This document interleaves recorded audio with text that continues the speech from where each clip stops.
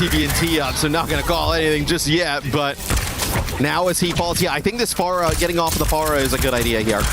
Ditching the cat as well. The kind of ground bastion setup that Twisted Minds has played is, yeah, you don't play, but let's get that Rhine back out, right? I mean, why not? Back into the show. Iceman will have moments where he can contend with TBNT. What's the response here? Okay, so it's full disengage with this Bastion ultimate. Oh, Psycho! Good Suzu there. Well done, but Iceman not kept alive for long enough. That is a nice headshot there from Simple, and VP have no business being here right now. It is a full disengage. The issue, though, is that VP, I mean, you see where the box of victory is. Series on the line. I mean, you're going to have to just throw bodies at this.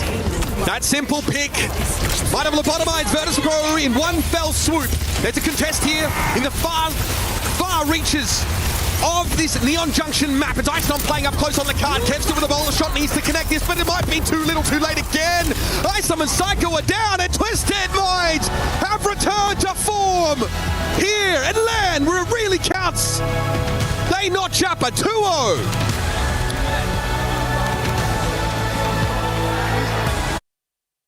Yeah, you think of like the skybox, right? But down like where you kind of see your instant death on the side of the map. Oh my gosh. You didn't drag him down far enough. I mean, dude, the movement here is crazy. Listen, I don't want to hear it. You all have been asking for Jetpack Cat for literally years. Literally years. Careful what you wish for, folks. Knife here. Override protocol over the top. Found a very early kill to stop the right click there, and was able to be kept topped up. This is dominant. This is the Zeta division we were expecting to see. GK's Dark Horse moniker only gets them so far against this. I can't imagine dealing with Proper on the Tracer and then Violet just basically playing another Tracer. Yeah, just takes out Alfie here. We're gonna get a potentially a nano on a Proper here. Just launches him into the spawn. Yeet. Okay, recall though required for Proper. The recall brings him back that high ground though around the corner. That's pretty crazy. Ziad inching forward now. Banara's been hard to ship. This ends now. Okay, overclock time for Labdo. He's really got to make the difference here. He's got to break this game wide open. Kenkai Sanctuary comes down to make it a little bit safer for Labdo to play here. And Banara's taking the brunt of things, but a self-destruct and a remake opportunity could be huge. Grenade, Catnap, Kellex dealt with by a Proper. This is about as good as it gets. It's dominance, folks. Pure and simple, as Zeta Division have decided to win the game. And you see a lot of the time when we're on with Violet, the movement, right? Using the lifeline so we can kind of 3P see around corners. This has been an absolute blowout in our third and final map. GK, awesome on New Junk City, but Zeta Division is just turned up here on Route 66. Pulse bomb here from Proper would most certainly seal the deal. On to Freya. Interesting choice. Violet grenade there on Labdo. It's a little bit dangerous for him for the time being. His pulse bomb being cradled, being hatched even. Bernard looks to the coast here to try and maybe find some pressure on Finn, but a little bit low and now in a bit of an awkward spot. Needs to double back. Proper's gone down to Kellex though. Might have been a chain even involved in that elimination, but there's Violet yet again. He found Labdo. No more Freya in the mix, and Shu this time gets the VIP treatment. Flown up for a moment into the ideal sideline to keep his team alive, and there's a nano here for Bernard to make it very, very sticky to clear this Diva from the point. Dive goes in. Bernard joined by Violet. There's going to be time enough for Proper to get back into the fight with the pulse bomb he was sitting on earlier. Fighting over the mega health pack is Bernard, and Kellex has eventually fallen. Self-destruct, nudged off the edge. Not to be! First Korea, now EMEA. Zeta Division's claim to the championship grows louder with every vanquished opponent. To get one more fight chance if they lose the first fight on defense. But this moment here, Weibo did the same thing. This was something that Falcons, when they take the TP, they instantly take the teleport. There's no dilly-dallying, there's no baiting. So everyone knows when they see that Symmetra teleport come up, that Falcons will all come through afterwards to be able to send out things like the Freya bowler shot. And you can see that reality. The fact that you might be seeing your key crushed after last year, you were the one crushing key after key after key. That's starting to set in. Zest and Bliss.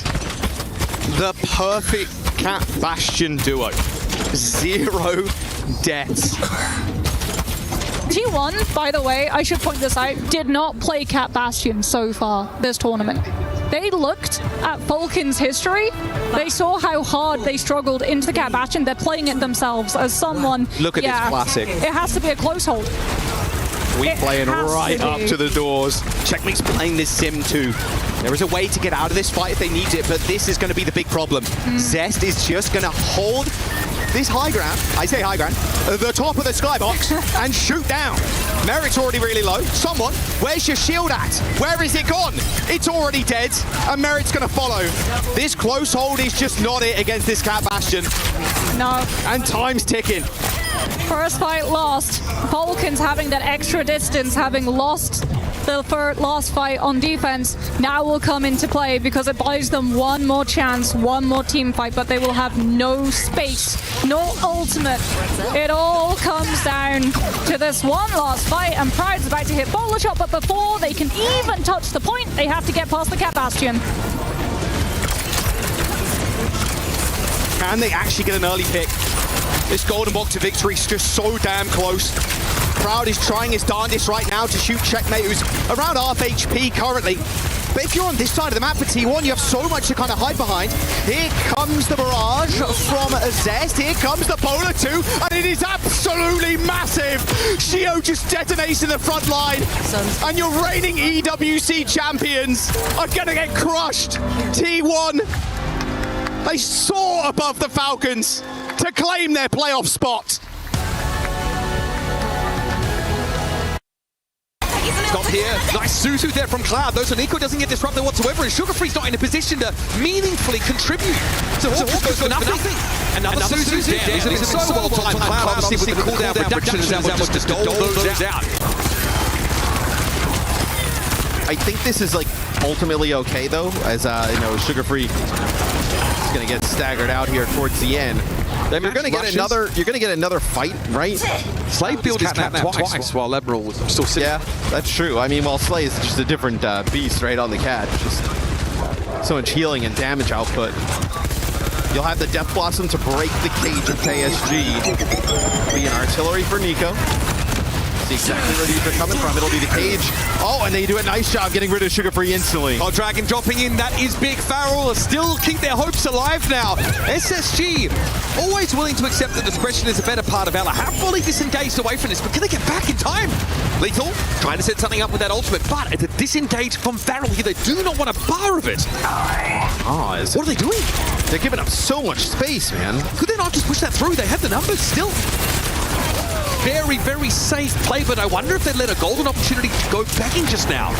They're going to play around Top Dragon. Death Blossom, and he throws it instantly. Ultraviolet is down. The stun comes in, though, and Top Dragon is knocked out of the game. Hawk's able to find two massive eliminations, and Sugar Free tends to the card. Still, there's fighting to be done. Charge there for KSG. Admiral being hunted by Slay, but he can't finish the job. With Nico falling, Slay's going to go back, but there's only 10 seconds left. Oh, and it feels like Barrel just kind of disengaging from that previous fight, just playing way too passive at that moment, may have just let SSG take this one. He has to stall, he has to get overtime, but the cage fight is going to be in place, and Farrell can only send Top Dragon, the person that catapulted them onto the international stage, to try and keep them in the game. Hawk pushing out, TP forward there by Top Dragon, and they know it, they're ready for him. Admiral cleans up the Reaper, charging from Hawk, knockdown on KSG, and it's all gone horribly wrong for Farrell at the start of this fight. No Malga, no problem for Space Station Gaming. They'll run it on down, and Slay has been felled. Staying in orbit, SSG preserve their right to reach for the stars.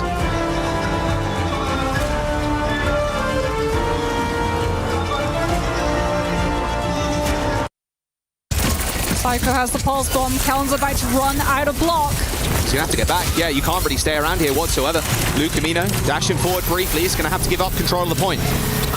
Good vortex from Ice as well, just to make sure that Dalsfield can't close up the distance and stop Virtus.pro's cap. What's Sunjin up to, though? Needs to hit a pulse. All that.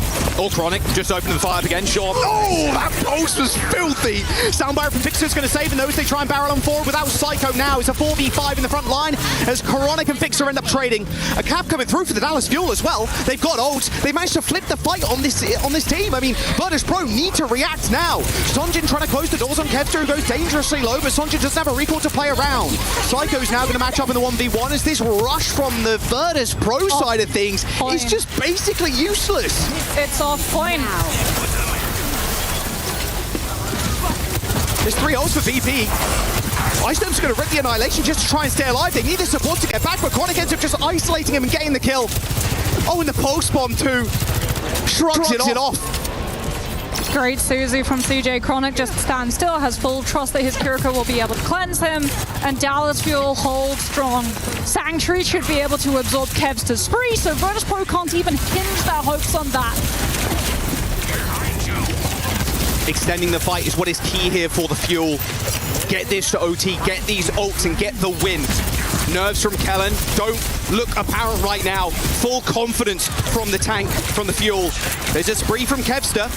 He needs to also make a big impact. Only ult for VP right now. There's the Annihilation, the Sanctuary. There's just so much to try and deal with here. Kevster dashes in with the Spree, shuts down Sonja, but Icedome, the front line for VP, already gone. The Dallas Fuel, it's a 4v4 and they have control. Landon toppled. Virtus.pro coming back on the wrecking ball to get a final touch, but NA's best here. NA's #1 seed dismantling VP. Icestone's going to be able to get another retouch here, but the hopes and dreams of EMEA are fading. Sonjin with a pulse too. Desperation from VP. It's 5, 6, 7 touches, but you're going to need a whole lot more than that to stop Chronic. Dallas Fuel do it in 2.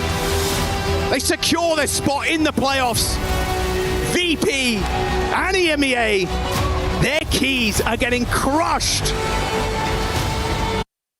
Alfie's going to clean up. The ultimate economy game from GK is sublime. It feels like Finn was using that amplification to bait the Shatter as well, with how ready Ziad is on the Sigma shield to be able to stop it. And JD Gaming, Pineapple, is now onto the Bastion, just to try to have any form of burst damage on that Symmetra teleporter movement. Actuating the barrier. All right, Kaneki with the TP gets the team across the chasm. Zia kind of playing with his food right now, just waiting for them to appear. The spheres aren't hitting anything, so he knows something's up. The flux on the height is going to be big. He ends up hitting 3. Nice wall in response. The team are going to be immune to pretty much everything right now, but look at the damage actually being thrown in. That wall's going to get deleted in just a moment. Alfie's going to deploy a wall of his own, and now this Monk window from the high ground might be what they need to win this fight. Shooting at the wall means it's going to get deleted. That health is going to get chunked down pretty readily, especially with this Bastion now. Yeah, just sitting behind the amplification matrix. They're not pushing, by the way. Done, and yeah, Cart just static. Sound barrier from Mewtwo. Ends up hitting 3. Quick teleport, a reposition from Lambda. Kellex goes dangerously low as they've ended up swapping the map again. Like, what world are we in? It's like the Mad Hatter's table.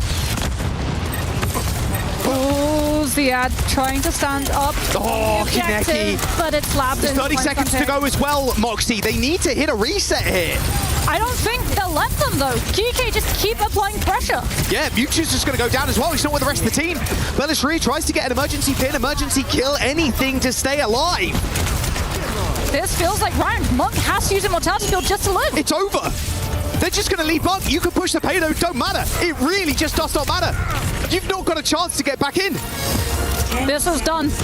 GK locking down Route 66, might as well have the key already on the Crusher. Bellisree is going to get another touch here. A little final one. Overtime does end up getting triggered, but they got a beat, they got a flux coming up, they got a window, they got everything they need. Monk has to be the savior, but they're just too distracted with their own small little tasks. A nice 2-player flux. Mewtwo, Pineapple put in the dirt. JD Gaming are gonna go down. GK Esports, they secure that final spot in the playoffs.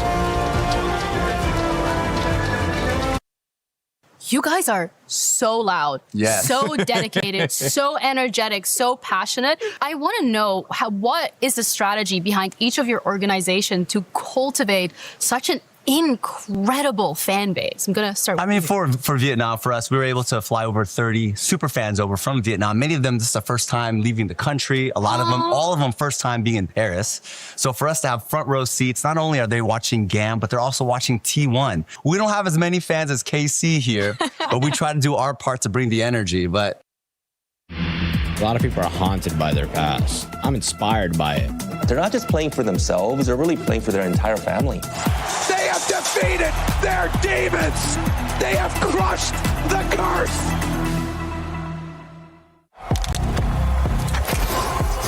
thinks he can come in here and play my game. He knows nothing but go! Tyler, why? You're done. This is my ladder. You can't climb it. It's better than being hard-sucking masters. You're going too far now. Your eyes buggy. Your elbows ashy. That airline? That's an L airline. Somebody better hold me. Okay, yeah. Do something then.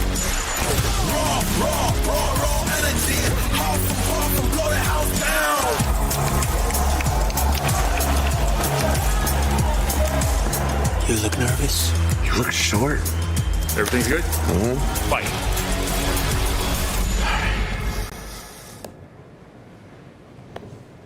Okay.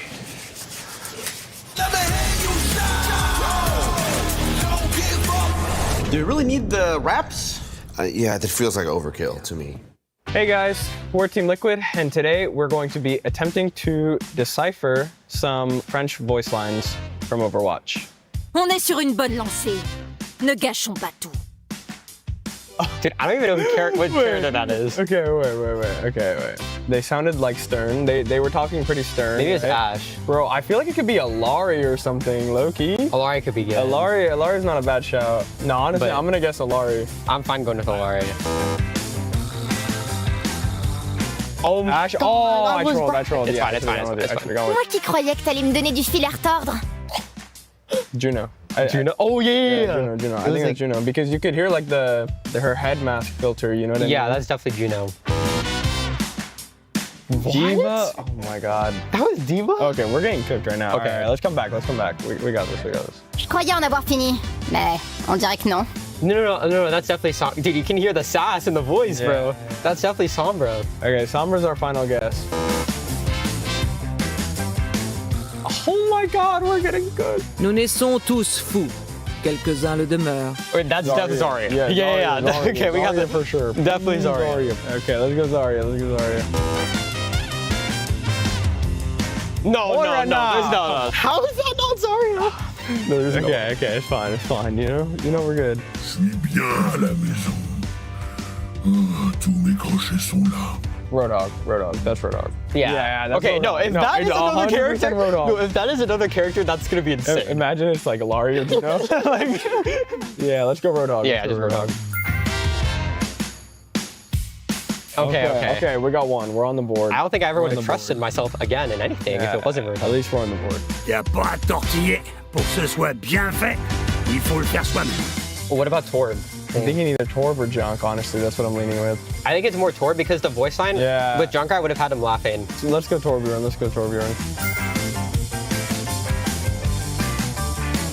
Oh, okay. Nice. Tu n'as jamais l'impression d'être un simple vigile qui surveille le gantelet de Doomfist? Doomfist. Oh, wait, I yeah. think You're right. Doomfist.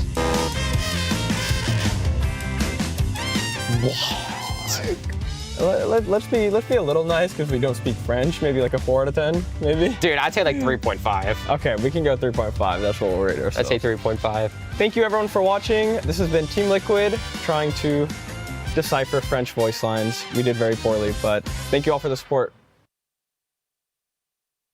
I need to learn from these guys over here because they are absolutely What's nuts. the secret? Actually, the secret is to let the fans do what they want to do. Yes. To be very transparent, we don't control them. They have their own association where they organize themselves. We just try to create the connections between the organizer and the fans. We are very happy to be at the EWC because everything is made for the fans here. Yeah. And they are very, very happy. And then when we play, they are just themselves, you know? Everyone is playing, you're not yet. EWC Play is your all-in-one platform to compete in fantasy, pick'em, and quests for a grand total of $300,000 in prize pool. Build your dream fantasy team in 5 different games and track your score with live results tables. Predict the winner of every game, every group stage, and every tournament. Complete daily and weekly challenges to earn boosters that help you climb the global leaderboard. Got what it takes? Join EWC Play now.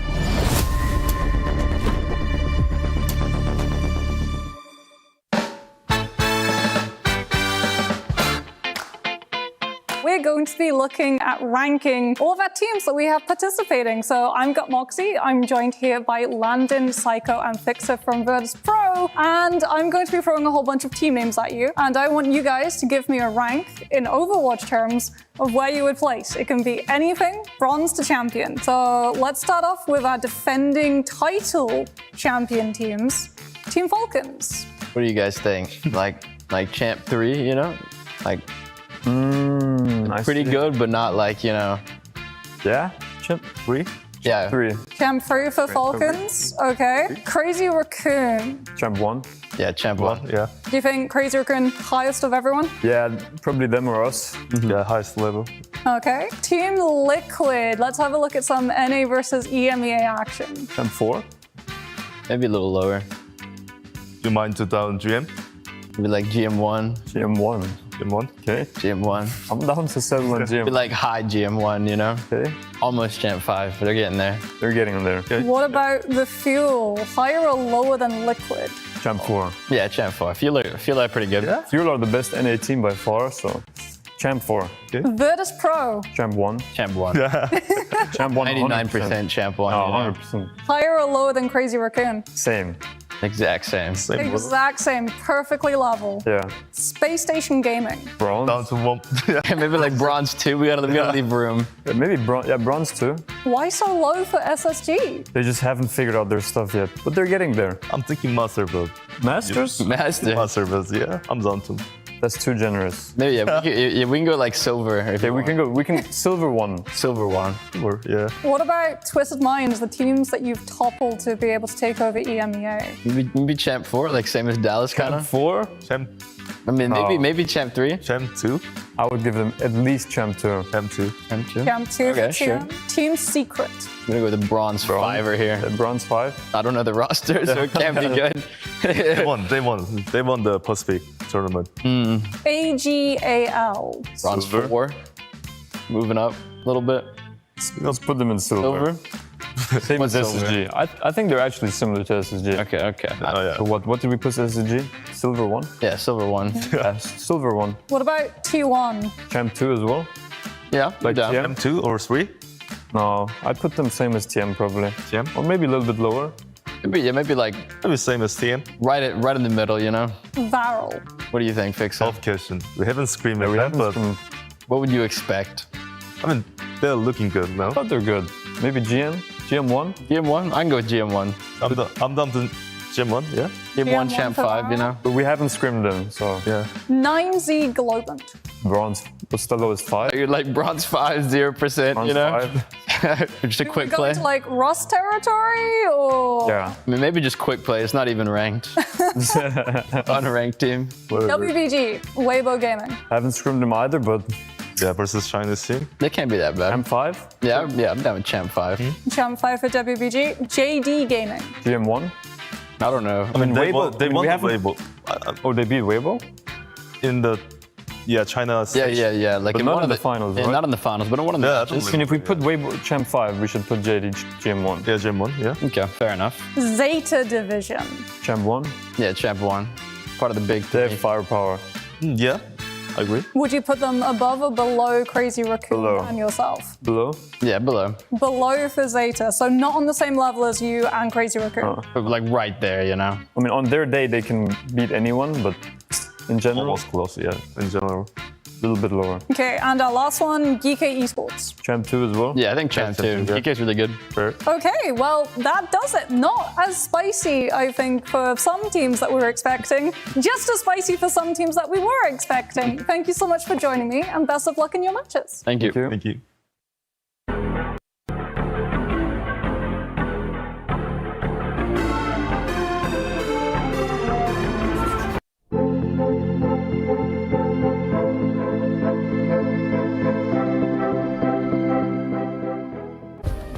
Play is in our DNA. Whenever we let it out, it becomes our superpower. Now imagine an entire city being built to supercharge it. Kadir City, powered by Play.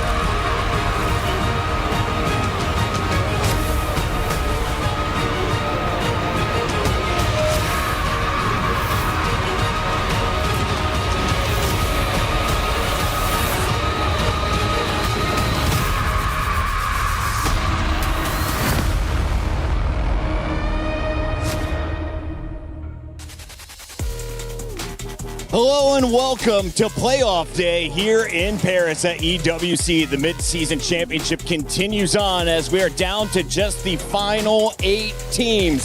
The STC Arena is pumping as fans have filed in from around the globe. We've got people celebrating honeymoons, people who have been watching for over a decade, all here to watch their favorite players. I've got Jake and Reinforce, 2 of my favorite former players. And I want to start with you, Reinforce. This is playoff day. There's a specific energy in the venue. What is it? This is one of the biggest events of the year, and now finally it comes down to the last 2 days. Single elimination, you have no extra life in the lower bracket. It's now or never. Jake, there's a lot of pressure on these teams. The good news, though, is it's going to be first to 3, right? So we're going to have longer series, potentially more games. Are we going to go the distance? Yeah, I mean, we're going to get deeper in the strat book for all these teams. It's going to be a test of their preparation. Like Johnny said, no extra life, no excuses. It's time to put up or shut up. We got to crown a champion soon. If you didn't catch up with the action yesterday, let's take a look at your bracket, remind you who is in the competition. Johnny, I want to start with you. In your playoff bracket, who is your favorite team to watch? Well, we got to give a shout out to Crazy Raccoon. They are the reigning major champions from Champions Clash a couple of months ago, but they've been relatively untested so far, taking down Secret and then Space Station Gaming. But this is a team that is a force to be reckoned with, going up against T1 in their first matchup of today, and then potentially a matchup against their rival Zeta Division waiting in the semi-finals. This is going to be an unbelievable gauntlet, but Crazy Raccoon, they have to be the favorites given they are the previous champions. Crazy Raccoon, always a fan favorite. They put on so many highlights. Jake, are they the biggest threat in the bracket in your eyes? I think it'd be maybe fair to say they're the biggest threat, but for me, when it comes to these offline events, when the chips are down and it's up to the best team in the world on stage in the moment, for me, I always have to consider Twisted Minds as a very serious name in that conversation. Quartz as an individual, for me, he's one of the best to ever do it in the hit scan role, and he's flanked by an incredible roster that is looking to go the distance here on land. They might be the 3rd place online from EMEA, but this is just a team that is a different animal entirely here on the stage. Let's take a look here at Twisted Minds, because TVMT was taken over in that tank role. They also have a fantastic front line and the back line keeping everyone healthy. Is Yubi or Quartz the player to watch, though, today for TM? I mean, they serve 2 very different purposes, and they are both equally skilled at their role. I mean, Yubi, best Symmetra player in the world, and usually we talk about all the Koreans, right? But in this case, it's all about Saudi Arabia's both Quartz and Yubi, huge contributors to the World Finals champions, Twisted Minds, still being very competitive tournament after tournament.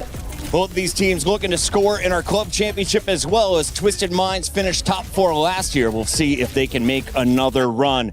2 other teams to look out for, though. We've got to keep eyes on our North American squad and our Chinese teams. We'll be talking about them in just a moment. But Jake, as we close things out here on Twisted Minds, what is going to take for them to make it to a championship Sunday? I mean, I think TVNT showed us some things we have not seen in a very long time in competitive Overwatch. The flexibility, the Reinhardt gameplay. I mean, it makes your heart sing, doesn't it? Reinhardt gameplay. I mean, crazy shatters. He's doing stuff that no one else in the world dares to try. And so for Twisted Minds, for me, it's TVNT, the tip of the spear, the one who's going to be tested in these next couple of days. That, of course, is going to be the final match of the day as Twisted Minds takes on GK Esports. But Johnny, that 3rd match of the day is actually our Sony story to look at. So let's dive in deep.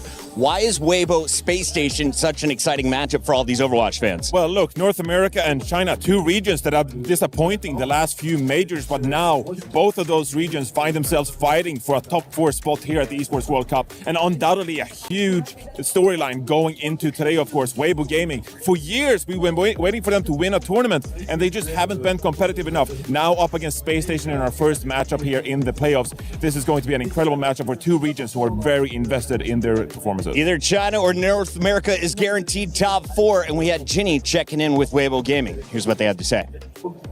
Thank you, Puckett. I'm standing by here with Sin, who is the general manager for Weibo, and Sure, who is the team manager. And we're going to have a little bit of a discussion about the club championship points. So, Sin, I'm going to have to start with you here because you guys are doing really well. You already have 800 points with above top 8 finishes in TFT, in Street Fighter 6, as well as Overwatch now. And also on top of that, you had it for Fatal Fury. What was the plan this year for EWC to get all these points? We first identify the top player or team in the every project worldwide and compare the offer and to select the best option. And the goal for selecting the player is to make it into the top 8. It's our goal, yeah. And it's been very successful, so you guys did a very good job at that. So far, we are doing well. Yes, absolutely. You still have 2 more games, though, that are coming up as well in the future. Rainbow Six Siege and Chess. What do you think will be the outcome for those games? I think Duda is a great master in chess. And he played very well in the qualified event. And defeats the Carlsen in the past. So I hope Duda and Carlsen can meet in the finals this year. Oh, okay. And Rainbow Six, we are the real Asian champion. They are very good. So I hope Rainbow Six, we can make the Asian history this year. All right. To make it into the top 4. That would be very cool to see. I'm looking forward for that one. But of course, we also have you here joining us, and we have Overwatch happening today against SSG. So what are your expectations for this game? How do you think it will go? So, I mean, we have 6 tremendous players in our Overwatch roster, and they are absolutely the king of China. And they met SSG a few times before in the big tournament, and I think you guys will know the answer. All right. Well, thank you so much, Xie. I appreciate it for your time. Thank you. Thank you. Enjoy the rest of your day. And that's it from us. Bucket, back to you. Awesome stuff there from Weibo. We got to turn our attention, though, to the squads representing Korea. Crazy Raccoon, we're all smiles today in the lobby. The vibes are high. What do we think about Stalker's crew coming into a big day Saturday? I mean, we got to say that they're a bit of a sneaky contender here. Obviously, like I just talked about, they're one of the favorites here, Jake, but they haven't truly been tested. I've been talking a lot about Seta Division, but he's saying Stalker. I mean, these giants, they're a force to be reckoned with. On the other side of this fight, we have T1, and we saw Fleta, who used to be the meta as a pro player. He is now the coach of T1. Expectations for our squad that's trying to pull off the upset. For T1, I feel like they've got to be the underdogs here. I mean, Crazy Raccoon are a team that has been here so many times. I mean, for them, a top 8, I don't even know that they feel the pressure just yet. I mean, for this is like a grand final type team. For T1, they've been that little brother, right, in the Korean region for some time, and you know, with only one life, it's hard to kind of really believe that they can get it done over Junbin and the boys. Johnny, they may be little brother recently, but they were big brother to the Falcons in the matchup yesterday. Let's take a look at how they won their decider play-in. Yeah, look, this is a team that has leveled up, and you saw the emotion in which they took down Team Falcons. It mattered so much to them, and I think this is another matchup in which they feel like if they can get over this hump and finally take down a team like Crazy Raccoon, that would be an enormous victory for them. Standout players like Zest, of course, who has a long history now in Overwatch Esports, but Donghak is the young talent for this team, who for years now have been playing at the top level, and he needs to be instrumental in today's matchup against Crazy Raccoon. Donghak was so instrumental, taking out his former backline. Now he is moving on into the Final 8 as the Falcons are planning their planes home. Jake, we take a look, though, at T1. Their strongest portion of the game, is it Donghak in your eyes? Oh, it's a tough team to really call their strongest player because they're so stacked across the board. I'd also look at a player like Skewed with a very long history. His stability on the Kiriko, you know, you're not going to necessarily see the flashy highlight plays so much out of him, but he's the one who's just never getting picked off early, always creating opportunities for the team to succeed, always making the right call in the clutch, and that's maybe the more important asset to have in this kind of a high-pressure scenario on LAN. We've got some incredible T1 fans, but no one is bigger than this guy. He goes by the name of Poco. Known for his Poco bombs, now his live streaming. There's a double dose of Bucket, but Poco will be joining us here in a moment. Poco has been so fun to chat with, and to see his team here in the playoffs is a bit of surprise. Poco, are you here? Yes. Can you guys hear me? I hear you now. Let's see if I can see your face. Wonderful. Poco, tell me a little bit about your team. How has T1 been playing, and why are you guys in the playoff bracket? Why? Yeah. Why not? Come on, we are T1. Yesterday that was easy against Falcon, 2-0. I wasn't expecting anything else from my team. Today, I'm not gonna lie, it's gonna be a little tougher. Crazy Raccoon, but I think they can do it. T1 is better when they have no pressure on their shoulder and they are the underdog, like you guys said. So I believe, I will say, if I had to do a prediction, 3-2, amazing. 3-2, amazing. I love it. Okay, let's switch roles here for a little bit. So you be the analyst this time. You obviously been watching your team play a lot of matches. Crazy Raccoon, a lot of experience against this team. When you look at the past few matchups between Crazy Raccoon and T1, what have you been seeing from these teams, like the compositions they're playing and this matchup? What are the important kind of parts for T1 to get over the finish line and take out Crazy Raccoon? I'm not gonna leak anything, Reinforce. I know you, I know what you're trying to say, but no, I'm not gonna leak anything from what the coach have told me, but the boys got some stuff cooked and they're ready, don't worry. But yeah, T1 has a very unique style. I like Dongak a lot. I think he's the best Moga in the world, and I think they're going to impress you today. They're cooking. Yep. I mean, Poco, a lot of young threats on this T1 team, and you said they're better as the underdogs. But of course, if they get this over the line, they're going to have to defeat one of the best teams in the game right now in Crazy Raccoon. In your eyes, this Crazy Raccoon squad, who do you think they need to stop the most? Who is the biggest threat on this team in the current meta? It's tough to say. It's tough to choose. A good. But I think the backline of Crazy Raccoon, especially Chorong, I think we're gonna have to focus him a lot and put pressure on the backline. Maybe do some Ajax. Maybe go crazy. Some Ajax, yeah. Pogo, if I was looking to drop some subs, where are you streaming at tonight? I'm gonna be streaming on my channel, twitch.tv.poco. Come guys, I can speak English pretty well, I think, and it's mostly French, but hey, come learn. Go party with the French, Poco. We'll see you in a bit. Thank you. That is Poco. He'll be supporting T1, but on the other side of this fight, we have a Crazy Raccoon. They are the top dogs coming out of Korea, and they were favorites last year. They didn't accomplish their goal at EWC. Is this the time for revenge? We take a look at the roster. Walk me through these 5 players, Jake. Maybe 6 could be on the stage today. He's saying in Stalker, you got to talk about this DPS lineup. Stalker is having a phenomenal year, maybe his best ever on the hit scan role, which is an insane thing to be saying considering his pedigree. You match him up with Heesang, maybe one of the most flexible players in the world, certainly a very serious contender anytime we talk about that asset in the DPS role. And then, of course, for me, it's Junbin on the tank. This guy is an absolute monster. Him versus Donghak is going to be a clash of titans. But also, of course, Poco mentioned this, the backline. For me, Chorong, one of the smartest players in the game, period. Like, you're trying to get this guy to Ajax, I just got to say good luck. Good luck. He doesn't really make mistakes. He's not going to drop that Lucio beat too early, Johnny. Crazy Raccoon coming in with all kinds of confidence. Do they swap in Max or maybe Lip today? Look, they're always going to sub in Max, and that's kind of been a big discussion point over the years. It's just like, you look so much better with Junbin. Why not just play Junbin all the time? But Max is their dedicated kind of brawl tank, pull out the Ramatra, stuff like that. So we're undoubtedly going to see Max today, and I think they look better with Max in the mix as well. But that is definitely a substitution to watch out for. Keep your eyes on the tanks, and of course, always stay focused on the back line. We had Danny Lim talking with Vigilante, trying to keep his team up today. What's good, everybody? I'm here joined by Vigilante from Crazy Raccoon. Now, Vigilante, I know you guys had a day off, and I'm pretty sure you guys were busy scrimming, but did you get to explore Paris? And if you did, what was your favorite thing about Paris? 자, 어제 좀 연습하느라고 스크림 때문에 좀 바쁘셨을 것 같은데, 그래도 좀 파리를 좀 이렇게 돌아다니시고 좀 여행을 조금 해보셨는지, 뭐 좋아하는 음식이라던가 좀 이런 거 좀 찾으셨나요? 에펠탑에 한번 가봤는데 그걸 제가 실제로 봐보니까 감회가 새롭더라고요. 사진으로만 보던 거예요. I actually went to go see the Eiffel Tower with the team, and that was very eye-opening. It was something that I've always seen in pictures, so seeing it in person was very fresh and new. All right, let's talk about your match that is coming up very soon. You guys are facing off against T1. Vigilante, do you have any message for T1 members? 자, 곧 있을 경기, T1과의 경기가 있습니다. 좀 T1 멤버들, 이제 그 선수분들에게 한 말씀 하자면 어떤 말씀을 하고 싶으신가요? 아무래도 제가 있던 팀이라서 좀 잘 아니까 이제 그걸 토대로 상대해 보겠습니다.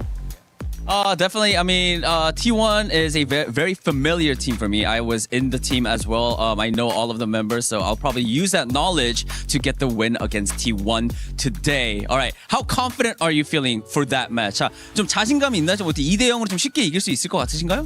가능하죠. 당연해요? 네, 2대 0? 그거 아니에요? 3선 아니에요? Sorry guys, I messed up. It's not first to 2 anymore. It is first to 3. Yes, you're right. 3승이기 때문에 지금 3대 0으로 이기실 것 같으십니까? 가능할 것 같습니다. All right, Vigilante says it is first to 3, so we will win. We will beat them 3-0 against T1. All right, Vigilante, that is it for the interview. Thank you so much. 화이팅 하시기 바랍니다. 화이팅! 화이팅! Crazy Raccoon predicting a hot 3-0. We'll see if they're able to dish that out on the stage. And before we do, I want to check in with you gentlemen and of course the audience to find out how much faith do we have in Crazy Raccoon? Well, the pick'ems are in, Jake, and 77% of the fans believe that Crazy Raccoon is going to win this thing. For me, that's about right. You know, Crazy Raccoon, I'd call them the favorites, but this is certainly a winnable one for T1. However, if they could win this, it's a huge narrative change, considering in the past, it's always been CR able to get it done here in the high pressure moments on land. So for T1, you know, they've been this exciting team to follow, but can they make it happen today? Johnny, we got 20 seconds. Give me your pick 'em. I got Crazy Raccoon in this one, but I want to go the distance. Let's make it 5 maps. 3-2. Want to go 5 maps? Chat, let us know, how do you see this one playing out? Crazy Raccoon are the heavy favorites, but it's been chaos here at EWC, and we'll find out if T1 can cause it once again. Let's check in with the casters to get their thoughts. Good morning, Paris. Yes, it's time to do your pick'ems. And this one's very important because we're starting the playoffs, so I brought some experts. We got Moxie and Jaws next to me. All right, guys, I need your help because I want to get all of my predictions right, okay? Starting with the first one, T1 versus Crazy Raccoon. Crazy Raccoon? Crazy Raccoon. Going off of track record, Crazy Raccoon always win versus T1. Crazy Raccoon 3-0 or 3-1? T1, baby. I don't want to go Crazy Raccoon. Okay, so it's Okay, all right, it's split. I'm going to go with CR 3-1 then. 3-2. What? 3-2. 3-2? 3-2? 3-1 in the past. Q1, they've started really improving. Okay. All right. Well, all right. 3-2 then. I'm going to go with Moxie's opinion. All right, let's go. The second one, Zeta Division versus Dallas Fuel. I think it's going to be Zeta getting the win 3-1. Fuel, baby, every day. Are you just doing this just to mess with me? Zeta. Zeta? Zeta 3-1. 3-1. Zeta 3-1. Okay, let's go. Third one, big day for Chinese Overwatch. Weibo Gaming versus Space Station Gaming. I am going with Weibo 3-1. Kushui on top, baby. Weibo. Let's go. All agreement. It has to be Weibo. And last but not least, final match of the day, Twisted Minds versus GK. Twisted Minds 3-0 for me. 3-1. Twisted Minds. 3-2 Twisted Minds. Hey, but we're all picking Twisted Minds, right? Yeah. Yeah? Perfect. What do you guys think?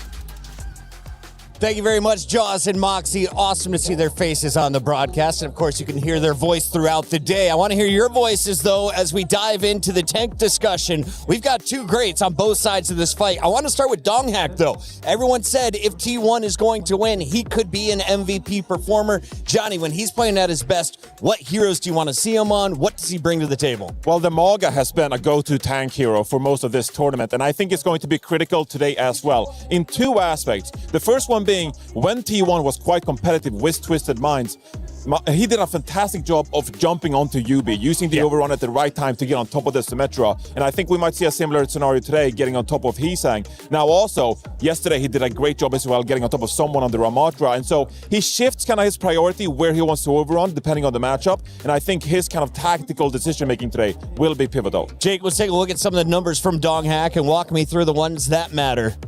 Yeah, you know, for Donghack, right, his individual skill, you can't question it, right? His effectiveness, it's here in the stats. It's pretty dominant. But for me, I mean, we talk about him a lot as a young player, as like this exciting up-and-comer, but he's been around long enough now. He's a leader on this team. This is the kind of player that not only it's about his individual performance in the match, what can he do on Maga? I want to see this guy talking. I want to see this guy leading and keeping the faith alive, because you know against Crazy Raccoon, it is not going to be a smooth and comfortable ride. That much is guaranteed. And is he the only tank on T1? No, actually, they have the Jasmine wedding in the mix as well. Do we expect that to be seen on stage? No. On the other side, you mentioned we're going to see both tanks for Crazy Raccoon potentially. Where do you put Max in? Where do you put Jumbin in? Well, look, Max is going to get playtime on New Junk City or like those close range kind of maps as well. Maybe even some hybrid maps if need be. We can go to something like a Neon Junction, honestly. There's been a map where maybe you can mix it up a little bit like that. But Junbin is going, I'm hoping for a Wrecking Ball matchup. Like, we haven't mentioned that, but like Junbin, Donghack, like we're looking forward to a Wrecking Ball matchup. It just doesn't seem to be the meta here at the moment. Jake, with the final 30 seconds, I want to hear about the duelist, the DPS. Who is the best right now? Who can have the biggest impact when it comes to heroes? Oh man, Zest versus Heesang, Proud versus Stalker. It's an embarrassment of riches here at the Esports World Cup. This is an amazing match to open the day with some of the highest skilled players in the world right now representing Korea. But for me, I got to give it to Crazy Raccoon. I mean, the pedigree of Stalker and Heesang, these guys have lifted trophies. Top 8 is nothing to them. A lot of pressure on T1. The match is ready, and so are we. Lock in EWC because we're about to crush some keys.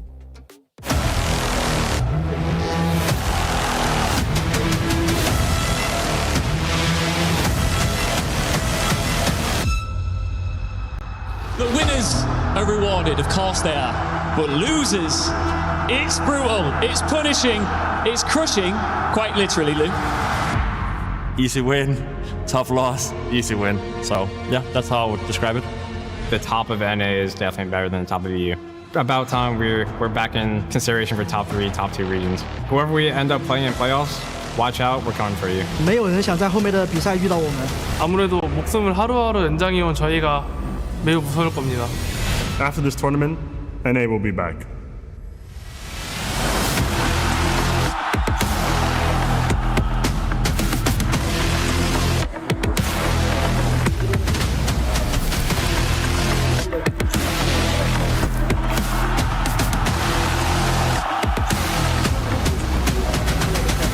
그래도 저희가 제타라는 팀에서 우승을 많이 하긴 했는데 국제전에서는 우승이 아직 없어가지고 이번에 꼭 우승하고 싶고. حاب اشكر الجميع المتواجدين اللي حضروا الستيج واللي يتابعون اونلاين. يعطيكم الف عافيه على الدعم وان شاء الله نبيض وجيه. 저희는 방심하지 않기 때문에 준비 단단히 하고 오셔야 될 것 같습니다. Able to keep him alive. TBNT, hold on. Wait, TBNT! What is that? Virtus Pro give him a series of 1v1s and he is grinning. Nerves from Kellen don't look apparent right now. Full confidence, big impact. Only ult for VP right now. There's the Annihilation, the Sanctuary. There's just so much to try and deal with. Down Sonja, but Ice Dome, the front line for VP. Desperation from VP.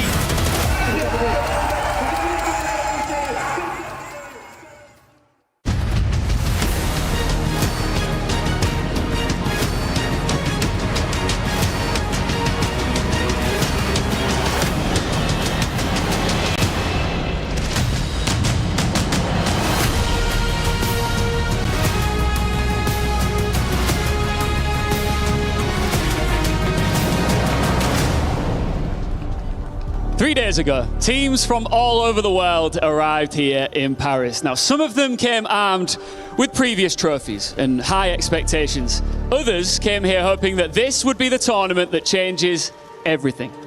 But now, only 8 remain. Ils étaient 16, ils ne sont plus que 8, and from now on, there's nowhere left to fall. No lower bracket, no extra life, no revive button. À partir de maintenant, c'est do or die. Lose a match, and you're out. Ciao, bye-bye. Au revoir, Paris. If you win, you take another step closer to the trophy, into the semi-finals. Now, I want to just get nice and tight on this right here in the center where the winner places their key. This says in Korean, nothing is granted, everything is earned. And that is pretty poetic to start off the day here. Look, Ian learned Korean just for the occasion. As we're heading to a full Korean banger matchup, Ian, may I teach you how to encourage the teams in Korean? You just have to say, "Hwaiting." Hwaiting! That means good luck, right? Yeah, good luck, do your best, but do you feel like they're gonna need it? I think everyone left standing needs it. Let's welcome our first team onto the stage. It's Crazy Raccoon!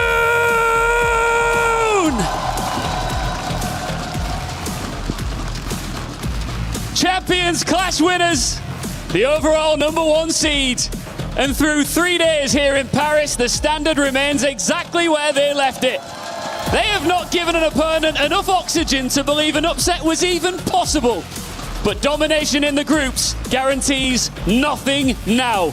They arrived here as the favourites. Today, they begin the task of turning that label into a Paris championship. And on the other side, the legendary, the one and only T1!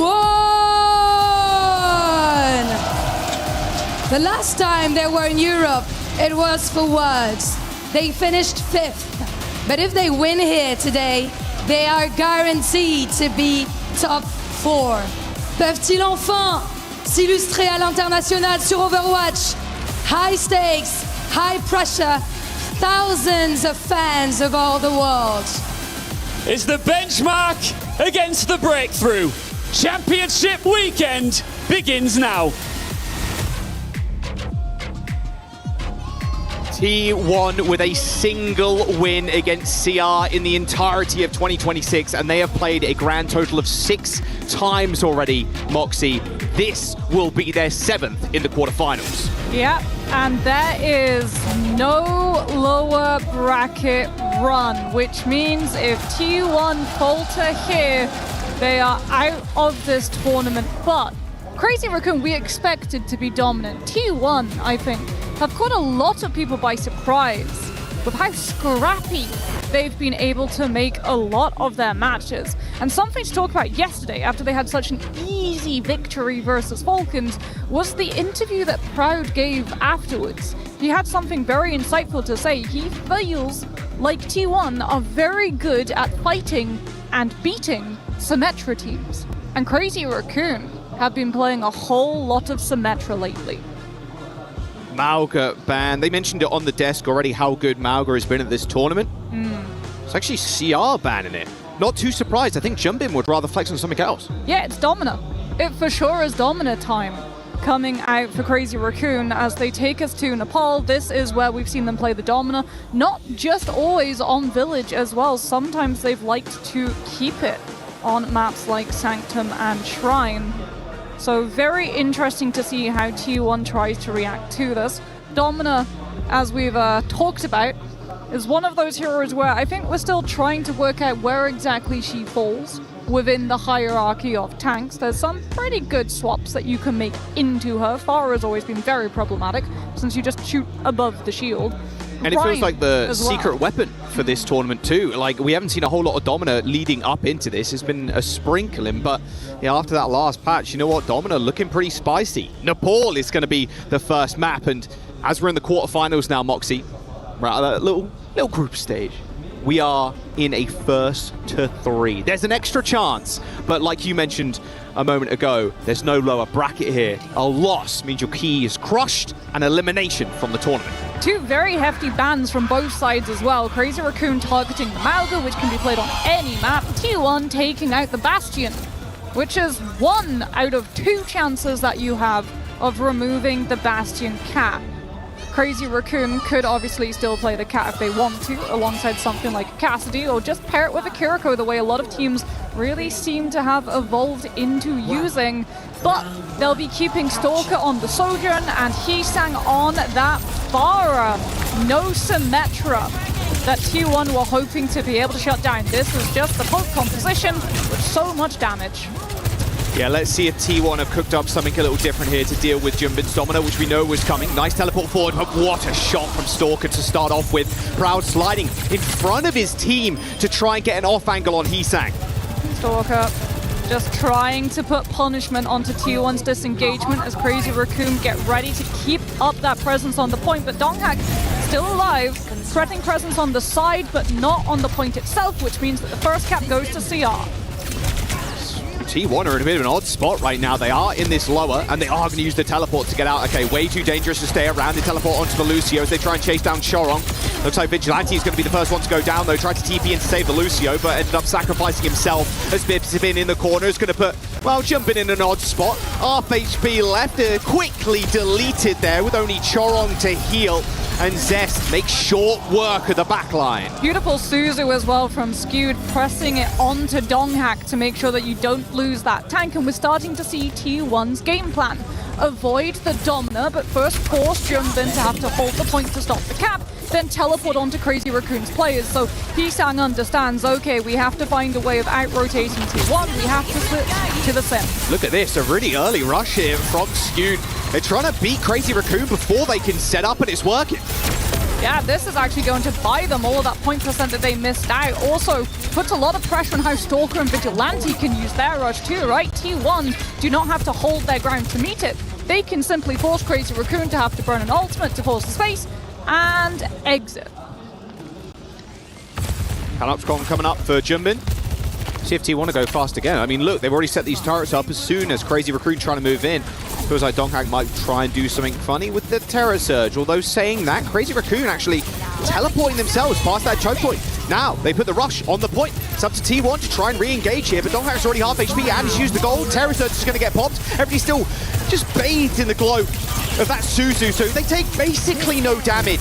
Zest is now going to go down as Proud ends up sliding away. Stalker takes charge of the fight and snipes Donghak from across the way.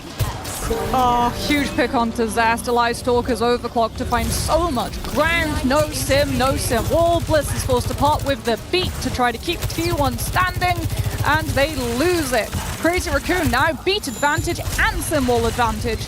T1, they'll have to make a play to just warp point the way that Crazy Raccoon did with that sim wall, but Crazy Raccoon can hold their ground with the Lucio ult to stop the flip. There's the sim wall as they TP on the point, but Crazy Raccoon have got the same idea. Sound barrier for Chorong as they now try and defend and keep hold of this point. It's going to be a little bit tougher against Donghak when he's got the Annihilation, but look at that. 5-man beat there for Crazy Raccoon as they barrel onto T1. Because Donghak has only just switched, he's only 56% towards that Annihilation, so we're looking maybe at only one fight from the Ram for T1. Yeah, which is why Chorong feels the confidence to be able to use the beat aggressively as opposed to hold it defensively. And now for Crazy Raccoon, you tax T1's walk up to buy even more point percent, and then you fall back to make sure that you don't lose a player early. But by holding this close, they're stopping Zest teleport forward. Jumpin already half HP. Chorong's going to try and go for an aggressive boop here, but has left his tank alone and isolated in the front line. Proud's got some easy pick-ins as Bliss ends up getting a double. Late touch here for T-Ron needed. They're just inting into the spawn. I mean, look at this. Bliss is the only one on the point. It's a team kill for T1 as Crazy Raccoon overextend. Yeah, great touch from Bliss. Crazy Raccoon trying to do everything they can to just stop T1 from getting passed onto that point for the OT, but it allows T1 entrance back into the map. Vigilante with that rush could be a difference. The conk is so good. The AoE damage is nice, and Zest hits a nasty direct onto Chorong. Quick reset for Crazy Raccoon yet again, but they do end up using their rush. An Annihilation gets popped to the very end here to extend some of these deaths. Vigilante and Heesang going down really late, 10% to go, T1 hold. Quick reset denied. Oh, look at this. Has to go for a fast touch. Zest doesn't get the conk though. Surely it's going to be a touch from the ball or the cat or somebody. Chorong gets there eventually. Zest quickly deals with him, but waiting on the wings is Jumbin. He ends up getting booped off, but the OT is still ticking down. Another boop, another conk. Not quite going to get there. But they ain't got numbers, they ain't got health, they ain't got nothing to save them now. A wall, maybe, but no. T1, they've got sound barrier, they got barrage, they got everything. Round one for T1. T1, it feels, reading Crazy Raccoon's playbook. Swapping to that Pharah, being able to put so much more pressure around the team since the Domina does nothing to be able to shut it down. Beautiful concussive too. As T1 understands, rush advantage to Crazy Raccoon if they're allowed out of choke onto point to use that rush. That is the flip. You can't stand up to it. You will lose players, and you have to play for the second stage. But playing for second stage is risky when you know that Overclock is waiting on the other side that you cannot compete with. Now though, surely, as we head to maps like Village, we'll see that Domina continue. Or do Crazy Raccoon feel like that strategy has been spent with the swap onto the Pharah? No, Jumbin rolls out on the Domina once more as we head to Shrine. They've got to have had so much practice with this comp at this point. Looks like T1 are going to change things up though. Proud on the M-Ray, Zest, Reaper. More dangerous for Jumbin to kind of stay around. You can already see how much damage is being he's taking. I mean, what, sub 100 HP as soon as he walks up the little ramp, and the shield doesn't exactly last too long. No pressure on Proud as well. His health bar has not dropped once. It's very much a front-to-back comp with Crazy Raccoon playing with the Domina and then using Heesang to burn people in the front line. But Zest is going to be able to match that with the Reaper. Yeah, if you're Crazy Raccoon, how do you take angles against this too? Because like you're having to look at the Ramatra. Stalker's not getting the opportunity to fire towards Pride, which means uncontested M-Ray, firing shots off. And yep, Jumbin has to swap off the Domina and match the Ram. Less front to back though from Crazy Raccoon. Heesang on the Tracer, much more fluidity to be able to work his way through these angles onto that back line to force T1 to look at their position. Proud's on this high ground though, basically immune to all damage. Takes a railgun shot as soon as I said that, to be fair, but he's got Bliss at his back. Oh my goodness, Jumpin is just getting absolutely wrecked in the front line. It doesn't really feel close right now. It feels like T1 have come up with a secret sauce to secure this round, but we'll see if Crazy Raccoon can make this next fight an ult fight. Heesang forcing Proud to have to divert attention to the Tracer so that Stalker gets a little bit more opportunity to disengage with Vigilante since you're putting so much stock into this Kitsune rush. They're going to try and go in this one. Jumbin's going to arrive in just a moment, but the Annihilation is going to force them off of their own rush. Donghak taking a fair bit of damage, but pretty immune, immortal in his Nemesis form. Stalker has to find so much value with this overclock too. T1 running the cat instead of the Lucio, no sound barrier, no sim wall to be able to stop it off too.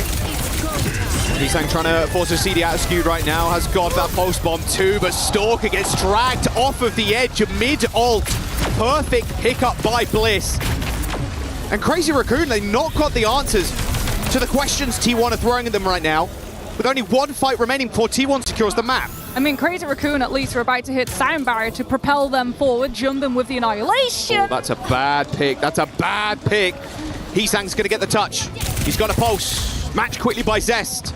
Sound Barrier for Crazy Raccoon, still dead in Sport. Bliss extremely low. Heesang can't even finish off the cat. Has to go for another touch as the Annihilation from Jumpin is going to sustain them here. Sound Barrier finally hits 3 on the point. Zest dead. But can they actually finish off this fight? Proud pretty immortal on this high ground too, but eventually taken care of by Stalker. A heavy investment here for Crazy Raccoon, but a needed one. Well, they'll finish the fight, but the question remains, can they finish the map now? As like you said, heavy ult investment. Vigilante at least will have Rush ahead of Skewed, but T1 can play the time game here. Or they can just set Donghack up to be able to run interference through Vigilante's Rush with that Annihilation as Proud, carried by Bliss, to be able to gain those high ground vantage points that Crazy Raccoons have to respect. Long rotation up to the high ground to not lose anyone early to Stalker, get too close enough to the point to start putting Zest and Donghack in prime position. Ooh. All right. Well, Zest just gets obliterated by Stalker. Bliss on the other side of the fight, but with Zest dead, I mean, quick reset. Donghack just done that ult too, so it's really just an ult dump for the next fight. Crazy Raccoon, they won't let that fast reset happen. They get a quite late kill onto Donghack, making sure that what should have only been about 10% of the point is converted to 20. As T1 yet again have to try to pick their way through. Stalker having that one-shot potential that they have to respect. They might have the ultimate, they might get 99%, but lose someone early, they'll very quickly see that point percentage disappear. Can Bliss do something fancy again? Wow, forcing Heesang's recall really early, just a triple burst to the dome. Here come the rushes from both teams with the focus fight just going on to Jumpin. The stun from Bliss just hit 3! And then Proud just cleans them up. It's so easy when they're just standing still. I say standing, laying on the ground. Heesang is just going to get dominated by Proud too. What a stun from Bliss. What a play from the Cats. Yep. That's map 1 to T1. Bliss, for me, has to be hero of the hour. Being able to use the catnap to shut down the overclock when you don't have Sound Barrier. It would have minced your team. And then that stun onto Free. T1, they just farm up Rush to be able to have the match. Look at this. Oh, you're ulting? Nah, no worries. Not a problem. Look, there you go. Bang. Hits 3 people. Catches Vigilante as well to drag him off the map, so no chance to Suzu to be able to stop that. All Proud in the kill feed there, but it's all on Bliss. You know those support highlights are coming in thick and fast when Bliss is on the field. Let's get a quick word in from Poco and Ian, though, as T1 claim their first map. Yeah, I'm dropping a Poco bomb right now on the show live. Poco, you must be just absolutely delighted right now, but I almost feel like you saw this coming. I mean, I don't want to brag, but it's only the first game. It's Crazy Raccoon against us. They are so good. So yeah, first map is very good, 2-0, perfect. But let's focus, keep going and fighting, guys. When you guys drew Crazy Raccoon in the draw going into the quarterfinals, what was your first reaction? I cried a little, yeah. But I mean, if we want to win the tournament, we have to win against all the teams, so it doesn't matter. Crazy Raccoon, Zeta, all of them. We need to win one by one, step after step. As a Frenchman, having the Esports World Cup here in Paris, how fun is this for you and what does it mean? It's amazing, seeing all the French crowd. Merci beaucoup les gars, vous êtes là, ça fait plaisir. And yeah, so many amazing people, you guys are doing such a good job. And yeah, thank you for having me. You're doing a great job too. Now, I always see on your Instagram your photographs of your beautiful cats. What are they doing right now, and have you got a message for them? Because I imagine they're watching the show right now. Meow meow. Meow meow, meow meow meow. Yeah, I think they'll enjoy that. So do you think that you can clutch this up in 2, or do you predict this potentially going, clutch this up in 3, sorry, or do you see this going to a long distance in this best of 5?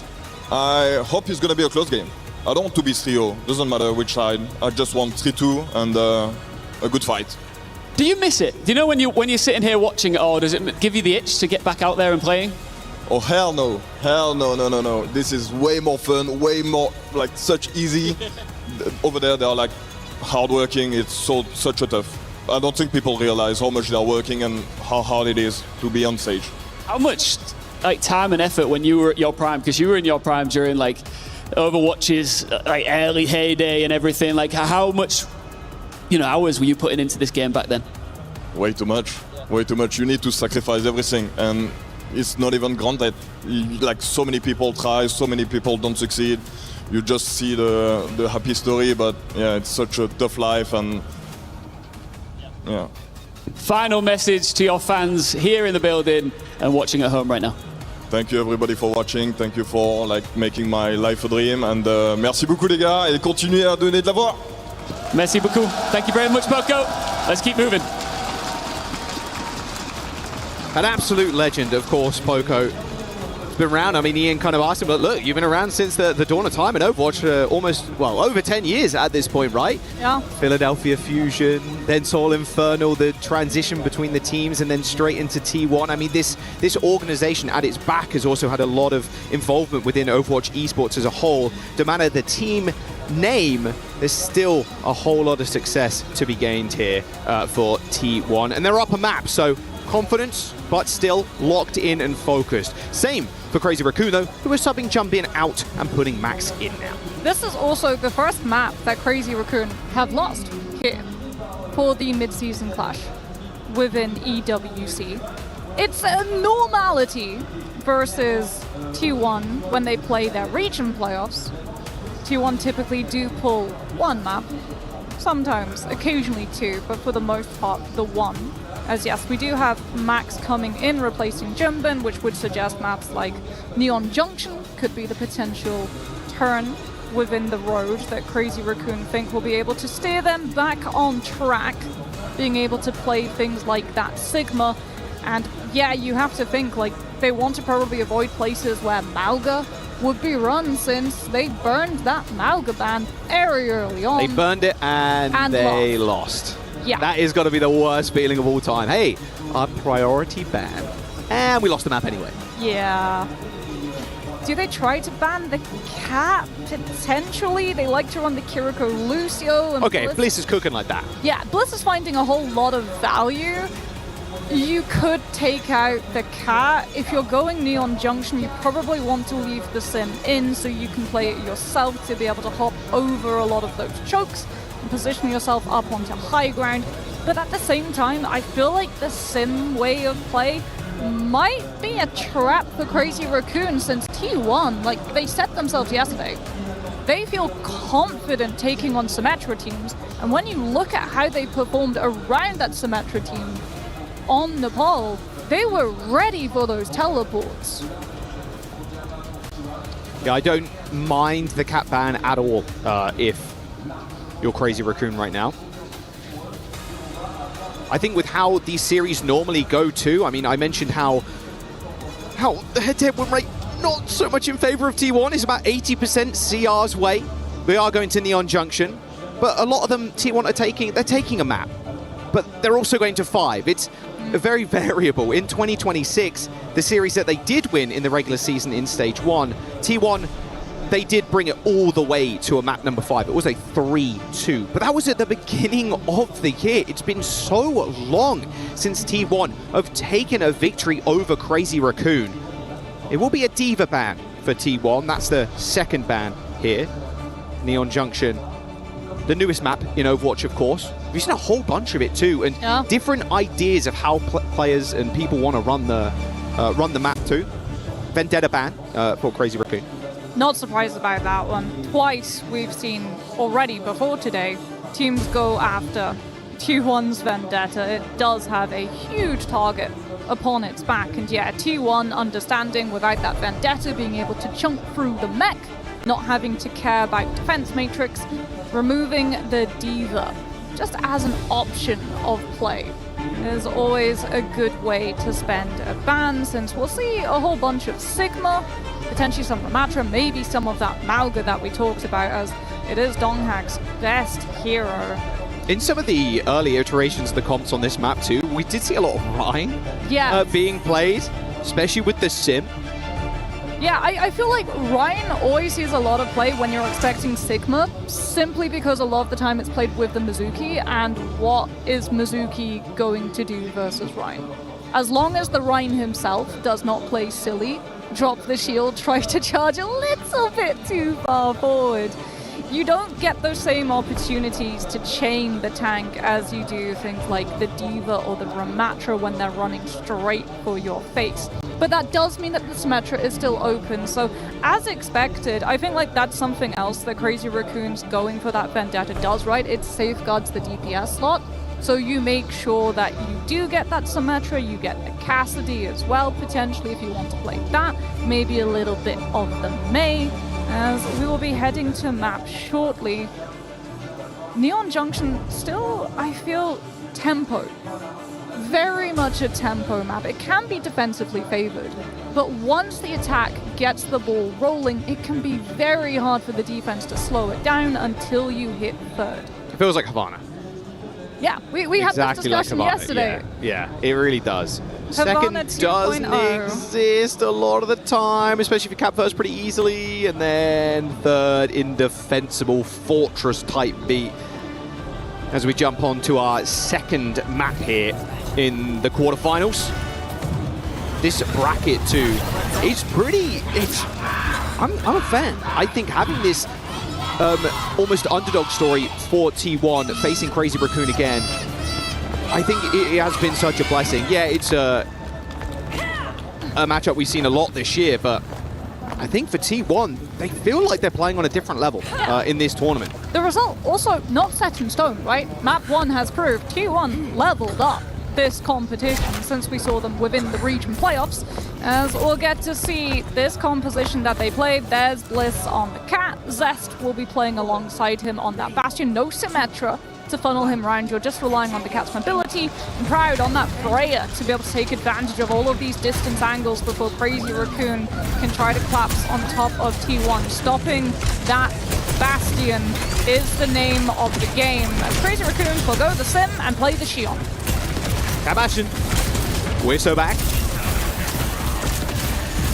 Statue control is going to be really important so the Bastion doesn't get shot from multiple angles. So Donghak trying his darndest to hold this one down.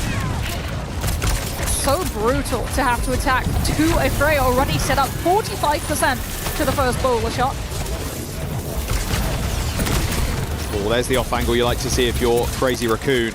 Pisang on here solo, but it acts like a tracer in that regard, just being able to get away easily with a couple of CDs, although jumped off high ground, used one of those already. Max taking a brunt to the damage now as Zest transforms into turret form, goes wheels mode.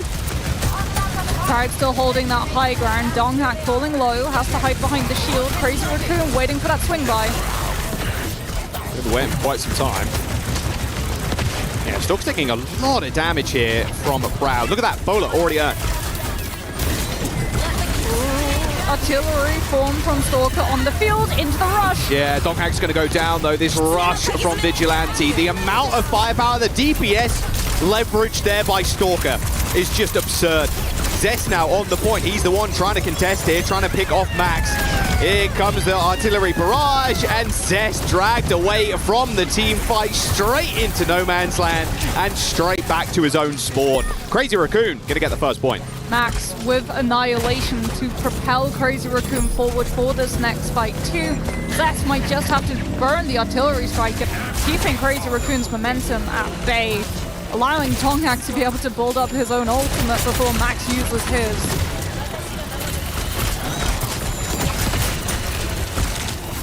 Hey, just a small jostle on the corner from both Rams to begin with. I know last year how much people like Avril were like bigging up Proud. Didn't really perform at all, to be honest, last year, to put it lightly. But it's taken, you know, about a year, especially on an international stage, and Proud feels like he's kind of in it to win it at this point. Well, there's the barrage, there's the bowler to try and stop that Bastion from getting away from the artillery barrage, but it's actually Chorong that dies to the AoE. Yeah, Zest just baits Chorong's position. Pride follows up with the bowler shot. Now absorbs the high ground take, but Donghak still having to melt through Crazy Raccoon's front line. Hisang uses the spree trying to find any exit trade to force the defense back and allow the attacking team to move forward as he's off the Xion onto the Tracer. He has to find a way to put pressure onto Skewed.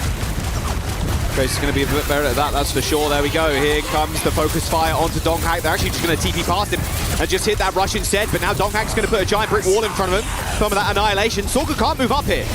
His hellfire is dwindling. Still shooting at Donghak though, as Hisang, unfortunately, caught in the crossfire, dies to the annihilation. Good positioning from Donghak, walking in front of Max and just separating Stalker from his targets. Not just that, Bliss actually catnapped Stalker to make sure that the Bastion can't play around the Ram's block damage reduction, and Donghak survives the whole duration of his ult until they find value. Crazy Raccoon actually just going to be going for a whole lot of mobility. Hisang, Stalker, pinch potential with both the Tracer and the Xion as T1 back up. They want to be able to scout out where exactly those DPS pop up so that they're ready to deal with them. Well, here's the swing in. Look at Chorog already taking his meanest mug to Bliss up in the sky. 2 HP though, a little bit too far overextended, but Crazy Raccoon is still up a player. Make that 3. Chorong dead, no problem. T1 flattened on the defense as Crazy Raccoon get a team kill. Now 4 players on the payload trying to push up. Yeah, Crazy Raccoon more than happy to force T1 to have to split their team. Most of T1's composition wants to play front to back, so Crazy Raccoon are starting to widen out some of those lanes and take full advantage of the Tracer being free.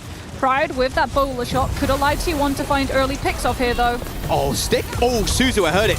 Straight in the back lines there, but Bliss ends up going down.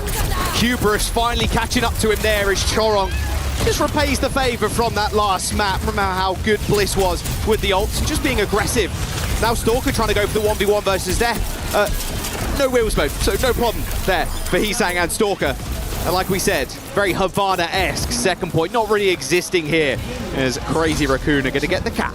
Yeah, Crazy Raccoon though, rush advantage too, so they might be able to breach the fortress walls that are third if Vigilante is able to use his ultimate ahead of Skewed. T1 now moving away from the Freya Cat Bastion. No free movement for the Cat Bastion to operate, so instead you want to have that Reaper and Xion to be able to try and match the Witch with Stalker and Hisang, who's already just double blink past T1. Zest, look at that, how much pressure he's putting on Max already. Has got the annihilation, of course, but doesn't really want to blow it all too early. Donghak doing the same. They're trading Nemesis forms right now as once more Crazy Raccoon is trying to find an off angle with their dive DPS. Well, here comes the Nemesis form coming through from Donghak to try and sustain through this fight. Again, he's trying to separate the team, but Donghak just running forward and killing Vigilante. Stalker using his ult as more of a disengage tool. The spree not doing all too much. The AoE from Donghak just ripping them to shreds as they find a team kill eventually. Assist from Bliss. Yet again, Catnap right on top of the rush for rush allows Donghak all of the follow through required. Crazy Raccoon, they're keeping the Bastion. Hisang now goes on to the Mei as well. T1 will have to take a whole bunch of damage if they want to be able to control these main lanes as the Mei will blocks off Zest's flank. Few pairs of eyes draw towards Zest again. He's just in this room permanently. He's set up shop. He's playing a little bit of red too. It's first of the month, by the way, so you should do that as well at home. He's fully still behind them though. He is indeed. Hisang now just trying to pressure Donghak. Donghak now can't overextend like he's been doing. Fearing the wall, especially without Nemesis form. On the sideline, Zest finally checked. Even a nade from Stalker sent towards him. Here's the spray from Proud though. Eliminated Chorong so quickly, but quickly traded by Stalker. Crazy Raccoon now down to only 3 players. Hisang without a block is basically isolated on the Mei. Gets pushed back by Bliss.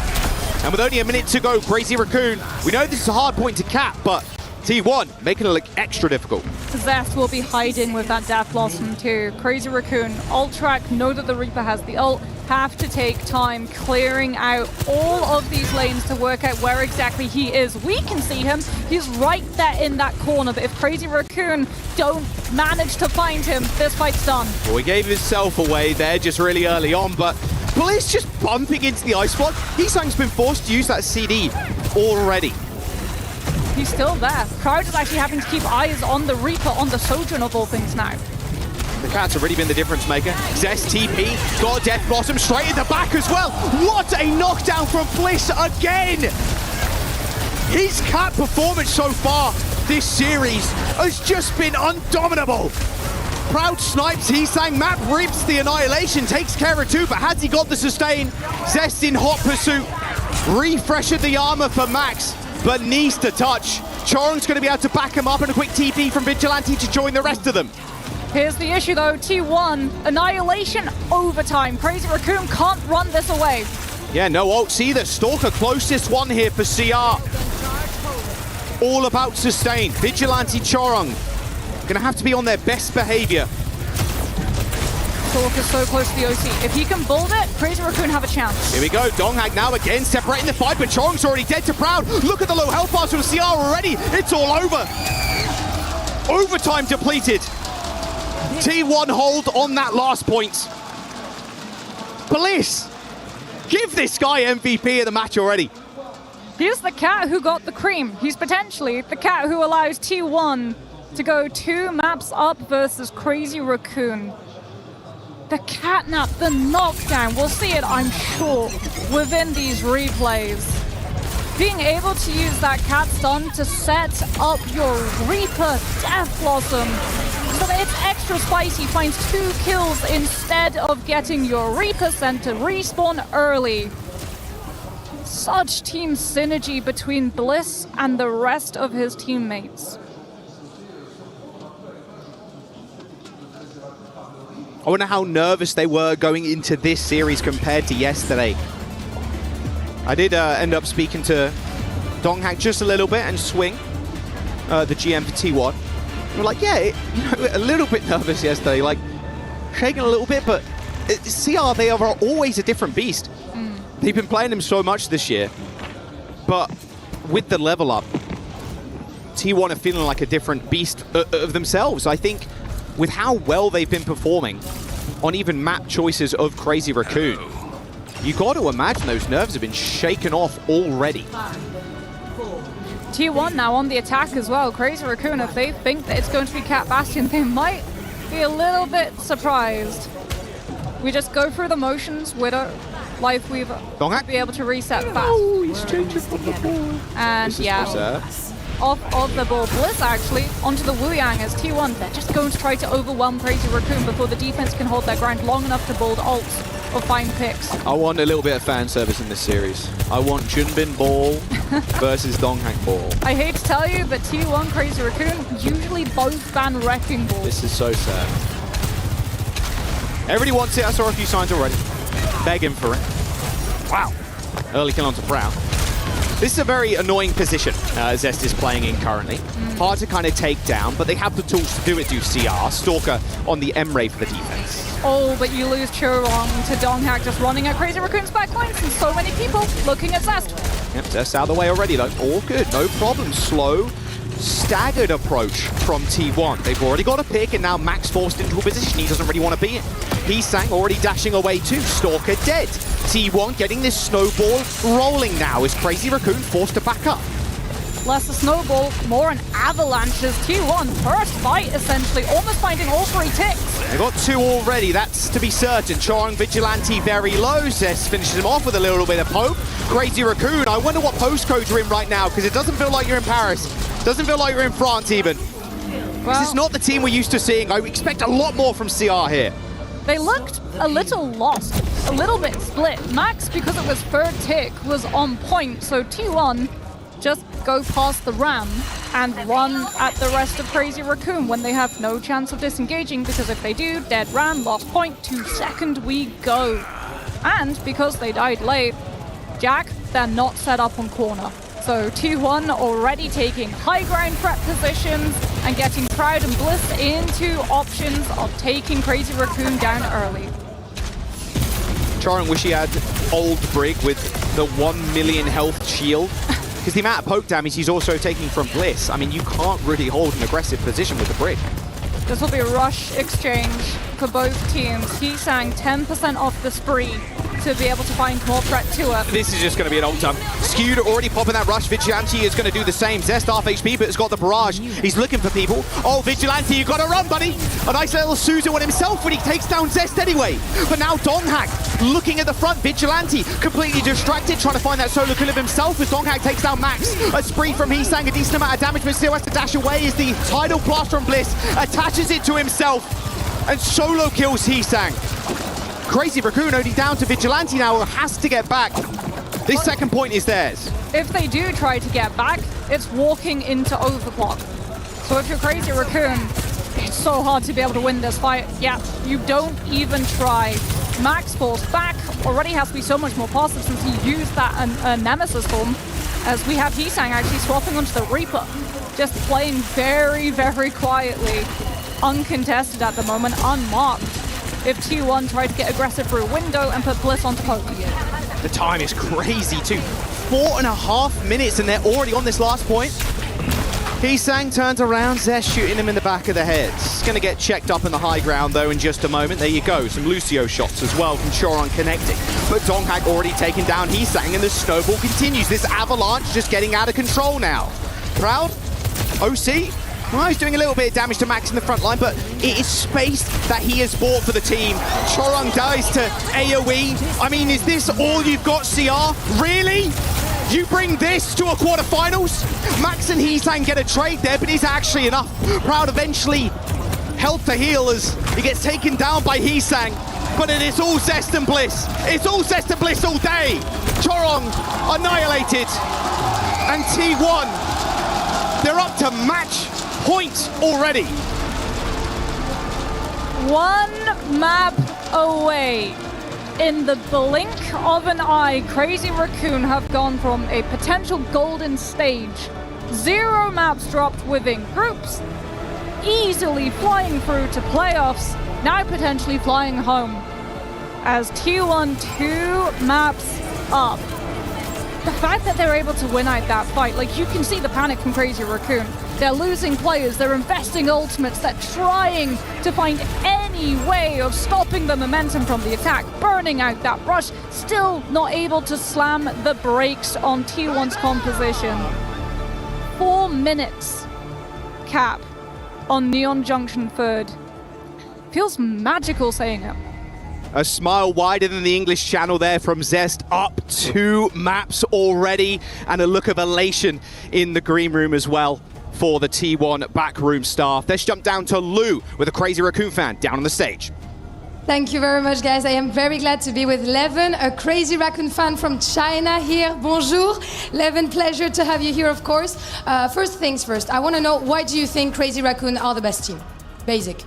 Yeah, because first of all, Leap is my GOAT of Overwatch all time, and I started to see Shanghai Dragons for 6 or 7 years, and also Moon, Kong, and Leap are all still in Crazy Raccoons, and Crazy Raccoon is the best team. Crazy Raccoon is the best team. Donc effectivement, première question, pourquoi est-ce que tu dirais que Crazy Raccoon sont les meilleurs? Eh ben, je suis Leap depuis super longtemps, je suis un grand fan. Déjà à l'époque où il était chez les Shanghai Dragons depuis 6 ou 7 years. Once again, yes. Second question, I wanted to ask you, I'm starting to play Overwatch. I'm trying, to get there. And I asked a T1 co-streamer if he had an advice for me to start. And he said, have fun. I don't think it's the best advice. So could you give me something else? Maybe something to do, a role to play? Tell me about it. Yeah, and my suggestion would be you can see some matches first and to pick your favorite players. And also my suggestion would be Leap and Heesang in Crazy Raccoons, and you can try to learn from them and imitate their plays. I am not sure I have the skill level to imitate the DPS player Leap and Heesang. As you see here, we have a big fan. Donc moi, ma question, c'était la dernière fois que j'ai parlé avec un co-streamer T1 français dans l'arena que vous connaissez tous évidemment. Poco, il m'a dit, amuse-toi. Je pense que c'est pas suffisant. Donc est-ce que tu peux me donner un autre conseil? Regarde des pros jouer. Prends ton joueur préféré, Heesang ou Leap par exemple. And the boys are down 0-2 now in the series. So do you think they can come back? Yeah, I think they're not in their best today, but they are still able to do it, and I think there will be a reverse sweep. Oh, reverse sweep incoming for Crazy Raccoon. Il y croit, il pense qu'ils peuvent remonter évidemment. Thank you so much for joining me. 11 Crazy Raccoon fighting, and let's get back to the game. A reverse sweep? Is that possible here, do you think, Moxie? It is possible. It's Crazy Raccoon. I feel like it's almost impossible to count them out. But when you add in context of how fast that Neon Junction was. It was brutal. That was, what, 2 full team fights? 3, They clapped if him. you count third. Destroyed him. But it was just a speed run of Neon Junction. An absolute dismantling of Crazy Raccoon's Ramatra composition, punishing the staticness of Max, and just going past onto the rest of the team. Jumping in, Max out. Just saw him sit back down in that tank slot for CR. Remember, there's no lower bracket either. CR lose. They are out. T1 advance. Map number 3 coming up in just a moment. They got to ban the cat though, Moxie. Yeah, And, surely. That's what I'm thinking. Surely a cat ban will follow to start off the potential of this reverse sweep. I feel like they tried to keep the cat in so they could match it. On Neon Junction, they thought, okay, well, if you can play Cat Bastion, so too can we, and then we can try to just swing by, avoid the all-out pressure of the defense, being able to stall out the attack, take those high ground positions. But we will have to see. Bliss has been instrumental so far on that hero. On T1's absolute dominance. When he has Catnap, we've always seen T1 swing that fight so quickly. Suravasa Ooh, that's will a be rare the one. pick. And you know what? Maybe this means, Jack, maybe you get your wish. Maybe this is Wrecking Ball Alari? versus Wrecking Ball. Oh, right, yeah. That one too. Wow, you were wishing for Alari? Yeah, of course. Okay, well, if there's see 2 T1 on presents below the Christmas tree. I pick one of them, and I might get Ball. You know Yeah, what? I'm happy with Ball that. or I saw Alari. 5 or 6 fan signs that say Junbin Ball. So I'm down. I'm down. Tracer ban from T1 and a Lucio ban from CR. There you go. No Boom. cap, Jack. But no cat ban, yeah. No cap. Lucio as well, like, that still means that Kiriko Cat can be in play. I mean, at this point, Cat is like, it can just be played with anything. Any map, anything. Yeah. It's just so good. People have gotten so good with ult, obviously, Yeah. but also just picking up a DPS or a tank and just dropping navigating them around and just and dropping Suravasa them has in. so many places where you can do that, right? There's whole points that have the ceiling open so you can just drop someone through. So many environmental drop-offs as well where you're fighting directly next to. Dub. Yeah, they're like, if we don't see some environmentals here from Bliss or any of the Cat players, I'm Yeah. going to be very mad. Okay, All right. Sia, you're leaving it on the table. As I do like T1's ban here onto the Tracer. Heesang's Tracer was really getting a whole lot done One of the best in the world. for Crazy Raccoon, especially on second, right? When he went to that Tracer, when they played for just being able to have that pressure, as well as claps onto the Bastion through those rushes, doing such a good job. But we'll have to see. Jumbin coming back does mean that Crazy Raccoon's tank flexibility has opened up a whole lot more outside of just playing the Ramatra and that Sigma. Oh no, it's They're so spreading. cute. They're so cute. The plushies are so damn cute. They are adorable. They are secret Easter egg moments, but they're on Neon Junction. Yes. They are adorable. Because we, in Tokyo, they had the Genji the hero ones. themes, The hero theme ones. Genji, Tracer, Kiriko. Yeah, it was so sick. I have all 3. Yeah. One of the cutest mascots of all time. Zeta Division, obviously, we'll see later today. But let's lock back into this one. T1 and Crazy Raccoon. Now, if you're Crazy Raccoon, to be fair, if you're a lot of teams, I'd be like, okay, is the mental kind of getting to them? Is the tilt kind of setting in?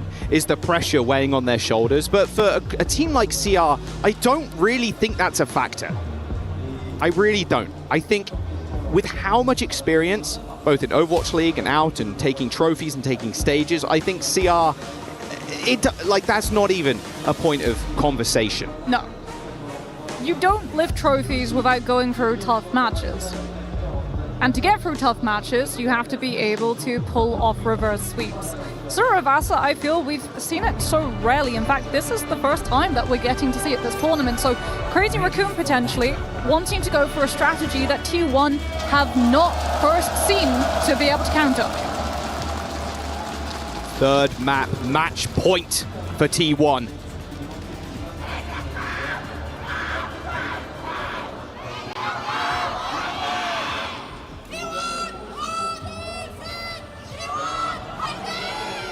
Those Crazy Raccoon fan chants need to get a little bit louder, it feels like. Gates are going to unlock. Bliss back on the cat. Donghack. It's going to be the Mauga versus Jumbin on the Ram. This DPS lineup, though, for T1, again, kind of pivoting towards the Emre. I mean, Donghack on that Mauga can go for Jumbin or can go for that back line. Crazy Raccoon have to know that the Mauga was coming. How did they try to deal with it? Heesang or Stalker? How do you stop Donghack engaging T1 forward and allowing Pride to follow up from the slam? Heesang, a little bit of AFK for the time being until the point unlocks. Now he can look towards Donghack. Very early charge away, but look at that, hot on his heels. Zest right behind him that entire time. TP up to the high ground as Heesang, dire triggers. Bam, Zest dead, first blood over to Heesang, looking for more too as he sends Bliss very low. Yeah, great pressure onto Donghack as well, since Bliss was forced away by the Reaper. Only Kiriko heals, and Crazy Raccoon more than enough burst damage with that Bastion to be able to take the tank down. First cap Crazy Raccoon. They're looking to hit that recovery as T1 look to hit the retake with the Bastion flyby. Getting into this position, though, is quite difficult sometimes.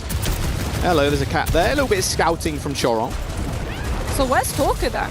If Chorong's there alone. He's right there. Oh, nice Suzu. Really early, really proactive there from Vigilante, making sure he doesn't get bursted down.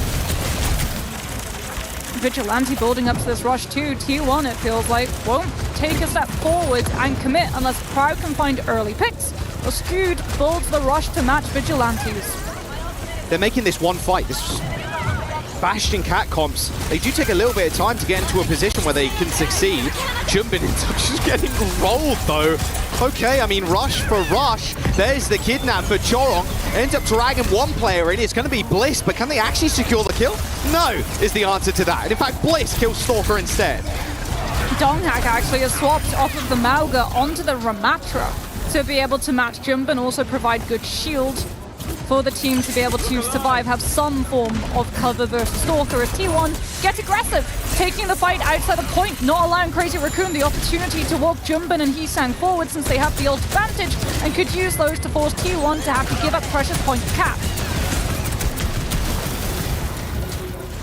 They're fighting them, yeah, so far forward. I like this, trying to even burn something out of Heesang.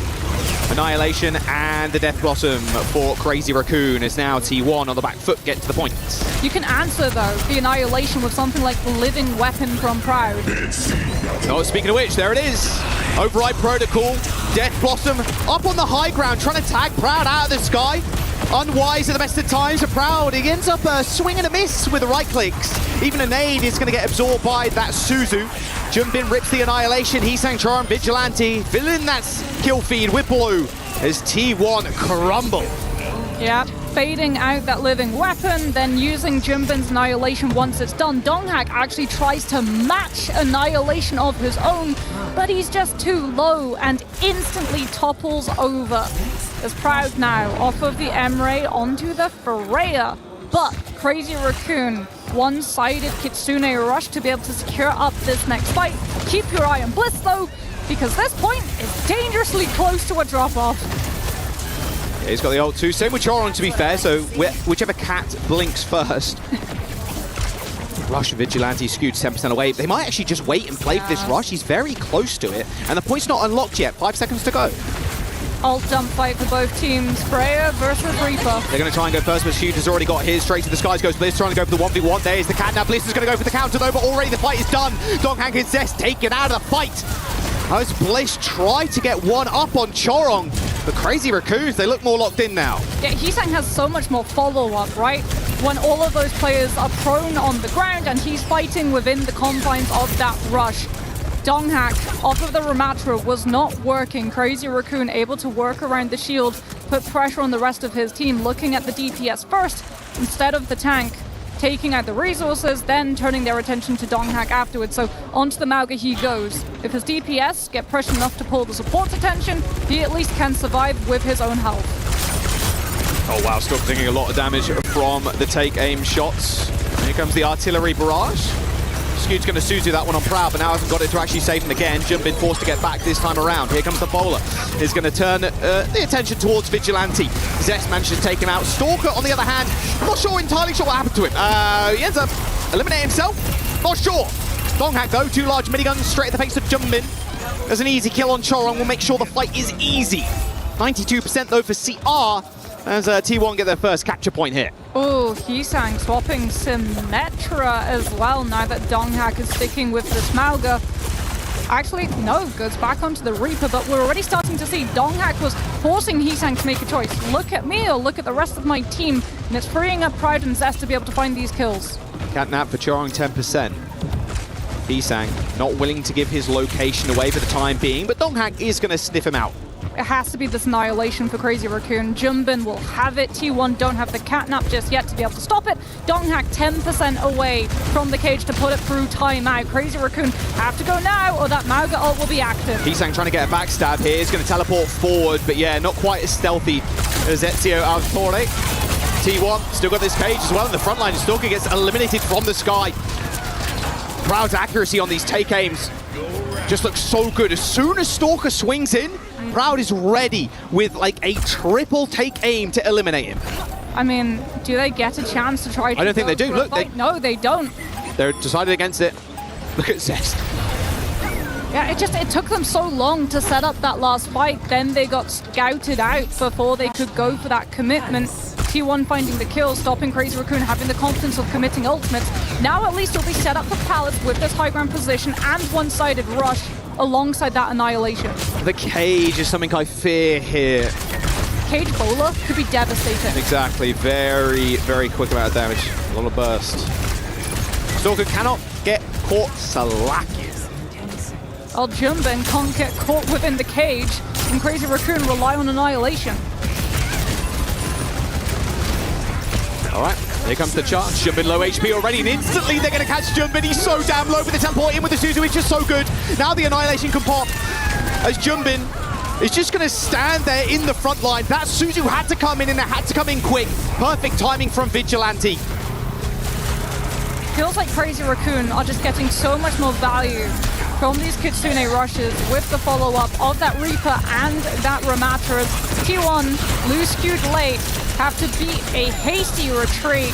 Crazy Raccoon find the cap, stop pushing up that 0.%, but they have to pay respect to Skewed, letting T1 have that rush for the retake. Hisang though with the Death Blossom might be able to play within it, stopping T1 from capitalizing. A little Rusher starts off here, I'd imagine. Gonna try and go forward first. There you go. TP up to the high ground, but oh, he's lifted him up! Straight up to the high ground goes Hisang. That looked like a perfect play there from Chorong, to be honest. Lifting Hisang up as he was ulting, popped him on the high ground, but T1 had the answers. That would look spicy if it worked out. Yeah. What goes up must come down, and what goes up, T1 stocks within this fight. 1-to-1 flashpoint. Crazy Raccoon yet again having Hisang go back onto that Reaper, Stalker with the artillery strike. That shouldn't find kills though. T1, they're about to hit so many ultimates to combo with this Mauga cage. Jumbin's just not close enough to the Annihilation. If they wait too long to build something like that rush, they're giving up so much .%. It's so risky. Well, yeah, one of the forbidden combos coming up, Cage with that Bastion artillery barrage. Hisang forced a Wraithform really early on. Donghack's going to back out, knowing that Crazy Raccoon have control over the point. Here comes the artillery barrage now, trying to separate as Jumbin gets stunned. Catnap, re-catnap. Bliss ends up getting stunned up in the front line. Donghack going extremely low. Now the rush is going to get played on from CR as they run over this front line. Donghack, they had like 4 or 5 players from CR focusing him down, and that is going to be the point. No chance for a retouch. CR now 1 away from keeping themselves in the series. Yeah, CR got the flip before investing that rush, so the whole time the fight goes on, they're banking up the .%. 2-to-1, Crazy Raccoon 1 flashpoint away from starting this comeback. Annihilation to work with, but could be shut down by Donghack's cage, especially with Skewed so close to that one-sided rush. We've seen both of these teams, when they're close to the Kiriko ultimate, play it slow so they can have the advantage of the support. Crazy Raccoon know they have to try to go fast with this round. There's the cage, but already it's a fool me once, fool me twice situation here as Jumbin pops the Annihilation as soon as the cage lands straight on top of him. But with Stalker dead, there's almost no damage to back Jumbin up in the cage. Zesh just dropped straight in the middle of the team fight as he picks up 3 kills. Such a cheap way to win the fight too. Mauga Cage versus Annihilation. You hold on to the rush to have to close out this next fight. Or you can make it painful, you can make it slow. You can use the threat of that one-sided rush to hold Crazy Raccoon hostage, that they don't have the confidence to make the play forward until Vigilante has the match, which means that T1 hit. What is Bro doing there? Zesk gets dropped into the fight, instantly dies to Stalker, but they trade for Heesang. Now the artillery barrage from Stalker to try and get them back in the fight, get them some more space. Proud up on the high ground, misses the bowler. Choron taking so much damage though. Aerial superiority from T1. They control the skies as they push Crazy Raccoon back. Donghak though, 19 HP as Proud picks up yet another kill, and now a rush to push them forward. No touching at the point here for CR. A very scrappy fight with Bliss still above jumping. That's rush from Crazy Raccoon gone. No rush to leverage for the point flip. Yes, they're so low too, but the bonus is going to connect. Oh, and it connects with the cat. Choron's going to get flattened in the front line as T1. They make it up to 2-2. One more point, and that's a clean sweep of CR. I fear the investment of that rush might well punish Crazy Raccoons. That's just totally shut down the kill potential with the artillery strike right through. And a quick rotation too. Look at the positioning already for T1. Donghak will be able to hit Cage at the same time as Jumbin's Annihilation as well. So even though T1 don't have the Catnap, don't have something like the Lucio to be able to fortify the health bars versus the Ramatra, they won't have to worry about Annihilation totally taking them down. Oh, Zest with a swing in super early, the proactivity play. And Crazy Raccoon just not expecting it. That's point. This is brutal for Crazy Raccoon. Skewed will be able to hit Rush far ahead of Vigilante. You get 3 fights potentially before you're out of this tournament. And T1 just keep finding kills. Jumbin ran in. Out of position, too far forward, instantly punished for it. He's the one that Crazy Raccoon have to look to. He's the one with Annihilation, and T1 kill him, which means that Crazy Raccoon have to wait for the tank to come back before they make a play, which means 30% picked up for T1 already. Think of how long Crazy Raccoon have been kings of Overwatch, kings of their region, kings of the world almost. They don't want to go down like this. Not against a team that they've been playing for the entire year and beating for the entire year too. There's the cage. Jumbin's got the Annihilation, but actually dodges out of it. The artillery barrage, but Bliss again! He ends up hitting a massive catnap. 65% in building. And Bliss dominates them. We'll get a replay from Pride's position. Look at this stun. Out that bowler.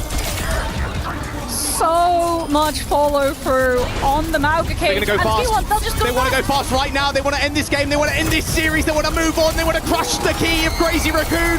The bowler's going to hit from Proud. And it's too little too late, CR. Chorong's on the point, but he's also lonesome. The rest of T1 are going to collapse on the Cats. Bliss takes the final kill. And T1, they are the kings of Korea now. Finally taken down Crazy Raccoon. History had been set in stone for the last 6 games in a row. So they get to the international and they 3-0 CR to knock them out of mid-season. Well, that's the pick'ems ruin for a whole lot of people, I feel. T1, that has to feel so good. Working for so long, fighting Crazy Raccoon every region playoff, always falling short. This time though, they're so far ahead. They were so ready to deal with the Ram, the Symmetra, the Domina. This is a team that's on absolute fire. This is a team that could be on the very top of competitive professional Overwatch. Being on the edge of success. Not being able to beat Crazy Raccoon for so long this year. Their first matchup, it was a nail biter, went to 5, but this was anything but. T1 get a 3-0 against CR. Like you said, no one's expecting that. No one's predicting, at least in this fashion, they would get it done. Let's jump down to the stage to get a little interview with Donghak and Lu. Thank you very much, guys. It is lovely to be here on stage with Donghak and Maddox after what happened. Donghak, congratulations again. This looks like magic, what you have done this tournament, taking down Falcons, taking down Crazy Raccoon, such favorite teams. So did your loss against Twisted Minds on the first day kind of work like a wake-up call? And how did you find the secret recipe to just come back? 일단 동학 선수 승리 정말 축하드리고요. 첫 번째 질문으로는 사실 이렇게까지 정말 마법 같은 경기력을 보여줄 거라고 생각을 못했는데 팔콘과 이제 라쿤까지 무너뜨리면서 4강에 올라오게 되셨습니다. 사실 첫 대결에서 트위스티드 마인드한테 패배를 하신 게 좀 경종을 울리는 계기가 되었는지, 좀 어떤 계기로 이렇게 반등할 수 있었는지 좀 궁금해서 좀 묻고 싶습니다. 일단 저희 트마랑 경기할 때가 제가 많이 좀 긴장하고 많이 절어서 졌다 생각해가지고 그 경기 토대로 실수한 것들 다 리플레이 다 같이 보고, 그래서 저희 긴장 안 하고 그냥 즐겁게 즐기면서 하자 해서 저희 할 거 잘 되면서 잘 된 것 같습니다. Yeah, I think in my first match against Twisted Minds, I think nerve got it kicked in so much, so I think we made a lot of mistakes in that process. That being said, we reviewed the replays, reviewed our plays, how it's been, and we mended our mistakes, and we just told ourselves, like, yeah, let's just play for ourselves. Let's play our game, and we played it our game, and that went perfectly. A lot of VOD reviewing, a lot of work, and now success. Donc ouais, première question, est-ce que votre défaite contre Twisted Mind ce premier jour, c'est ce qui vous a permis de revenir, de vous réveiller, d'éliminer Falcons, d'éliminer derrière Crazy Raccoon, des gros favoris du tournoi? Bah ouais, c'est clair. Je pense qu'on était vraiment stressés. Moi, je me suis sentie un peu débordée par mes émotions sur cette première game contre Twisted. On a VOD review, on a travaillé, on s'est dit, les gars, go jouer un petit peu notre jeu, go jouer aussi pour nous, et ça va le faire. And I know you were elected the Rookie of the Year in Overwatch League in 2023. You're not a rookie anymore, you know, in 2026. So what have you learned throughout these 3 years? Because I'm sure that you've grown outside and inside of the game. So what are the lessons that you have learned? 이제 동학 선수가 2023년 오버워치 리그 마지막 시즌에 이제 신인상을 수상을 하시고 이제 3년이 지났습니다. 이제는 더 이상 루키가 아니고 이제 주축 선수로서 이제 자리매김하셨는데, 지난 3년 동안 어떤 거를 많이 배우셨고 그 과정에서 좀 어떤 성장을 이루셨는지 궁금합니다. 23년 시절에는 제가 좀 경력도 적고 짬도 없었다 생각해서 그때 제가 좀 콜적인 부분이나 인게임에 좀 리딩하는 능력 그런 게 좀 부족했는데, 24년부터 저랑 좀 나이대 비슷하고 다 말 잘 들어주는 아이들이랑 같이 하면서 제 리딩 능력들 잘 키우고 그러면서 짬도 엄청 차가지고 이제 막 긴장도 잘 안 하고 잘 해진 것 같습니다. Yeah, back then, I mean, my lack of experience got me a lot of factors. Honestly, like I was literally like black, like I was literally just white sheet. However, my lack of calls got better, and we have more teammates that are much younger and almost like my age. Yeah. And now they follow me, they follow my order, and my calls got better. So like the communication just got way up for the team. So I think that's why.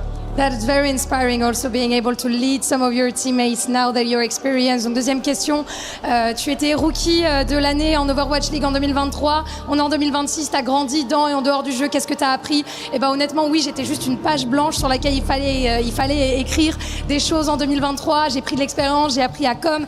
Je me suis améliorée aussi. Maintenant, mes coéquipiers qui sont plus jeunes que moi ou qui ont mon âge me suivent et j'ai vraiment pris en confiance. Donc sur ça, je suis extrêmement fière, and I think you can be proud of yourself, Donghak. And we're going to lead up to the Key Crusher. That's going to be an exciting moment. Is it the first time or have you done it already in the past? 혹시 지금 이권이 처음 그 키 부수는 것일까요? It is first. First time. First time. Let's go for it. That's going to be an epic moment. And the Key Master is going to walk Donghak through the key crushing process. You know it's EWC. That's how it works here in front of the crowd. So many T1 and Crazy Raccoon fans, but only one standing. Captain Donghak smashing the key. Key. I love the captain pose. That was very, very good, Donghak. Once again, Chongma Chikaeo, congratulations. I'm going to welcome you back here to ask you one more question. Can you tell me why this year you think this trophy can be yours?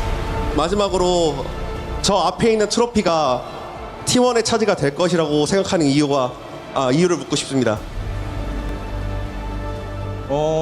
저 트로피에 솔직히 막 집착은 하지 않고요. 지금 단계에서 저희가 잘 즐기면서 하다 보면 저 트로피는 잘 따라오는 거라 생각합니다. 그래서 저희 T1이 가져왔으면 좋겠네요.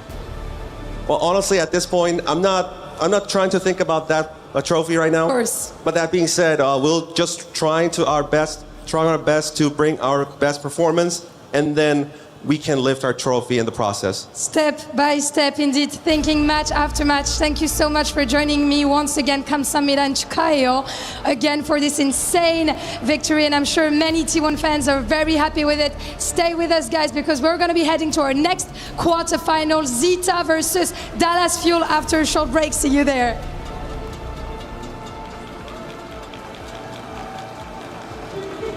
Thank you so much, Lou Maddox, and of course a big salute to Donghak and their crew. They're taking down the old guard. They finally get over that hurdle, and they do it twice this event as well, right? Kicking out Falcons first, and now they just yeeted Crazy Raccoon out of the tournament. This is crazy, and they've done it in a 3-0 fashion, guys. Sorry, this is maybe the beginning of a new era. For a long time, for T1, hey, 3rd, 4th place in Korea, not bad. It's a pretty tough region, but they've never really been in contention for the top slot. Now, evicting two of the biggest competitors from their region, and this time in 3-0 fashion. An incredible result for these players. You can see what it means to them on their faces.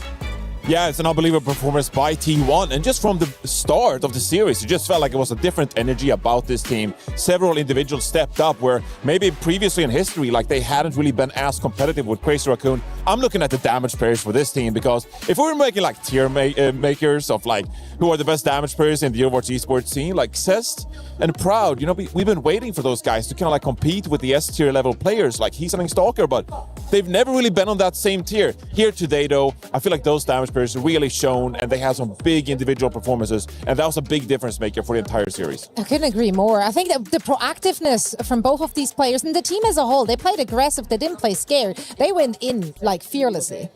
Yeah, for me, I felt like I could feel Donghak's comms in the server, right? He talked about that. At one time when he came into the scene, he was such an exciting player to watch because his individual mechanics were so impressive. You could just feel the potential oozing out of him. But this is more than potential. I mean, what it takes to go from that promising young player who people are excited to see for their individual mechanics. Sure, that's one thing that's nice to have on your team, but when that player can rise and become a leader, can lead the team into battle against a foe that has defeated you so many times, and yet you can still bring that confidence, this is an incredible moment for Donghak and for T1 entirely. I mean, honestly, with a win like this, the sky's the limit. They could go all the way here. Why not Zeta next? Yeah, looking at map 1 here, how the series kicked off. It's going to be the Domina approach here from Crazy Raccoon. And we've seen a few teams experiment with this Domina. I'm not the biggest fan. I think we've seen it kind of been countered by the Reinhardt from TVNT, for example, here. But obviously, Crazy Raccoon, they see something in it. But look, T1, they had all the answers for this one. And Proud, making some big plays here. Obviously, we've been hyping out Proud now for several years as a new hit scan talent that could make it all the way and compete with some of the finest in the world. I feel like this was the first time where I think on the international stage, Proud had really stepped up in such a way and made that big difference. And I think you saw it on Neon Junction too, where you forced a couple of cooldowns out from the opposing damaged players, and suddenly Crazy Raccoon are just on the back foot. They're forced to invest extra abilities just to stay in the fight, and it's like a slippery slope. And because you get that first kind of ultimate or ability used by Crazy Raccoon, that just means that the entire team fight is just gonna go the way of T1. And so I think Proud did a fantastic job here today. I'm sorry, I cannot. Sue. It keeps on going. Where's the end? There's the end. Okay, just cycling back. Really it's it's an infinite loop. But I mean, for me, I think Proud's a great shout out. For him, I think the Freya was explosive, not only on Neon Junction, but also I felt that on Saravasa, they were constantly pushing the pace. It felt like Crazy Raccoon are always the team that gets to take the initiative, that gets to be in control of the series, and yet it didn't feel like that today. It was T1, as you said, Johnny, more often than not, able to initiate on their own terms because of the performances most often of Proud, and then Donghak, he seems more than ready to follow up that aggression, to pile on more and more. Here we saw Zest also getting hugely active on the Reaper. Yeah, also Bliss, like, this was one of the best Cat performances I think I've ever seen. Like, every stun had incredible impact in the backline and just setting his team up for success. And you're playing Jetpack. Like, after all, it's a support. Yeah. It's a support hero. You're not supposed to have that level of impact, but I really feel like Nobody told Bliss. Nobody told Bliss. He wasn't supposed to carry. I want to dig into this a little bit more, though, because we talked about it in the green room. Jake, the usage of them with the Cat Light, you call it, I believe. Like, can you walk us through it? Because they don't hard commit to those Cat compositions. You know, this is something we've started to see, I think, more and more in this meta, where for a long time we always talked about Cat Bastion, right? It's almost as if it's one hero, almost as if it's one single unit, because that's how Cat was really used in the last meta. Now I think more and more teams have started to develop a more nuanced style, recognizing that Cat can contribute in different ways, sometimes a rollout assist, sometimes a reposition to a key player. We've seen Cat bring Tracer into the backline at times. But then the Cat has a lot more freedom about how they want to approach the fight from there. They can support with the heals, look for damage, be assist as a flanker, and that incredible flexibility, it almost reminds me of like a DPS like Tracer in a way that it can contribute in all these different ways. That honestly becomes a huge challenge on a huge stage like this with all the pressure on you. You have a million options. It's not obvious which one to take. To see a player like Bliss like constantly getting good value, almost never picked off, that is a hugely impressive result up against Crazy Raccoon. Now, of course, the number one from their region is Zeta Division. We will see them very soon as well. Could T1 take them down? Like, do you see a possibility for that with how they performed thus far in this tournament? Yeah, well, I mean, you just saw T1 beat Crazy Raccoon 3-0. And Crazy Raccoon, they are like the reigning major champions from Champions Clash a couple of months ago. So yeah, Zeta Division, they won regionally. But I still feel like this is a massive accomplishment by T1. And I actually think that T1, they looked even better like earlier in the tournament as well. Even when they lost to Twisted Minds, they went 2-1, they went to Route 66 and took a loss there. But the way they beat Twisted Minds on Atlas, beating Yubi's Symmetra composition, I think that bode really well for the rest of the tournament here as well. So this is a T1 team that's proven that they can take down Crazy Raccoon 3-0, but they can also hang with the EMEA teams. And I think here in the best of 5 format in the playoffs, that could be another big key here for T1. So I think they've shown us everything required to make us at least believe that there is a possibility they could win the entire thing. You agree with that? Do you feel like there is any team left that could cause like real big issues for them stylistically when they go up against them? Yeah, one thing I do expect it to be Zeta in the next matchup. I mean, Zeta are such an insanely strong team. I think they will prevail over Dallas Fuel, so I'm kind of predicting that to be the next challenge for T1.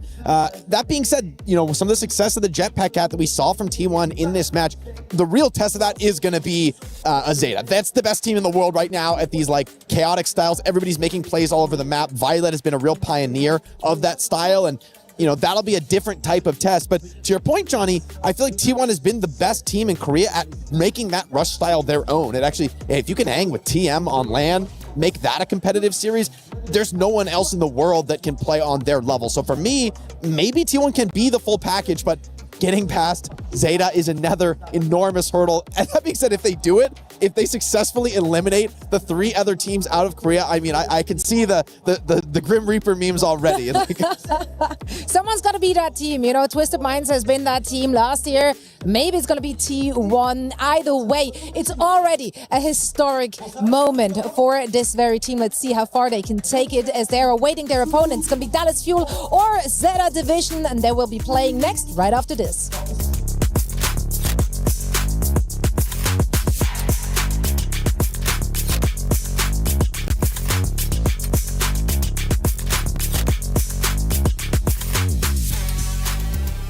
Club championship points are, of course, absolutely crucial when we're looking at the entirety of EWC. I mean, why else would we have this entire setup? But bit of a rundown because things are heating up over the weekend. When we're looking over at Street Fighter 6, Weibo are playing Falcons today. This is the last remaining Falcon players out of 3 players that they had, which is a little bit concerning. But over for COD, Twisted Minds are going through flawlessly. They're also the title defender, so that's a good spot for them to be in.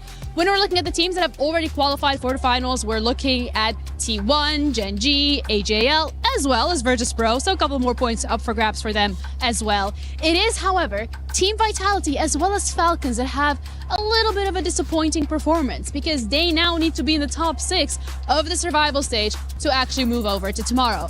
And MLBB is where the action is truly at. Yesterday, I was fully believing in the reverse sweep, but Falcons unfortunately were not able to do it. They don't go forward to the finals today. But when it comes to the action that we're gonna be looking at for MLBB in the finals, I think we're gonna have to bring in an expert for this one round because the truth is, whoa! Stop it, okay? Because it happened so quickly, I had to come running in. Give her another mic. Okay, that's only fair. You think you can take my mic? This is your show, I will allow you that. But Falcons just got smoked, frankly, in that third, fourth playoffs match. I mean, Onyx were absolutely fantastic. It all happened so quickly, though. That's why I had to sprint in, Jenny. I thought I'd be rude. Yeah, you know, thank you so much for being the expert. I appreciate it. And you're looking fly today. Ready for the finals? 2 weeks, I had to bring the tail. Well, that's it from us. Enough of the glaze. We're going to keep you guys updated, of course.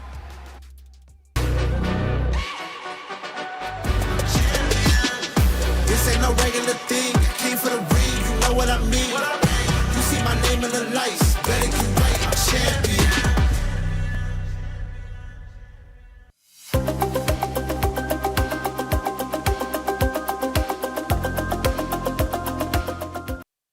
왔어.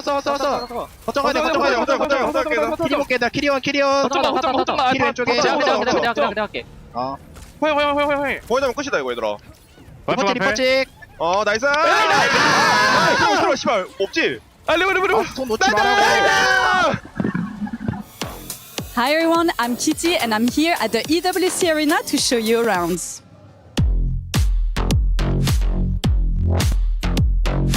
For those who didn't know, if you're coming here at the EWC Arena, you have a chance to win some very cool stuff. PlayStation 5, computers, if you're spinning the wheel, you can do challenges, you have a vault. Why would you not come here? Speaking of activities you can do here at the EWC Arena, you can play games. And speaking of gaming, I'm a game addict myself, so I'm just gonna drop the mic and start playing.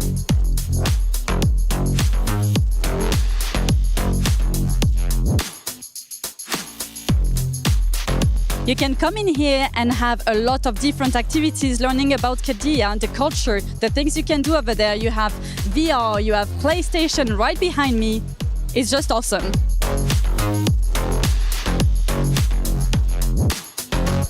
You also have different booths for French orgs. Vitality right behind me. You have Carmichael, Gentlemate. You can maybe meet your favorite players. Sometimes this place is packed, so make sure you're coming in.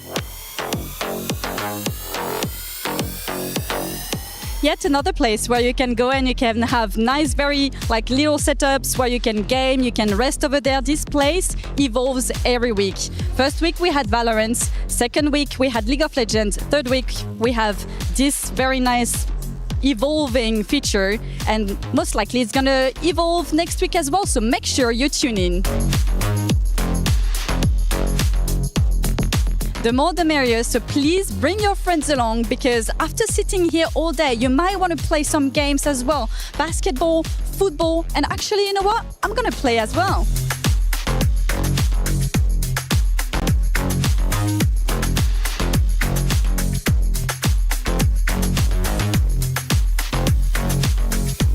We are here at the trophy area where the champions rise above. Speaking of champions, every week we have different champions for each game finishing, and there's already more than 10 games that finished, and the losers get their key crushed in being in the sand right next to me. But I have one more question. Who is gonna lift that precious club championship trophy? We'll know by the end of August. If you want to finish your journey the best way, you can buy souvenirs here, jerseys and other stuff that are very cool. I have myself some jerseys I prefer more than others, so make sure you're coming here and experience EWC yourself.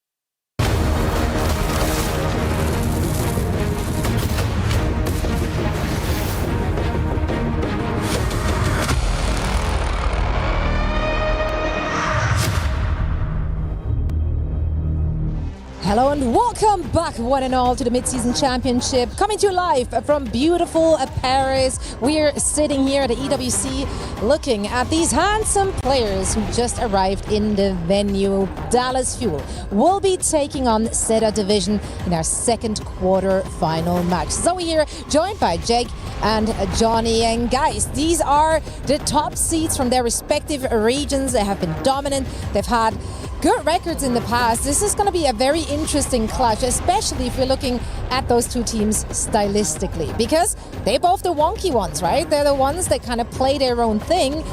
And how is that going to look like, Jake, when they clash against each other? Yeah, I think this can be a particularly interesting one to predict, because these are both teams that in their respective regions go their own way, play their own style. But oddly enough, I feel like they've arrived at similar locations, right? Really putting a lot of emphasis on their supports, playing double flex at times. You know, this is Shu and Violet versus Luke, Mino, and CJ. So obviously you give more pedigree to Shu and Violet, but Dallas have already impressed us, already, I think, delivered more than people expected from North America. So I won't count them out just yet. Yeah, I think this Dallas Fuel roster is one that has nothing to lose in a scenario like this. You're going up against Zeta Division, who are, arguably tournament favorites at this point, especially with Crazy Raccoon knocked out. And so I think this is a Dallas Fuel team that has so much relied on individual skill, on mechanics, fantastic players on this, at least regionally, and now here on the international stage. You really just gotta keep hammering that play style. We're gonna put it in the hands of Chronic, on Sunjun, on Luke and Mino, and we'll just kind of see how the chips may fall. I really feel like the DPS here especially, they've leveled it up. Sunjun had a phenomenal event thus far. What do you expect to see in today's match? Yeah, this has to be the star player for Dallas Fuel, and obviously a little bit of the similar thing we saw with T1 just now. It's been little brother for quite some time, dating back to last year. Played on WAVE, played on All Gamers over in Korea, and that time it's a lot of third placements. It's fourth placements over in Korea, never getting over that hump. And then over to North America, playing for Dallas Fuel, of course, and this has been an incredible star player. Even though they took a loss against Falcons, then they dominated Liquid here in the lower bracket, and then finally came through against Virtus Pro as well. And every single time, Sunjun has been the star player for this team, taking out his counterpart in that flex damage role. But this time against Zeta Division, that counterpart is a bit of a tougher test for Sunjun.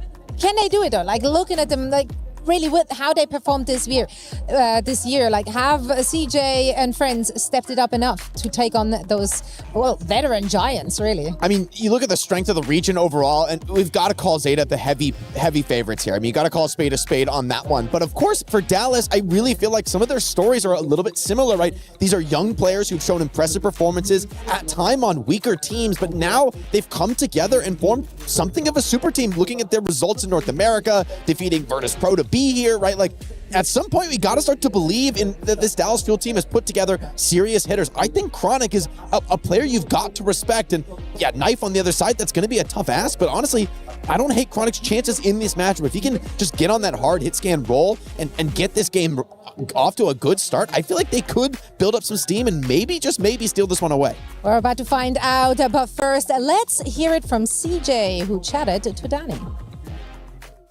Hey guys, what's up? I am here joined by CJ from Dallas Fuel. He is just about to go up on stage to face off against Zeta Division. I mean, I feel like your first match against Zeta Division in the playoff, not an easy opponent. What are your thoughts on Zeta? Honestly, I think Zeta is like kind of the same team as us. We kind of have our own styles in like the region. I do think that they're like maybe a little bit better at like the carries, but I definitely think we have a good shot at winning. When you found out that your first opponent was going to be Zeta yesterday from the group drawings, what was your honest reaction? Honestly, I don't think sad is the word I'd use. I'd be like, I'd rather someone else. But I mean, if you want to give us like the best team first, like that's fine too. You gotta beat the best to be the best. That is also true. I feel like you seem very confident. I feel Dallas Fuel is very confident. How do you think Dallas Fuel could beat Zeta Division today? I think, honestly, just beating them at their own comps. I think that mechanically, I think we're better individually. I just think we just got to show it. All right. Well, you're just about to go up on stage to face off against Zeta Division. CJ, do you have any message for your teammates? I believe in us. I know we can do it. And let's just go out there and have fun. I can appreciate the confidence that CJ displays here in that interview, but saying that you are mechanically, like, individually the better team, that's a big statement if you're going up against legends like Shu, Proper, like Johnny. Are we overcooking? Well, you gotta feel that way. If you're a player, you have to feel that way, even though you're going up against Zeta Division. And the other day, I mean, I said that this is potentially the best Overwatch team we've ever seen play. And the reason I say that is obviously because you look at the individuals and they're some of the best players of all time. But the fact that they're playing all these different compositions as well, they are competitive with the Symmetra, with the Jetpack Cat, and the Symmetra, in the Mauga without any of those options. Like, they just play all kinds of heroes and then just take down their opponent. It doesn't matter what the opponent is playing, we're gonna adjust, we're gonna be flexible, and then we have the individual skill to back it up. So this team right here, I think they are the Goliath at this point. They look unbeatable. They've been looking scary. I mean, Shu back on that Ana, right? And now Proper. Now Proper is just like about the scariest thing. Like, that's nightmare fuel for sure. This is going to be a tall order for Dallas Fuel, I think, as they're definitely not considered the favorite in this bout. Zeta Division has been a force, and of course the streamers as well. That's right. We're going to check in with Tayo, who's been heavily affiliated with the Zeta Division guys, of course. Tayo, welcome to the show. I feel like we've seen so much of you this event already. Like, we should just have a perma Tayo cam. Have you been enjoying yourself? Yeah, it's been an amazing event. I've seen so many matches. As you can tell, my voice is almost gone now. I have one more day to go stream, but I don't know if I can make it, but I'm ready to watch some good Overwatch.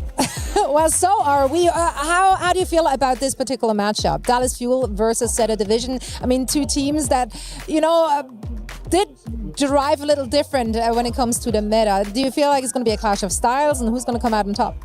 So, as CJ said, they have like similar kind of compositions, but the way they play the game is very different. I feel Zeta has their own charm to the game, their own like way of playing Overwatch. And so, like, seeing the difference between them, it would be a very interesting point of the match. But I do feel like Zeta is just so good at escort and hybrid kind of maps. So as long as they can win those two, and then maybe like Koth on the side, I think Zeta will be able to win this game. Tayo, I got to ask you, as a former professional player, you know that, hey, you've got to come into these matches with confidence no matter how the stakes look, no matter what teams expect of you. But CJ, in that pregame interview, was saying, hey, he thinks that Dallas is individually, mechanically better. And, I mean, for the Flex support to be saying that going up against Shu, you really need to be confident to believe in that. Is he completely crazy, or do you think there's something to this Dallas Fuel squad? Do you think there's a chance for young players like Sanjin to really show up today? No, honestly, I think that Dallas Fuel are a very great team mechanically and as a team. And I mean, they've got first place, right? So you can't really say that they're really bad or anything. But I do feel like this individual style of play, like these are so, like, the biggest veterans in Overwatch are on Zeta Division right now. And they have a very good coaching roster as well. So let's see how they pick maps and ban heroes, because that's going to be very important as well. What were the vibes like coming back from Champions Clash, obviously in Japan as well? Zeta Division is a huge org. Like, for maybe some people tuning in here who might not be familiar, like, tell me a little bit about Zeta Division, the organization, and everything that goes into it, the community, the fan base. Like, explain to us, like, in a couple of sentences, like, what is it like being part of Zeta Division?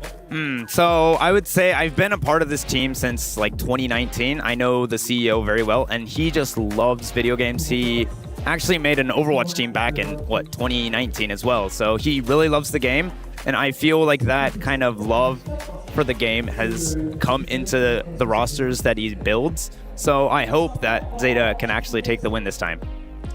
Yeah, you're not alone in this one. Obviously, Zeta Division is a fan favorite. So are you. So thank you so much for joining us for a quick chat. It's always great to talk to you. Anything you want to say to your fans and people tuning into your stream? What can they expect over there? You can do a little bit of self-plugging here.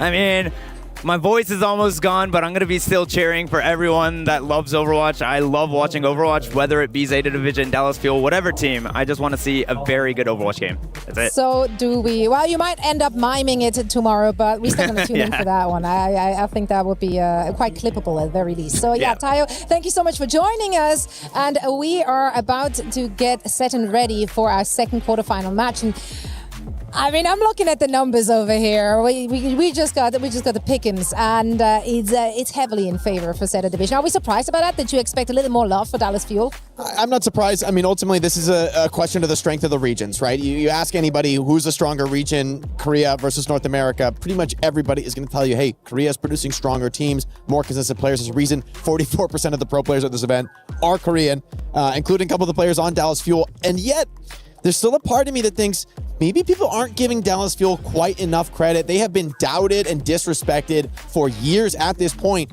but I think they could really put up a fight.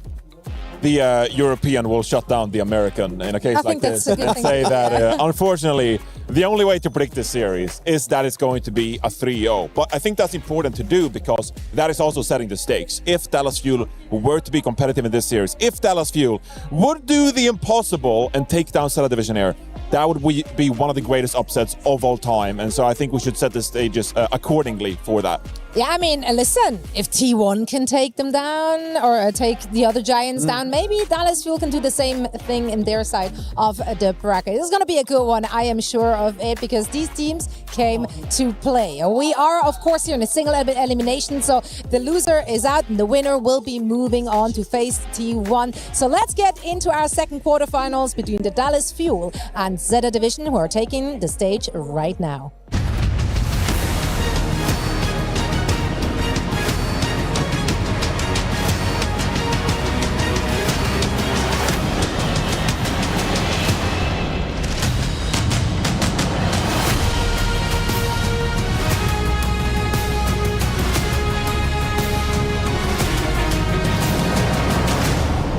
Wow, wow, wow. What an upset here at the STC Arena. That T1 win surely shook many Overwatch fans. I'm happy about it. Ian, what are you doing, man? We need to get going.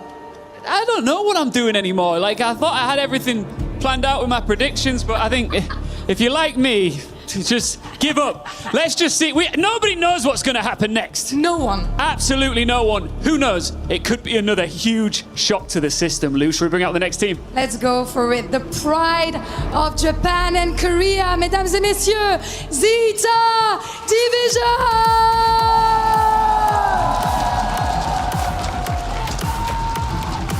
La couronne de favori sur la tête semble devenir une malédiction, sauf pour eux. Korewa Nikano Hokori, the top qualifier from Korea, but will they do more? Let's welcome to the stage, Dallas Fuel!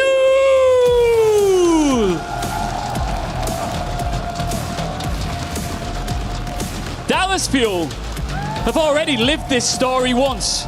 An early playoff defeat in North America, a journey through the lower bracket, victory after victory until there was no one left in front of them, and they took the regional title.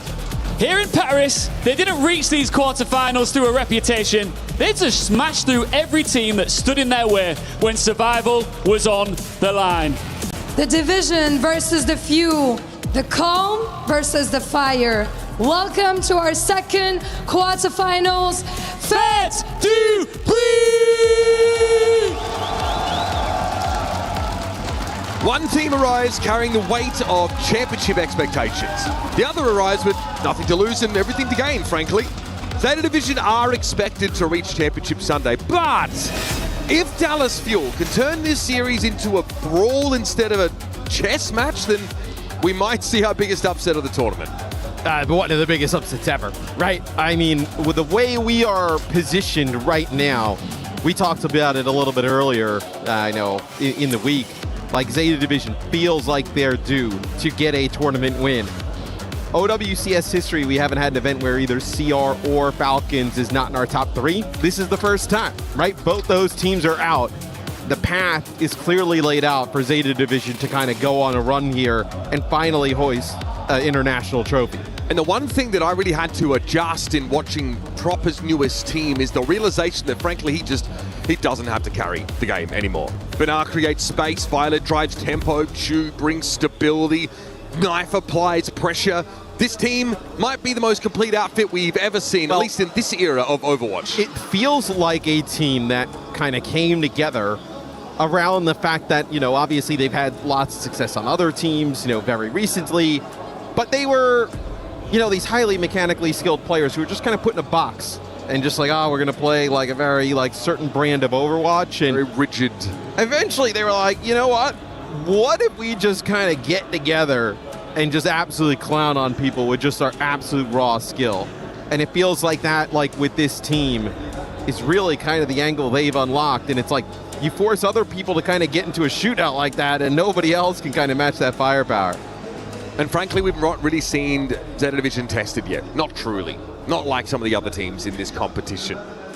The Dallas Fuel have always liked to play their own style. They talked about it often. That's what CJ said. It feels like in that sense, we are very similar. But I think the difference is going to be clear on paper once we get into the game. So Dallas gets rid of Diva.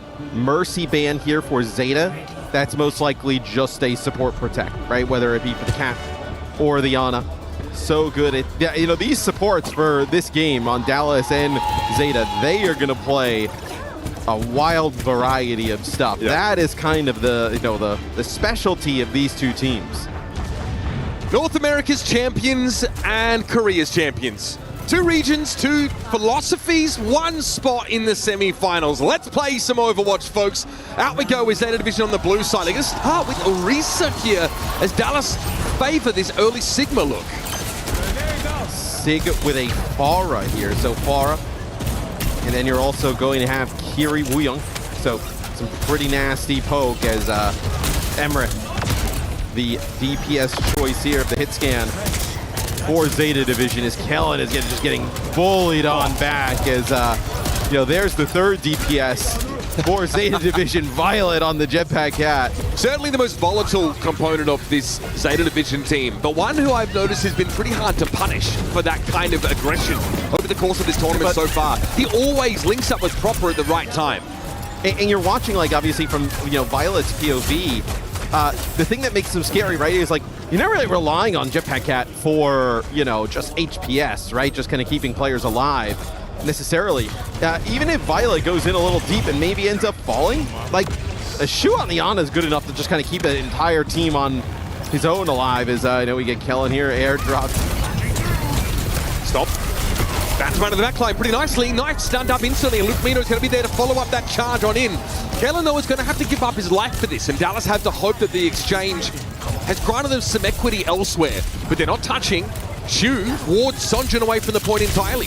No, I mean, that's a trade you'll take if you're Zeta Division every day of the week. Bio Grenade actually deflected back next on to Bernard, but I mean, there is Violet just taking out his game. Nobody else is doing it at this level. And also, we were talking a little bit in the back, the way he uses, you know, just the ability to kind of grab players and move them into different spots is unlike anyone else. Look at this. I mean, Violet's never seen a fight that he doesn't like. Yeah. He got completely baited into that engagement, sees Luke Mino on the other Jetpack Cat, goes from not realizing that Dallas is laying a trap for him. So, should be able to get a flip here. The Fuel, CJ under a lot of pressure though, with the Kitsune Rush now deployed by CJ. Should be good in the HPS department. Terra Surge, oh my goodness! Bernard gets two off that. Luke Mino and Chronic just don't have time to recover, and frankly, he's just washed the Fuel away. I mean, that's the thing with Zeta Division, right? I mean, you could be down a player at the start of these fights, ultimate's available for the other team. It literally does not matter. Yep, just selecting perks in the middle of doing all this disruption is Bernard. Zeta Division so close to closing out this first round. Catnap. I can't believe that. Free available. Bernard saw Chronic use his slide and then went for the ultimate. He knew. Oh, good lord, we're looking for Mondana's gold. Can Kellen be saved? No! Luke Mino gets taken down by Proper's spree while he was trying to fish his tank out of the drink. I want to see Violet's damage and then just the amount of kills he has. He gets, after we see him drop off Kellen, he also gets Sunjin in the fight. Yeah, Luke Mino desperately tried to reverse that and get his tank back. I really think that the Bernard versus Kellen matchup is actually the central one of this series. Proper's able to go into a heck of a lot here. Remember though, in maps where we've needed to see Malga Reaper games where Proper doesn't have nearly as much space, he can't take things over. But this play for Bernard was decisive, round-ending stuff. Filthy work there from Bernard. Proper at the end, closing it out with a spree. It's, now we'll see Zeta Division. Proper goes over and plays Tracer here. Ditching a hit scan is Dallas. They're just going to play all-out aggression here with the Tracer Xion. Someone needs to control these flank angles from Proper. This at least puts Dallas in a position where either Sonjun and Chronic can actually take that fight and hope to have some success. Ooh, the vertical mobility there, not really what it needs to be for Sonjun and Shu. What? From across the map, literally a diagonal biotic grenade. Threads the needle and finds the Tracer. I mean, also just kind of think about that as well. Yeah, how important of a cooldown, bio grenade is when there's a Mog on the other side and Shoot feels like he can just kind of at range land it on Sunjun. And then also, by the way, the Shoot Lucamino out of the sky. This team is so talented individually. Right. It's scary stuff. But that's what happens when you have the space and the safety to use Bionic Grenade as an offensive tool. On an enemy Tracer? Seems speculative, but it paid off. Now, like, how are you supposed to get back in? Benar is not on the kind of hero that concedes space easily at all. But that's nice from Luke. Sees an opportunity to go after Shu. He's certainly the key to this for Zeta Division. But it's costly. Benar's able to get rid of Chronic and CJ, further delaying that first Kitsune Rush opportunity. Yeah, I don't think they're going to be able to hold point here, right? Kellen getting dangerously low. He's going to have to back up. Knife is just putting in so much work here in the off angle on the Emre. Really high damage output. There's a Terror Surge here for Benar, so virtual heal for him. Kellen ends up walking into it solo. And it was Chronic and CJ having fallen there. It's what prevents Dallas from actually getting a point take. Yeah, just frontlining on Jetpack Cat as he does. So this is what we saw them do constantly, right? They drop Proper into the back line with all his blinks and recall. They're just kind of hovering above the Dallas fuel at this moment. As usual, Violet's looking for an opportunity. He gets sent packing, but he's going to be catnapping for both of these Jetpackers in this next fight. He gets Kitsune Rush now. Override Protocol for Knife. Needs to find some clean connection here, but Chronic's already been taken down. And 3 damage on Kellen, I think he's probably going to be happy enough with anyway, because Proper is... oh my god, this is impossible. Proper's just having to run up through that back line and find 2, because everyone's busy looking at life. And just like, I think though this is where Zeta, like, their specialty is like they, with how like Violet plays and Proper, they kind of get you into like death matches constantly, right? And like there's no kind of 5 you would take currently in a deathmatch type of style other than Zeta Division at the moment. Dallas gonna move up here. Kellen already hit with a bio. He's able to wet it out, but Proper's found his way into the back line, and people just don't want to fight him. There's no one that's really free to attend to him. Violet's able to win out the Jetpack Cat battle, and while Chronic found one off the spree, it was only Knife. Here's a cage for Proper. The only way you can hope to slow that guy down is by locking him in place. Kellen also got a bonus Jetpack Cat elimination off that now, and Bunar attempts to use the Fortify to withstand. Zeta will be prevented from ending the map. They're gonna get very close though, right? Just one more fight needed to close out mount number 1 in really commanding fashion. Terror Surge plus Pulse Bomb. Interesting combination. His Knife here is going to go over and play Sojourn. Just going to be able to farm up these rails on Kellen. It'll also be Chronic playing the hit scan here. Is we're just going to get Shu here on an off angle. Takes it on a perk for the headshot as well. That is insane. That is insane, man, because the other major perk is unbelievably powerful. The bouncing bionic grenade is something you'd normally want to go for, you'd think. Okay, catnapping there for Luke Mino, I think, was just for some mobility. He is scratched up and not allowed to get back to safety. Proper going to get airmailed here with a Pulse Bomb. Just into this high ground position, actually just forces Chronic down.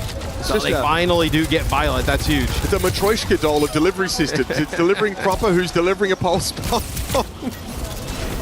It's a huge fight win, though, for Dallas. They're right back in this. Kitsune Rush available. They probably only need one fight to maybe take this round, so. I like the Kitsune Rush here. Knife goes to Soj, probably to try and break through these cage fights if there's going to be another one. It's much easier than on the Xion. Early Suzu, very early. Chronic trying to get back here as a pulse bomb dropped at his feet. Proper's going in, catnapping, throwing to the point itself, and Chronic eventually succumbs. Proper delivers. It's the same promise he's always made to dominate. With Sojin out of the game now, Dallas, just as they were poised to try and take this round back, are in deep trouble. Knife, the only casualty for them so far. Benar looking for opportunities to skewer some airborne targets here, but Kellen turns tail. He has to back away and hope to try and stall, but he's used his mobility in doing so. And Luke Mino is shot out of the sky with a critical from Shu. How many extra DPS players does this team have in the game? They have 4 DPS! Essentially, right? I mean, Shu... Taking a major perk is literally psychotic. I mean, that's their game though, right? I mean, just the, you know, typically for a support to do that extra damage that you're like, man, it's really impactful. You need to play like a Wuyong, a Zen, like something along those lines, right? They can just do it with whoever. Doesn't really matter as we see Shu just kind of just so casually just rip him out of the sky. One on the headshot there. At this level, you might also think, well, my opponent's a pretty good Kiriko, so maybe just having a bouncing Bionade, it's going to get cleansed anyway. Maybe I'm better off going for a little bit more lethality. He's taking that regardless. He doesn't care at all. That's the perk that's being selected, so... While I think that the tank matchup is the most pivotal in this game, I think the support matchup might be the most lopsided. I don't know. It doesn't even feel like that to me, because it feels like if, like, Bernard, I think one of the better things about it is, like, you know, always plays pretty well, like doesn't make mistakes, right? Where if the other players on the team are going to be that aggressive and that mistake prone, like somebody on the team needs to be pretty safe, right? Where I feel like, you know, Bernard is that type of player. That is great. The cat meme was getting yelled at. Oh, yeah. Best. I mean, a longer series here, right? So Dallas, an opportunity to kind of, you know, force the issue here with maybe some of their bans. No possibility to protect Ana here, potentially for Zeta Division, right? So, and Dallas rarely look like the finished product on day one of a tournament or map one of a series. Their best Overwatch normally arrives like a little bit after they do. They adapt, right? They lost to Liquid 3-0 in that NA playoff run. They managed to come back and win it all.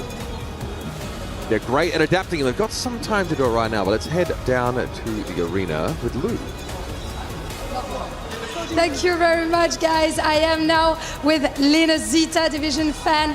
Thank you so much for coming, Lynn. I heard you're from Germany, so I want to know what got you into watching Overwatch esports. Like, what do you like about the game, about the team? Tell me.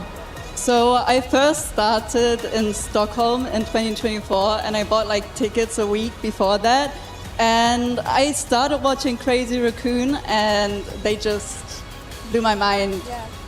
Yeah, and then Shu switched to Zeta, and then you became a Zeta fan as well. Yeah. That's the long story short. Donc effectivement, première question, qu'est-ce qui t'a mis dans Overwatch eSport? Qu'est-ce que tu kiffes à propos du jeu, à propos de l'eSport? Bah déjà, j'ai acheté mes premiers billets pour aller à Stockholm en 2024 Worlds. Je me suis direct mis dedans. J'étais une fan de Crazy Raccoon. Puis Shu a switch chez Zeta, donc forcément, je suis devenue une grande fan. And I want to know, apart from Shu, like, who do you like on this team? Who do you think I should be watching and like VOD reviewing in order to get better at the game?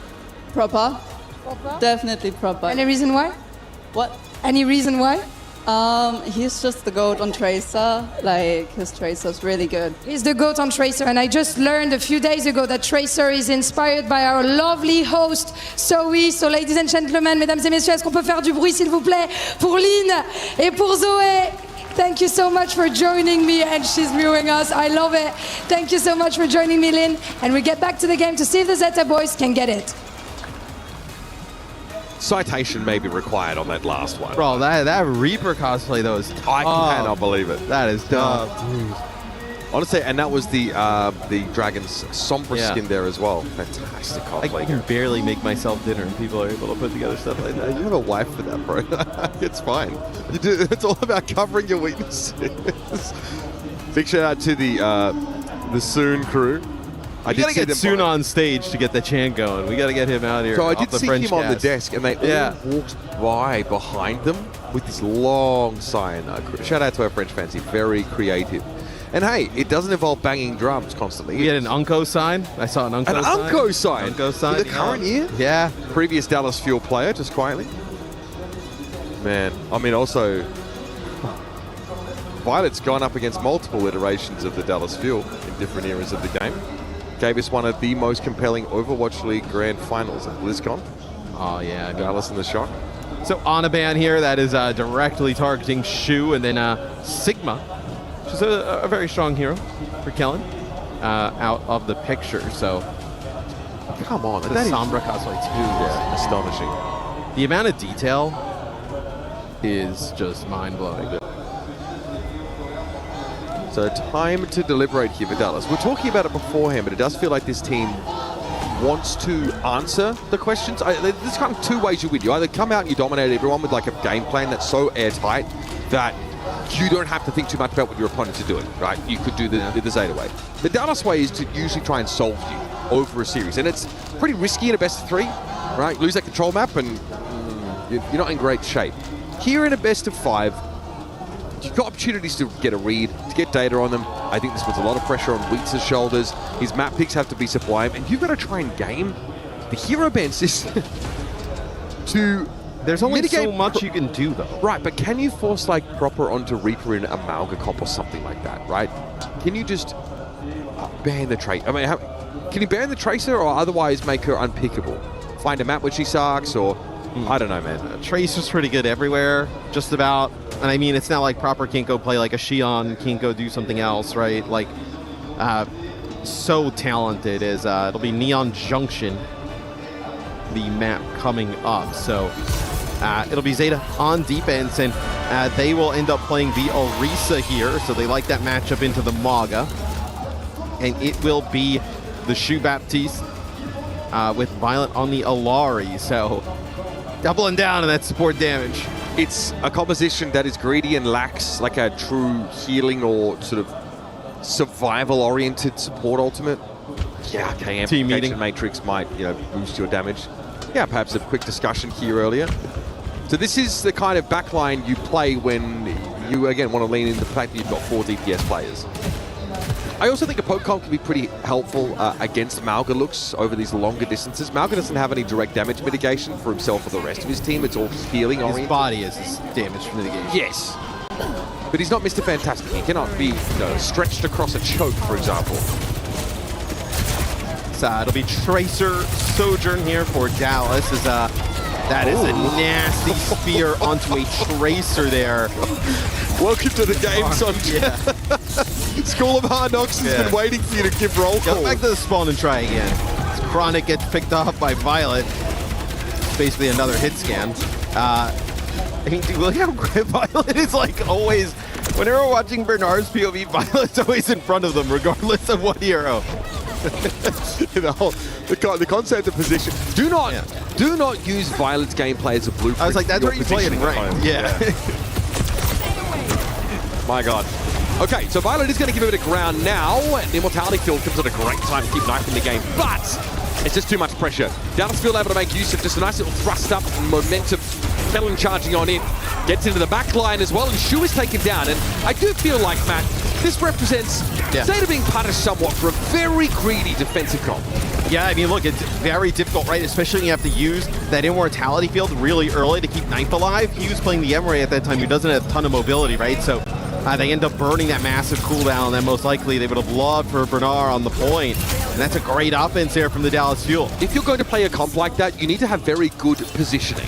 Or you need to maintain favorable position. Now with the Sojourn, you're going to be able to like slide out of these Maga stumps, and maybe you don't need to invest that heavy, from the support angle to be able to kind of keep the Sojourn alive. So looks like actually Helen is trying to get an angle up here on the high ground. He kind of. What I like about this for Violet is that this is the kind of map where your healing pylons are really safe. They're really hard for your opponents to clear because of this like right angles, this L-shaped corner nature of the map. That means Violet can focus on doing what he does best, which is the deeps. He's probably trying to get to the back line now. CJ does let off the Kisune rush, but he's dealt with very quickly.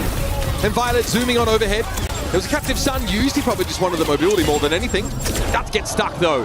And that's not something that you will be able to prevent. Shu is on the Kiriko, not the Baptiste anymore. But Zeta in a position to clean this fight up. The car currently stationary. Yeah, and the pylon's still active there, so right for Violet. So Violet hard to then clear. Yeah, he immediately switches after they win that, right? So the pylon doesn't go away during that interaction. So now it's going to be Kiri, Cat, and Match in terms of supports. Really, it's just Bernard wants to play this Orisa into the Maga. Oh, slide. Okay. And that's why you want to wait for it to be burned early, but Chronic's able to slide away for the time being. Binance picked up, probably something to do with playing too aggressively, and here's a cage fight for Bernard. Catnap as well. Interesting utilization of that. It's going to be Dallas end up winning it out. The cage fight is a good starter. And Luke Mino just dives down on Bernard, who I think might have been fortified. Yeah, maybe one more fight here for Zeta Division on defense, as Dallas doing a nice job here, 3 minutes plus in the time bank, marching towards that second checkpoint. He'll have a overclock, no massive support ult, like a sound barrier to be able to kind of keep players alive on through it. Okay, overclock. Notice that there's no jetpack cat ferrying knife around, because that would only make him more vulnerable to someone like Chronic, who is down at this point, in fairness. Cybernetics regulated. Knife has done enough with this I ult. think they know that Sunjin is here. Yeah. I just don't think they know exactly where he is. They know that he's a little bit on the flank. Now he gets out of dodge. Pulse bombs are going to be relevant in this next fight, especially up against like two Malgas who are relatively easy to stick to. Yeah, but rush available here for Zeta Division, right? I mean, Morgan or rush, very difficult to beat. Yeah, to bring him down. The pulse bomb basically just tickles him. But you also have a Suzu on both sides. Maybe you're looking to force one out early. It's also tough to do unless you hit like a fat railgun. Okay, we're gonna go for it now. Shu. Suzu's pulse bomb there dropped on the car. Proper though is well clear of it now. Doubles back to try and find Sonjun. He might prefer Luke Mino though, a bit more of a juicier target, but he's being dragged away from the engagement. Proper though really only has eyes for this jetpack cat. Eventually he's gonna have to give up the game. That's not bad for Dallas though, right? They kind of kite that, nobody dies. Now they end up with a rush of their own. They do lose Luke Amino right at the start of this fight. Sonjun might die as well. That's a problem. Violet's found a second elimination. That is just wrong. This is what I mean about Proper not having to do it all anymore. He really just cleans up the fight. I mean, I know that Dallas wants to play Jetpack Cat as well. But man, Violet is just... I mean, I think it's clear that he's like the best Jetpack Cat in the world. You know, with the way he's played. Oh man, just as a swift step came in from CJ. I think you might be right, Matt. There's hardly any debating at this point. Yeah, I'm not sure it's that close, to be honest. There's no other team that are really doing it like Zeta Division. So Dallas Fuel, I blinked, and it went from 3 minutes to 1 minute on their time bank. Things have gotten a lot murkier for them here. Bogged down in the mire. The Fuel. Sonjun a little low now, and everyone disengaging away from Knife's overclock.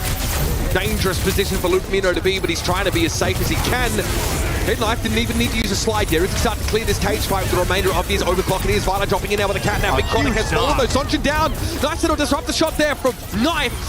And that's enough for Zeta Division. They've done more than enough to secure this fight, putting down as Fuel on their last legs. I mean, that is crazy value from Violet on the catnap, right? Gets into the cage, a pretty big stun. Even though they lose Bernard, gonna clean up the rest with Proper and Shu. So, I mean, look at this, is just playing for the rafters. Oh god. Like Proper needs any more advantage, right? Yeah, look, he drops into the back line with all of his cooldowns available. That's insane. And they rush into the spawn. I mean, only 10 seconds left. Yep. Zeta Division here now, they know they can spawn camp the Fuel. No chance for Dallas to break out. And now they lost Luke Mino. No presence on the cart. No nothing. Recall forced by Sonjun. He goes for a pulse bomb, but he's far from the objective and won't have a chance to touch. Not while alive, anyway. So you get rid of the Ana here, does Dallas, right? Obviously so powerful in the hands of Shu. But, you know, the Jetpack Cat in combination with Proper's Tracer, Violet and Proper, it just feels like, I mean, I couldn't even imagine what it feels like to be CJ and Lucamino right now. Just the amount of pressure they're under constantly. And Bernard's doing a bit of everything there in that first clip, right? It secures an elimination, forces the Maga back with that Javelin, make it really, really hard for Kellen to get in position to actually command the attention he needs.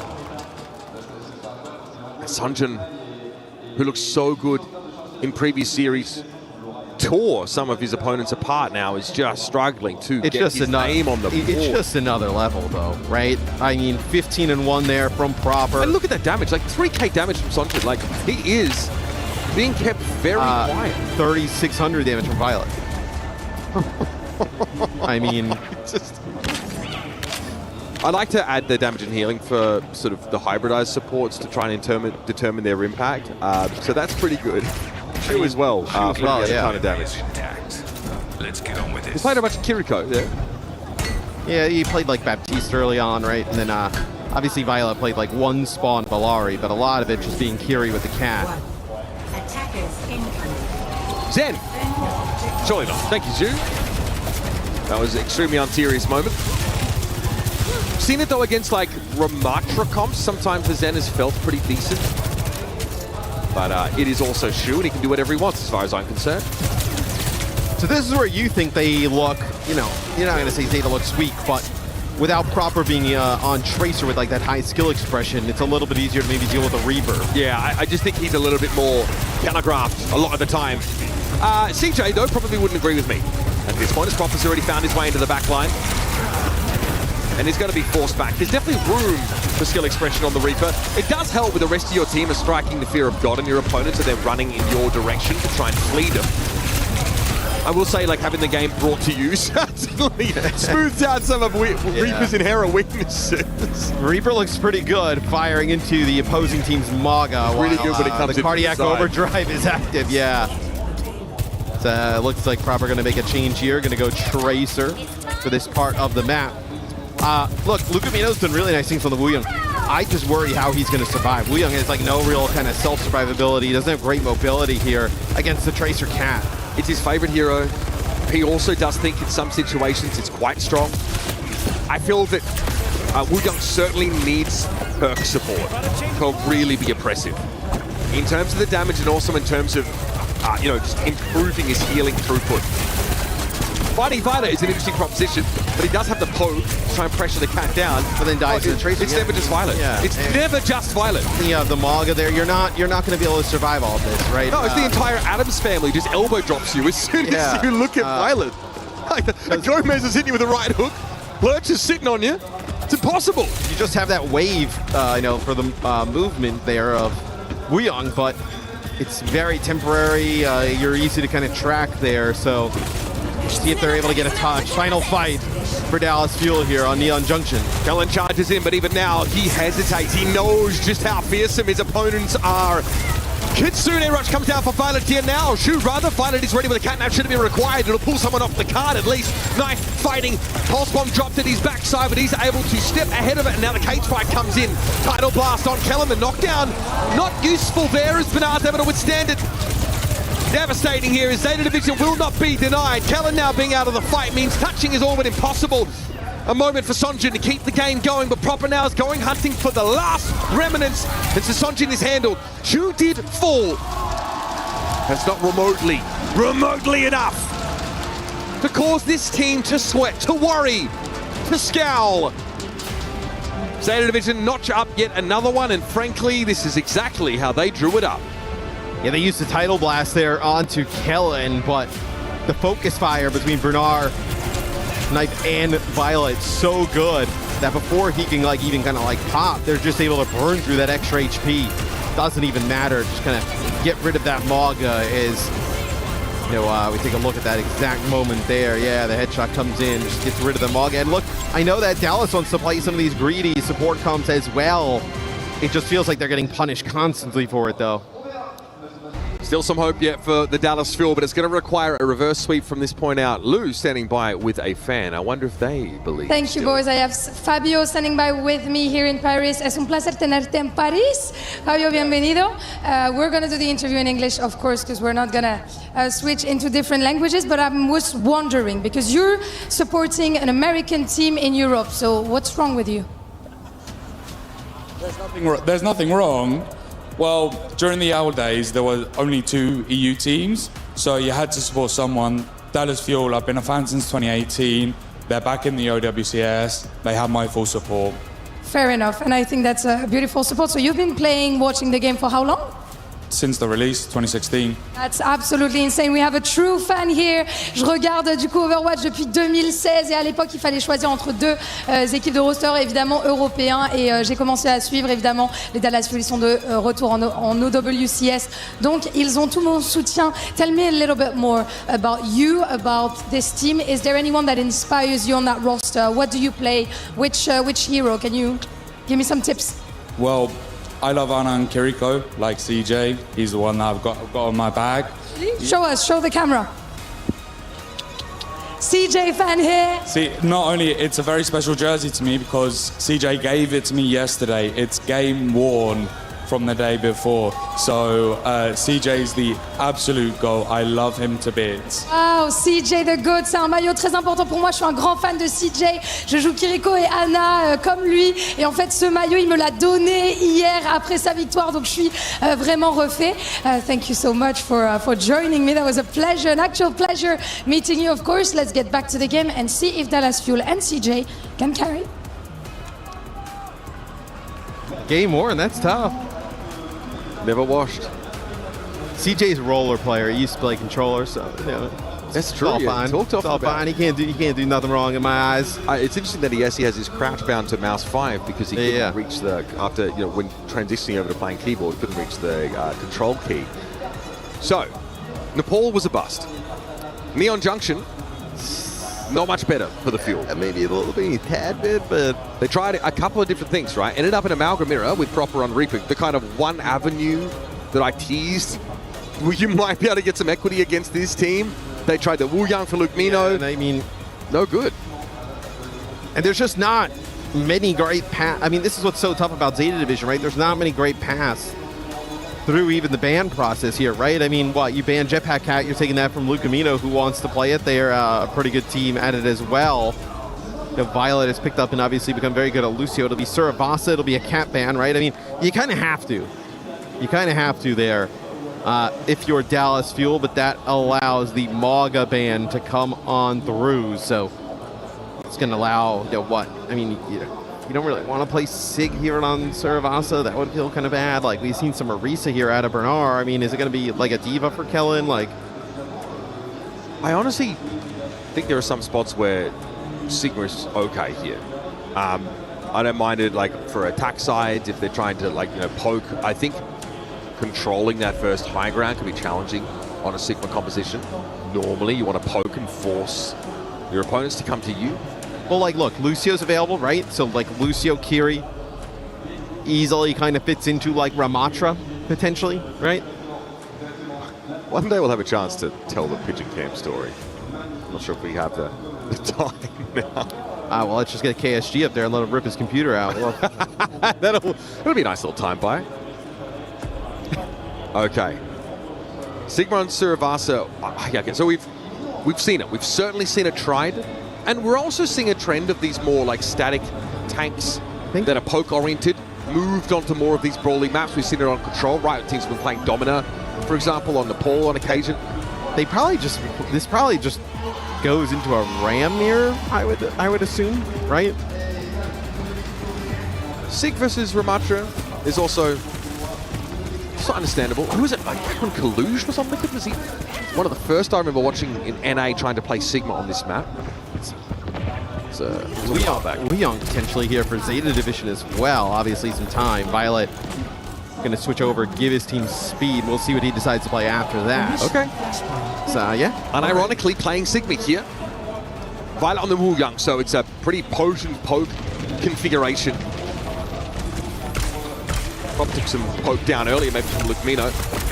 Interesting, yeah, there's a lot of little things in the neutral like that can go wrong for you. Because these comps are both so effective at longer ranges without full engagements, the neutral fights can be very short. See, Kellen pops Nemesis for him just to live, has to just block and just back up the entire time. Pretty rough start here as Chronic dies basically instantly as A Division will get first cap, and now you lose Kellen. So just gotta give more time accrued here for Zeta. The only reason this isn't cooked is because it took a while for the point to unlock. So Dallas Fuel have that to hang their hat on at least, but there's now a real question about how they're supposed to retake into this setup. right? These static shield tank compositions get a lot better when they already have that control. Dallas need to abuse some flank angles here.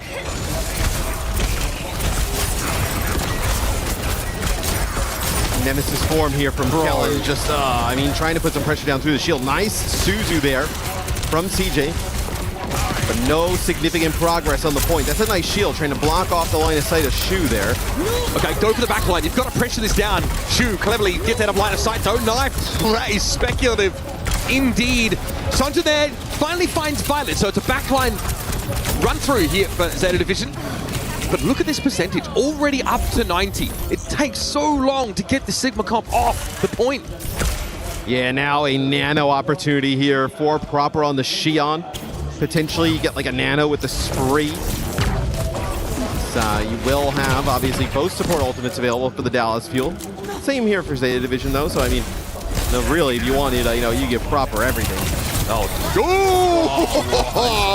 Chu instinctively knew that someone was coming up behind him. It's a biotic grenade thrown at the ground, and Sanjun goes from one clip to one hit wonder. Yeah, and then they end up giving the nano over to Bernard there, just to make sure he will be able to stay alive in case Shu falls. Shu doesn't fall anyway. Man, just when you think you're coming up behind an Ana player. Sanjun never get a touch here to trigger overtime, but won't be able to get access now. Ooh, Tidal Blast! Okay, you have my attention. Everyone kites away from it though now, and they're going to be looking at Luke Mino. Clear kip off. And this is really just Dallas hoping to have found a window here, but the odds are always low in scenarios such as these. Try and stall it out if they can, but Zeta Division, frankly, have just been dominant, as they have for much of the series. CJ's trying his best there, ends up with like 2 kills in that fight, but ultimately the story is still the same. Zeta Division dominance there in point number 1. So Luke Camino now is going to go over and play Hilari here. So, see obviously how this plays out. They end up banning the Jetpack Cat, obviously with how good Violet's on it. Nice pulse bomb there from Sunjun. So that'll probably give them point advantage here off the rip. I think Violet was trying to build a Tidal Blast before that bomb went off, but it wasn't to be. And Sunjun comes back for more. He's found Violet as well. This is what we need to see from Sunjun specifically. Moments like that, I'm going to take a virtual 1v2. The Wu Young just gets ignored, and then he comes back to clean him up. All 5 ultimates, though, available here for Zeta Division on the next fight. See, Knife actually gets hit with a Vortex here. It's going to be a Flux that comes on through. Spree as well. Big flank for Proper. Oh, that is stunning stuff. Lumina caught out by the execute now, and Sunjun doesn't have anyone to take eyes off here. Proper just lines him up. A nice spree, one that looked a little risky, but Proper had found his way into the back line. Let's see that again. I mean, they dumped everything into that fight, though. Like, we'll come out of this, you'll see. Ooh, nothing to work with here for Zeta coming up, so. He's also perfectly preempted the 2 seconds, window for Tracer. So Proper gonna go over to Tracer here, try and match in like more of a neutral type of fight. Violet as well, gonna ditch the Wu Young, gonna play Kiri here as like a full ultimate dump for Zeta, and then you get Bernard. This is great for Dallas. Yeah. I think Proper's trying to give himself a bit of an edge against Sunjun, who could 1v1 him when he's on the Xion. Not so much now. I was gonna say, at one point I feel like, yeah, we're gonna see Bernard swap, so D.Va is the call here. Felt like, obviously, the Ramatra has a pretty good matchup into the SIG. They were starting to get the upper hand. I think you're trying to limit Chronic's impact now as well. Yeah. Swaps basically targeted at contesting both of the opponent's DPS. That's where Zeta are being given some punishment from right now. They're going to start a cap up here. Notice the Proper's only at 60 health right now, though. Eventually, that's going to be remediated. Lukmino, dash, dash, dash. A lot of blinking there from Proper. Lukmino going to go over the top here. This is audacious. Violet probably doesn't need to be hit with that Captain Sun, but Shu might be a viable target. Pumped with heals with a burst, and the Captain Sun is too good. And there's Lukmino cutting through the backline all on his own. And that is huge for Dallas, just as Zeta are really contesting them. Finally, some signs of life from the Fuel. That is a huge play from Luke Camino. Dallas ties it up. Let's take another look at this. The Captain Sun connects there onto Shu. Nice headshot there, using the outburst to get to the high ground there.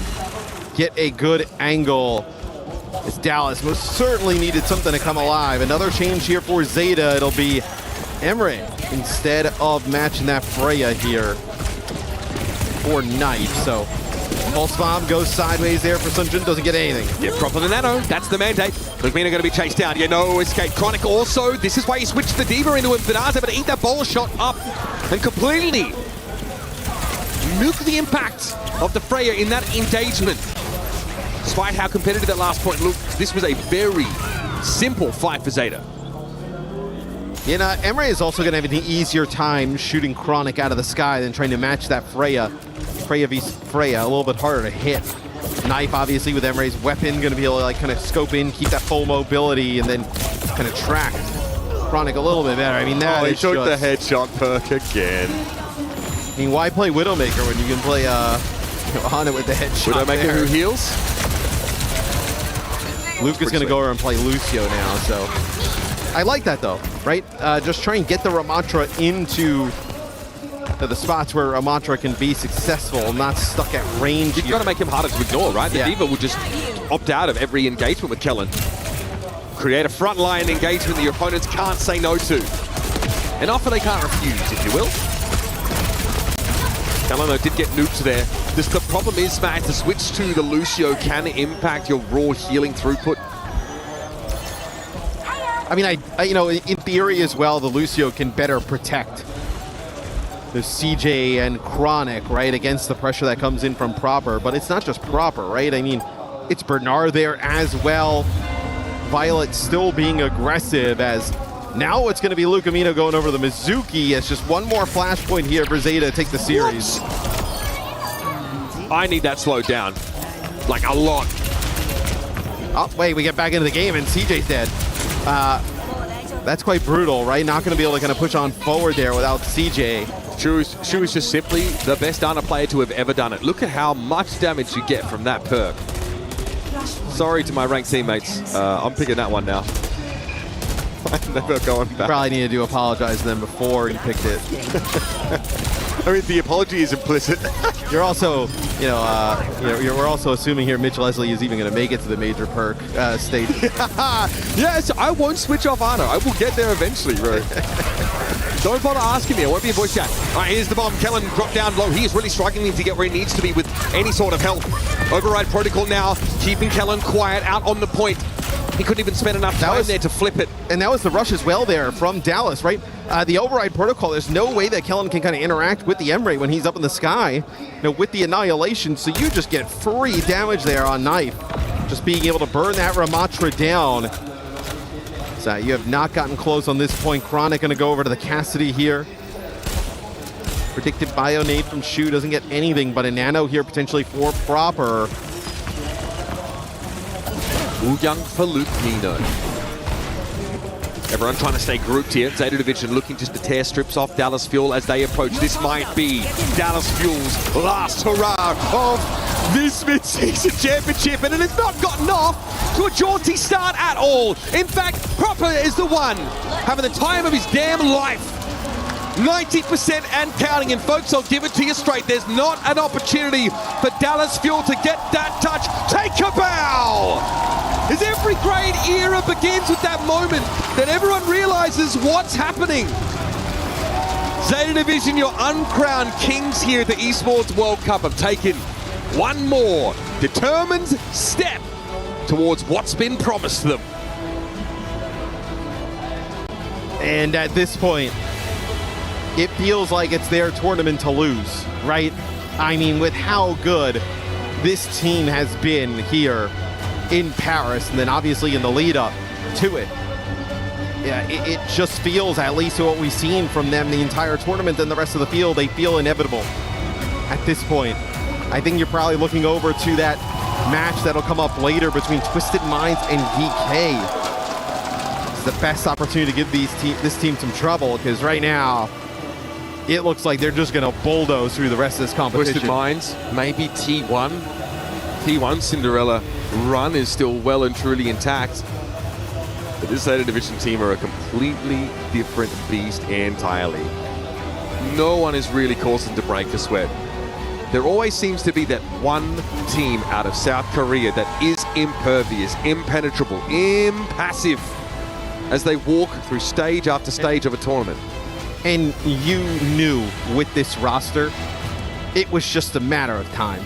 I mean, we have not had many years where Proper and Shu are not hoisting multiple trophies.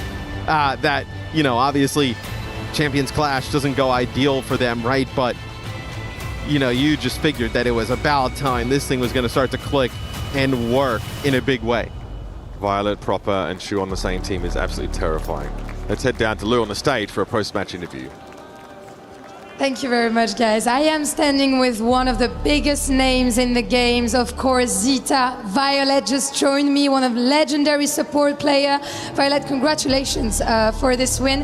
And it's clearly not your first time in Europe because a year ago you were still playing in EMEA. So I'm wondering, you know, now that you're back in a Korean team, nothing feels like home. Which difference does it make, you know, to have all the players speaking their native language on the server? 네, 일단 바이올렛 선수 승리 축하드리고요. 파리 무대 1년 만에 다시 들어오게 되셨는데 사실 유럽이 낯선 곳은 아니잖아요. 유럽 팀에서 이제 활약하셨다가 이제 다시 이제 고국으로 돌아와서 이제 고국 팀과 이제 모국어로 소통을 하게 되셨는데 좀 어떤 점이 좀 많이 달랐는지 좀 묻고 싶습니다. 일단은 작년에 비해서 확실히 경기장이 엄청 좋아져서 그게 되게 마음에 드는 부분인 것 같습니다. 그리고 연습실도 되게 잘 돼 있고 해서 그게 진짜 좋은 것 같습니다. Yeah, I mean, to comment for the stage, just there's a lot bigger stage here, and also really great training facility. So I enjoyed this returning here.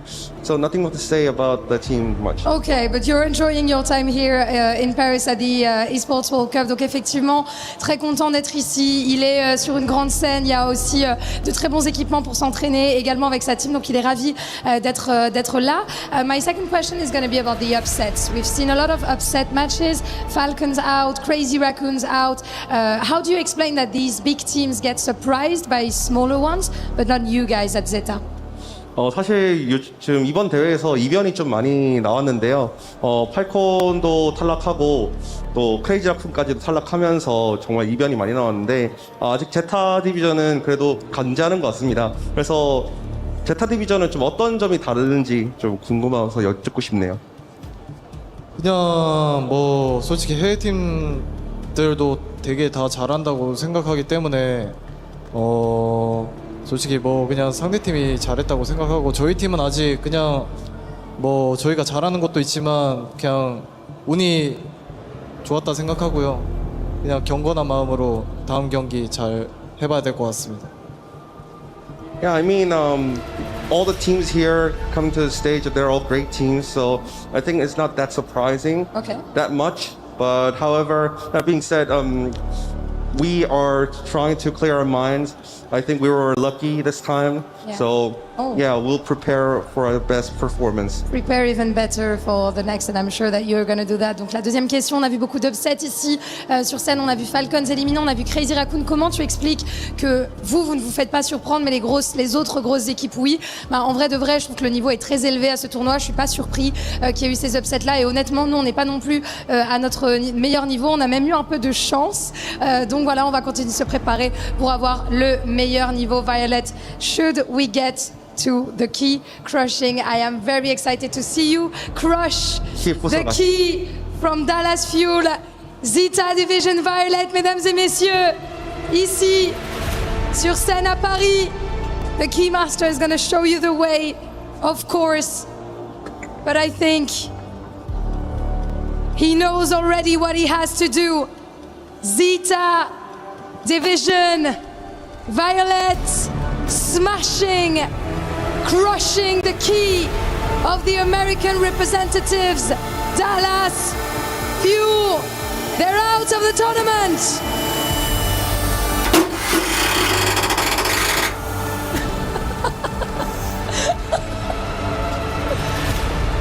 I was going to ask you, 괜찮아요? Yeah, 괜찮아. You're okay? You're okay? Because that was quite a big sound. listen to me, Violet. I know that you're used to trophies, right? You have such a wonderful career. You've had so many highlight moments. Were you expecting to face T1 next in the semifinals? How are we feeling about this game and the tournament in general? 마지막 질문은 사실 바이올렛 선수가 뭐 우승이 너무 익숙하시기 때문에 사실 대회가 조금 아직 긴장이 안 되실 수도 있지만 그래도 다음 상대가 또 T1이잖아요. 또 T1을 만날 거라고 예상을 하셨는지 그리고 T1 상대로 어떤 경기가 좀 예상이 되시는지 궁금합니다. T1도 요즘 진짜 잘하는 팀이어서 진짜 치열한 경기가 될 것 같고 솔직히 뭐 T1이란 상대는 한 번쯤 무조건 할 거라 생각해서 뭐 잘 준비해서 하면 될 것 같습니다. Yeah, I mean, I expected T1 to be up there because they are indeed a great team, and I expected to be on the match bracket someday. So yeah, I'm very excited to face them. Excited, confidence, that's pretty much the definition of Violet. Mesdames et messieurs, encore s'il vous plaît, des applaudissements. Please make some noise for Violet. Of course, it's an honor to have you here once again. Kamsahamnida. Thank you for joining me for the interview. And stay with us because we're heading to our next game, SSG versus Weibo Gaming, after a short break.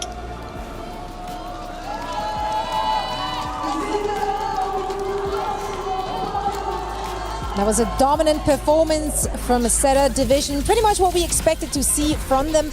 And while there were, of course, individuals on the Dallas Fuel roster that tried their hardest, they played their hearts out. I mean, Sunjun being one of them, Callan as well, but it was just not enough because honestly, Zeta Division played so aggressive, so oppressive. I mean, they just got ran over by a freight train in this one, man. Zeta came to win, I think, a lot more than this top 8 match, now putting themselves into the top 4. But this is looking like a team that's here to win the tournament. I mean, this roster was put together really to win in Japan. They weren't able to accomplish that. But here, now at the Esports World Cup in Paris, things are finally coming together. And hey, it's the biggest tournament of the year, so it couldn't come at a better time for this team. Yeah, look, Zeta Division, I think in the first tournament, like really with Champions Clash, of course, with this new roster of theirs, they didn't look as polished when it came to like the team chemistry, the team synergy. And I think that's where Crazy Raccoon kind of edged them out, having had so much history playing with each other. So Zeta Division, we saw earlier this year, tremendous amount of individual skill, and it feels like for this tournament it's finally coming together and they are clicking together and they're showing the flexibility combined with those mechanics. I mean, Violet, Diana, still in 2026 just able to turn team fights by itself, finding picks on the tracers, adding in a couple of headshots with that perk. It's just it's mind-blowing what this team is capable of. You'd be happy to hear that I have never left the shoo-shoo train. Like I've been steering the ship, or the train rather. It's crazy that he still got it, and I love that we have Ana back in the mix. How much more Ana will we see from other teams? Probably just about none. I mean, Shu's, I think, the only player in the tournament who's playing. I mean, he basically one-tricked at this series, which is a crazy thing to be able to pull off. I mean, Dallas Fuel, it felt like they were constantly on the back foot. Very rarely could they get something going in the enemy backline. And so, I mean, look at the final moments of Suravasa. Like, Shu just goes on a deep flank with Proper. Like, they are playing so fearlessly with so much confidence. You could really feel at that point in the series just how little was left in the tank for Dallas Fuel. I still want to give some honorable mention, though, to some of these Fuel players. Like, Chronic found plays. Sonjun was lights out. I'm so excited to see this guy play for the Korean team in the World Cup. He really showed in this series that he is a force to be reckoned with. I mean, when your team is struggling as hard as Dallas were in this series, to have Sonjun still be finding plays, still be making things happen was massive. But, I mean, in the end, Shu and Proper, the two of these guys getting active on the flank. Once you step onto the back foot, it feels like it's already lost. Yeah, the backline was just constantly taken out from Dallas Fuel, so the rest of the team just fell right after that, Johnny. Yeah, looking at Dallas Fuel, like what Jake said, though, I think that maybe if you don't go up against Zeta Division here in the very first round of the playoffs, this is a roster that actually has leveled up and should make North America proud in that they show that they can somewhat be competitive with some of the best teams in the world. Obviously, Zeta Division, they're one step above the rest, but I do think that North America overall, this has been a successful tournament for them. We got SSG coming up next. We'll see what they have in store as well. But this is a Dallas Fuel team that I think has impressed compared to what we saw at Champions Clash, which might have been a little bit of a disappointment for them. Yeah, I mean, we've been really harsh with the region as a whole, right? We talked throughout the stage 2 how it is just looking like the weaker region from any other regions. EMA on top, and then VP, of course, an early exit. So far, I feel like NA has really exceeded our expectations for this tournament. Yeah, for Dallas, right? A top 8 in this tournament is honestly a respectable result for them. SSG, of course, still alive. They're going to be up next against Weibo, and I think they have a genuine shot there. So, this has definitely been a bit of a redemption tournament for North America, but it really has felt like maybe a redemption year for Korea, right? With, of course, CR winning in Japan, with how good Zeta look right now. It's like, it's going to be either them or T1 in the grand final. And so, hey, there's still a lot of spice left in this region and still some incredibly heavy hitters, as we just saw in that last series. Yeah, let's take a look at our bracket to see where we're standing. Currently playing through these quarterfinals. 2 done, 2 more to go. Zeta Division came out on top of the Dallas Fuel, and T1 taking down Crazy Raccoon in a very convincing fashion. And now it's going to be Zeta Division going up against T1. Does T1 stand a chance? Wow, this is going to be a matchup for the ages. T1, what a story for them to come through with 3-0 against Crazy Raccoon. When we saw this first round yesterday after the playoffs draw, I was like, oh my God, what unbelievable quarterfinals matchups we're going to have here. And it's just been 2 3-0s here off the bat. T1, a big surprise what they were able to accomplish here earlier today, and I can't wait to see what they got in store for Zeta Division. But what about the other teams that are still in the quarterfinals? Like, do you feel like any of these matches has a clear favorite, or do you feel like they're all pretty hard to predict? I think I might be the only person who thinks SSG has not just a good shot. I'd call them the favorites. I think they're more. I expect them to win over Weibo Gaming. I mean, what's the grin of eye? You don't agree? We'll get to that segment. Yeah, I'm getting ahead of myself, but I think maybe both of them could be pretty spicy. Even GK, I mean, it's been a huge level up year for them. Twisted Minds, though, on LAN, with the energy that the crowd has brought to Paris, they have traveled insanely well to this event. And so counting them out, but yeah, that's going to be way too early. A lot of great matches still on the cards today. Yeah, Twisted Minds, the Lanimals will be up in a little bit later, actually. I believe they're the last match of the day. The next one is going to be Weibo going up against Space Station Gaming. And we'll be right back with all of that and so much more.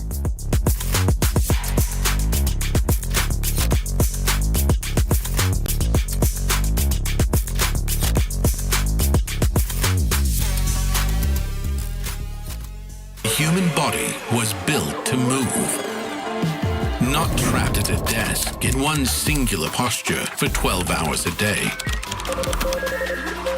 It's time your chair evolved. This is Secret Lab Titan Evo. Ergonomically engineered for you, gamers, hybrid workers, artists, backing your every move.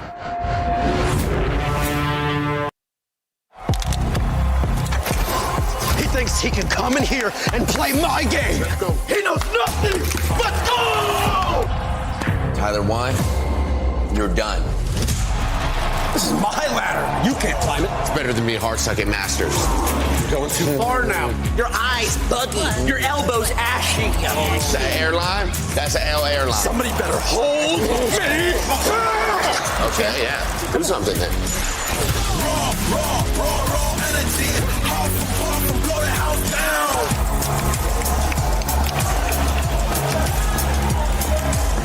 You look nervous. You look short. Everything's good? Mm-hmm. Fight.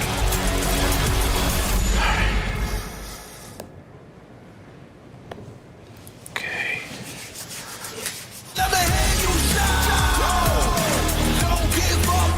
Do you really need the wraps? Yeah, this feels like overkill to me. Everyone is playing, you're not yet. EWC Play is your all-in-one platform to compete in fantasy, pick'em, and quests for a grand total of $300,000 in prize pool. Build your dream fantasy team in 5 different games and track your score with live results tables. Predict the winner of every game, every group stage, and every tournament. Complete daily and weekly challenges to earn boosters that help you climb the global leaderboard. Got what it takes? Join EWC Play now.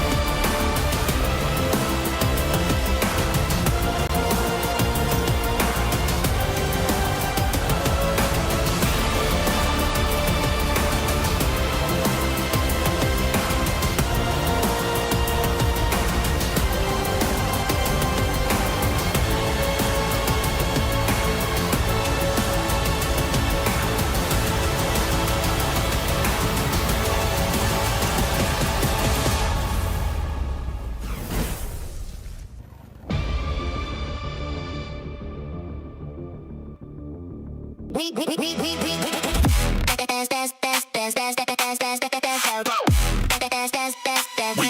Esports World Cup up.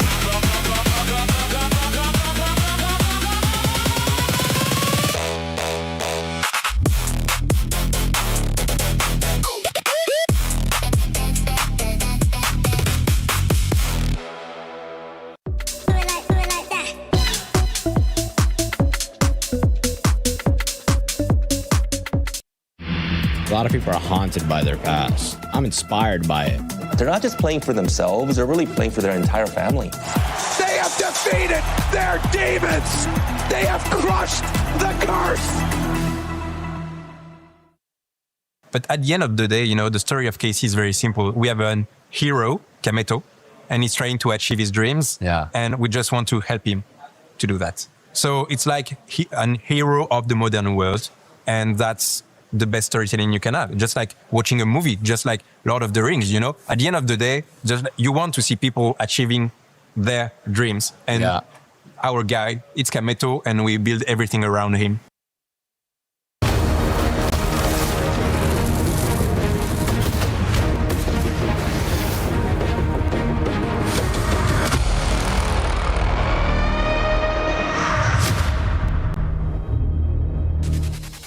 Welcome back to the EWC. We are here currently in the quarterfinals of our OWCS Mid-Season Championship. 2 matches done, 2 more to go. We have lots of action to cover, and we have a special guest joining us to set the stage for our next one. Kafa, welcome to the show. How are you feeling? We got to see you earlier on in the week with your team Secret. Unfortunately, your journey was cut short by JDG, but did you have a good experience thus far? Yeah, it's been awesome. I think it's always a great experience to be at LAN, and the stage is awesome. It's in France. That's always a blessing. Yeah, it's been a great experience. You know, we didn't go as far as we wanted to, but you know, we're a Pacific team at the end of the day. So, Kafa, I want to start off, you know, talking about this series that we're looking at up next. It's SSG taking on Weibo Gaming. I think a lot of fans have been pretty impressed with Weibo. People have been saying, hey, you know, some of the wins they've been able to get have maybe moved the needle, maybe saying Chinese Overwatch could be back on the map. But SSG on the other side, I think people might be underestimating them. How do you look at this matchup? Do you think that there is a clear favorite? I think it's really difficult. I think a lot of people are saying SSG's bracket has been pretty easy compared to the other teams. So I think they haven't really truly been tested yet. So maybe that's the thing that is difficult to read about them. But Weibo look really good. Yeah, I think this is a really hard game to decide. I'm leaning towards SSG because I've got the bias. I like those guys, you know, I played with them for a long time. But Weibo, yeah, you can't underestimate them. Right. How do you look at the compositions, even going into this tournament when you were scrimming and such? I feel like we're seeing a lot of different compositions viable. Some teams like to play the Jetpack Cat, others don't. When you head into the playoffs here now, do you see a composition that stands out to you that you think is better, or can you pretty much play anything and get away with it if you play good enough?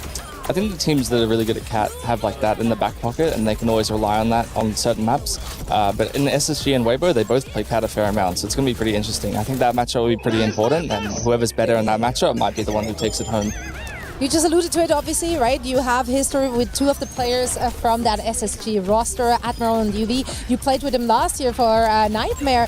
Got to see you together in action. What kind of players are they in those big, high-pressure situations? I think they're pretty good at dealing with it, yeah. I think that they've played a lot. They know what it's like in these high-stake games, so I don't think they're going to shy away from the moment. And yeah, I think they're going to do pretty well.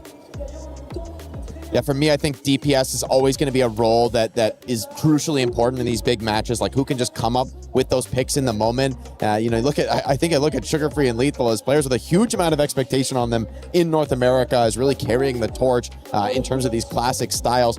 But of course, on the other side, it's Shy and Leave, right? 2 of the OGs of Elite Overwatch, 2 of the strongest representatives ever out of China. How do you see that particular match? I'm especially interested in your thoughts on like that hit scan duel, Lethal versus Shy. I mean, how do you think that's going to go?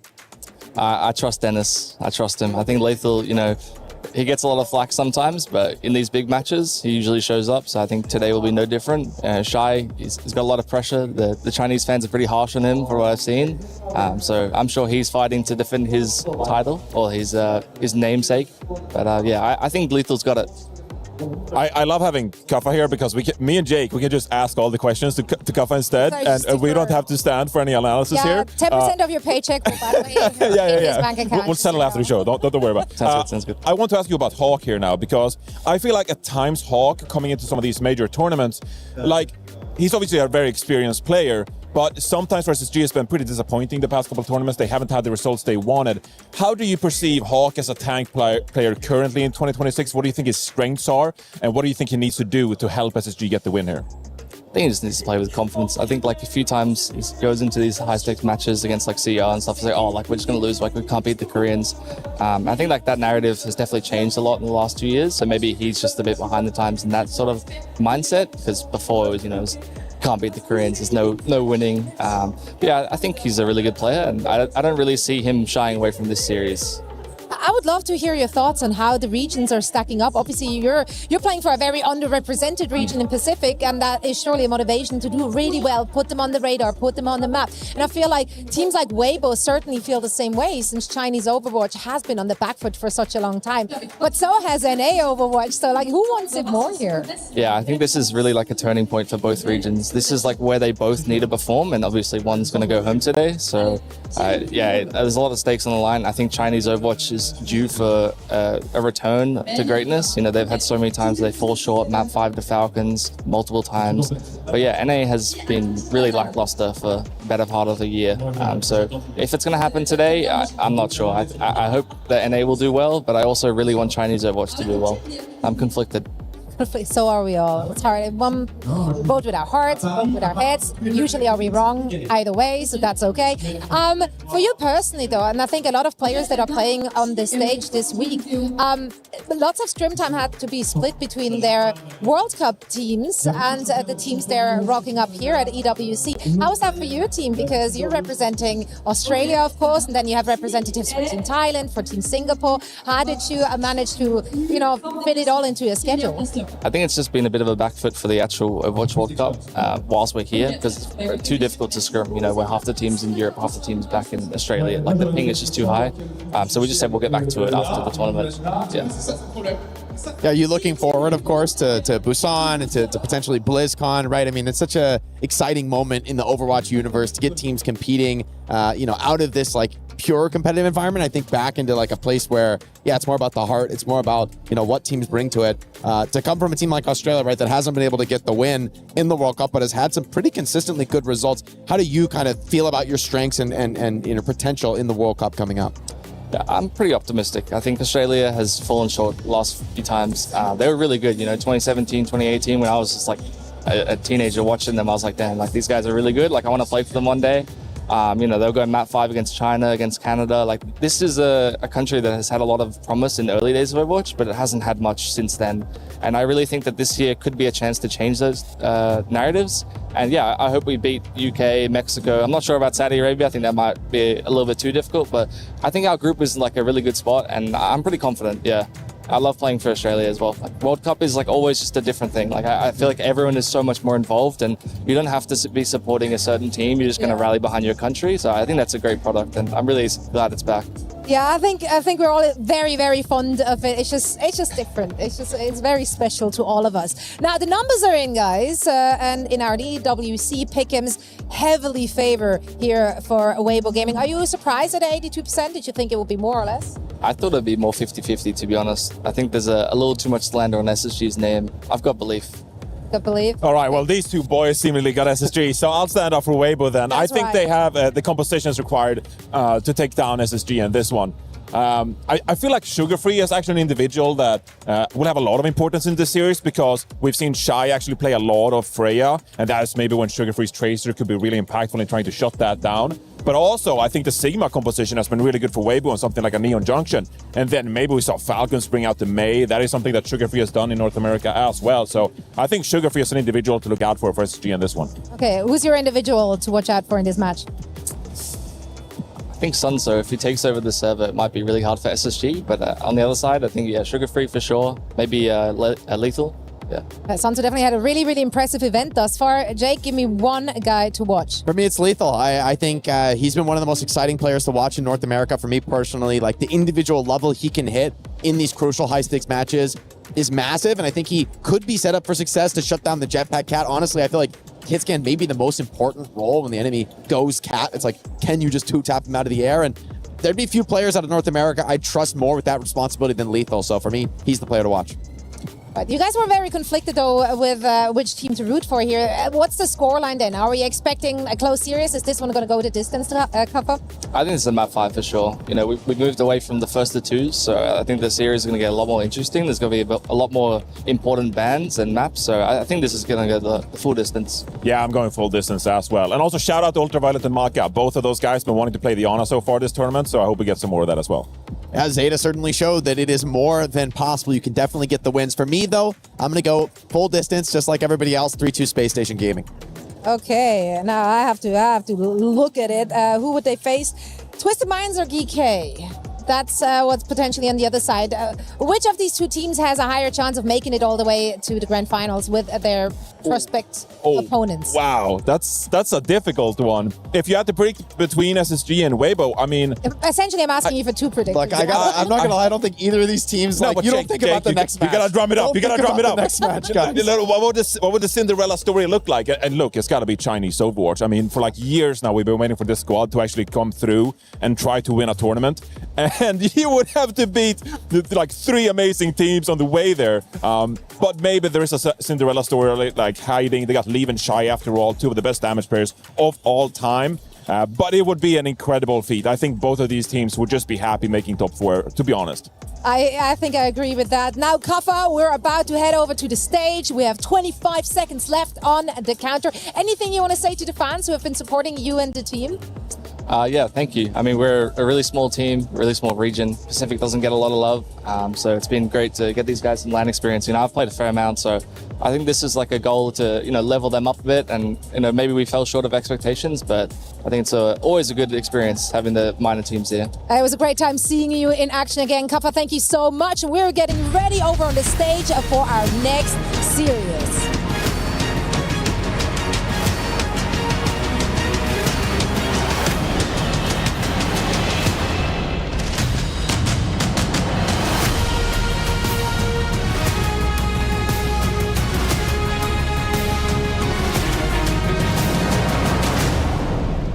The first 2 quarterfinals of the Overwatch Champion Series mid-season championship at the Esports World Cup have displayed 2 sides of a coin. In the first, we saw a favourite crash out of the tournament. Complete shock. In the second, we saw one rise to the occasion and get the job done. Now, Lou, which story will be told next? Ian, we don't do favorites, we don't do odds anymore. This one is about revenge, because on one side, it's the opportunity of showing that they learned from their mistakes of Japan at the beginning of the year, and on the other side, it's about asserting dominance once again. Parce que d'un côté, il y a ceux qui ont gagné au Japon en début d'année, et de l'autre, ceux qui veulent se venger. So Ian, je t'en prie. High stakes, high pressure, huge opportunity. Let's welcome onto the stage, Weibo Gaming!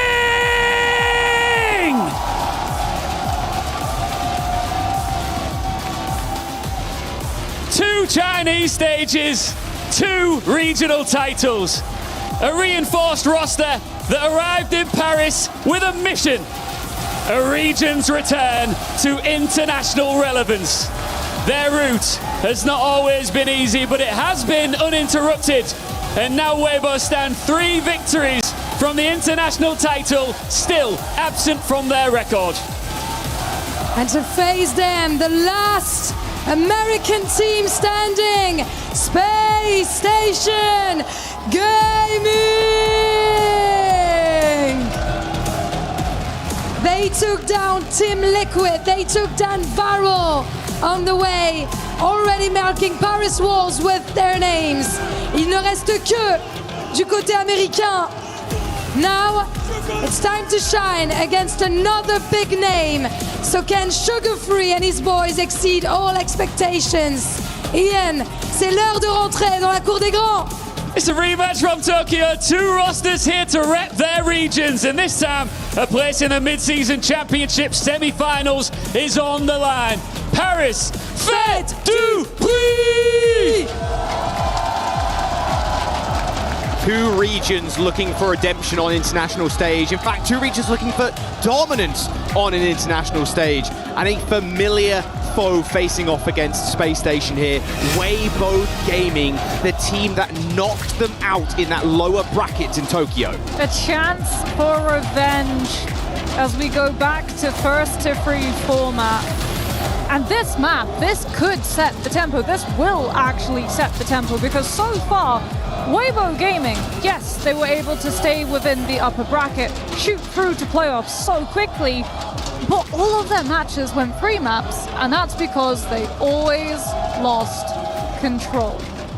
So if they start this map type with a win versus Space Station Gaming, that's already 1 foot through the door to tomorrow's matches, 1 foot closer to going up on that stage and crushing the key of your opponent.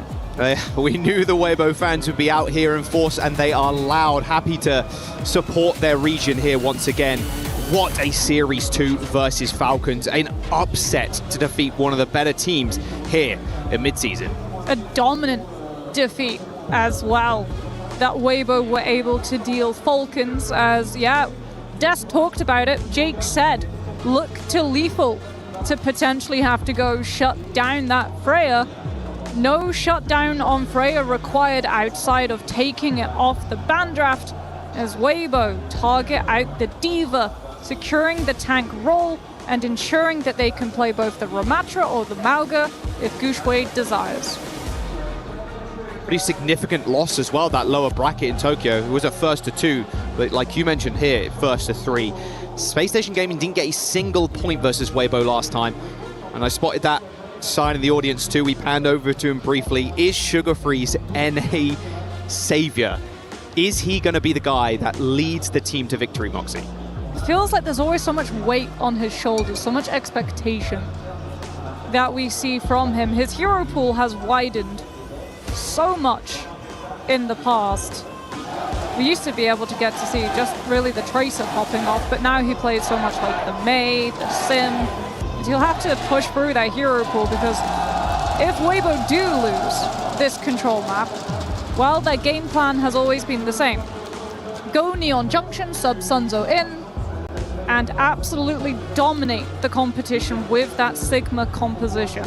So Space Station, they know the path ahead of them. They know that it will be rocky, it will not be easy. Everyone on the desk, including us here, are expecting this to go the distance. As we start off on the pole, we'll get to see these compositions. So many of these teams have put priority on that jetpack cap, but as has already been discussed, both of these teams have played the Ana as well. Space Station actually playing it on the NA playoffs even before they headed off to Paris. But it looks like Ultraviolet will be rocking the Kiriko instead.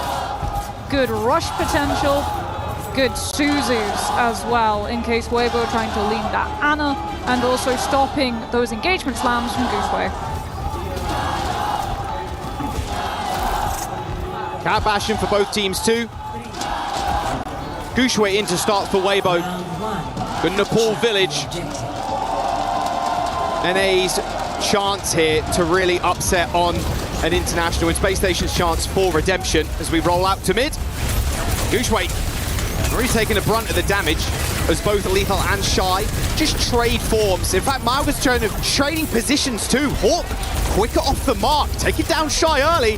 That's SSG with a fight win. Yeah, Shy not up in the sky, vulnerable to Hawk Slam. Space Station now sweeping out Weibo to be able to find first fight win, first fight cat. Difference with Leave and Sugarfree, the Tracer versus the Reaper. Much easier for the Tracer to just pounce on any target. Leave much more looking at the front line, just punishing Hawk. Yeah.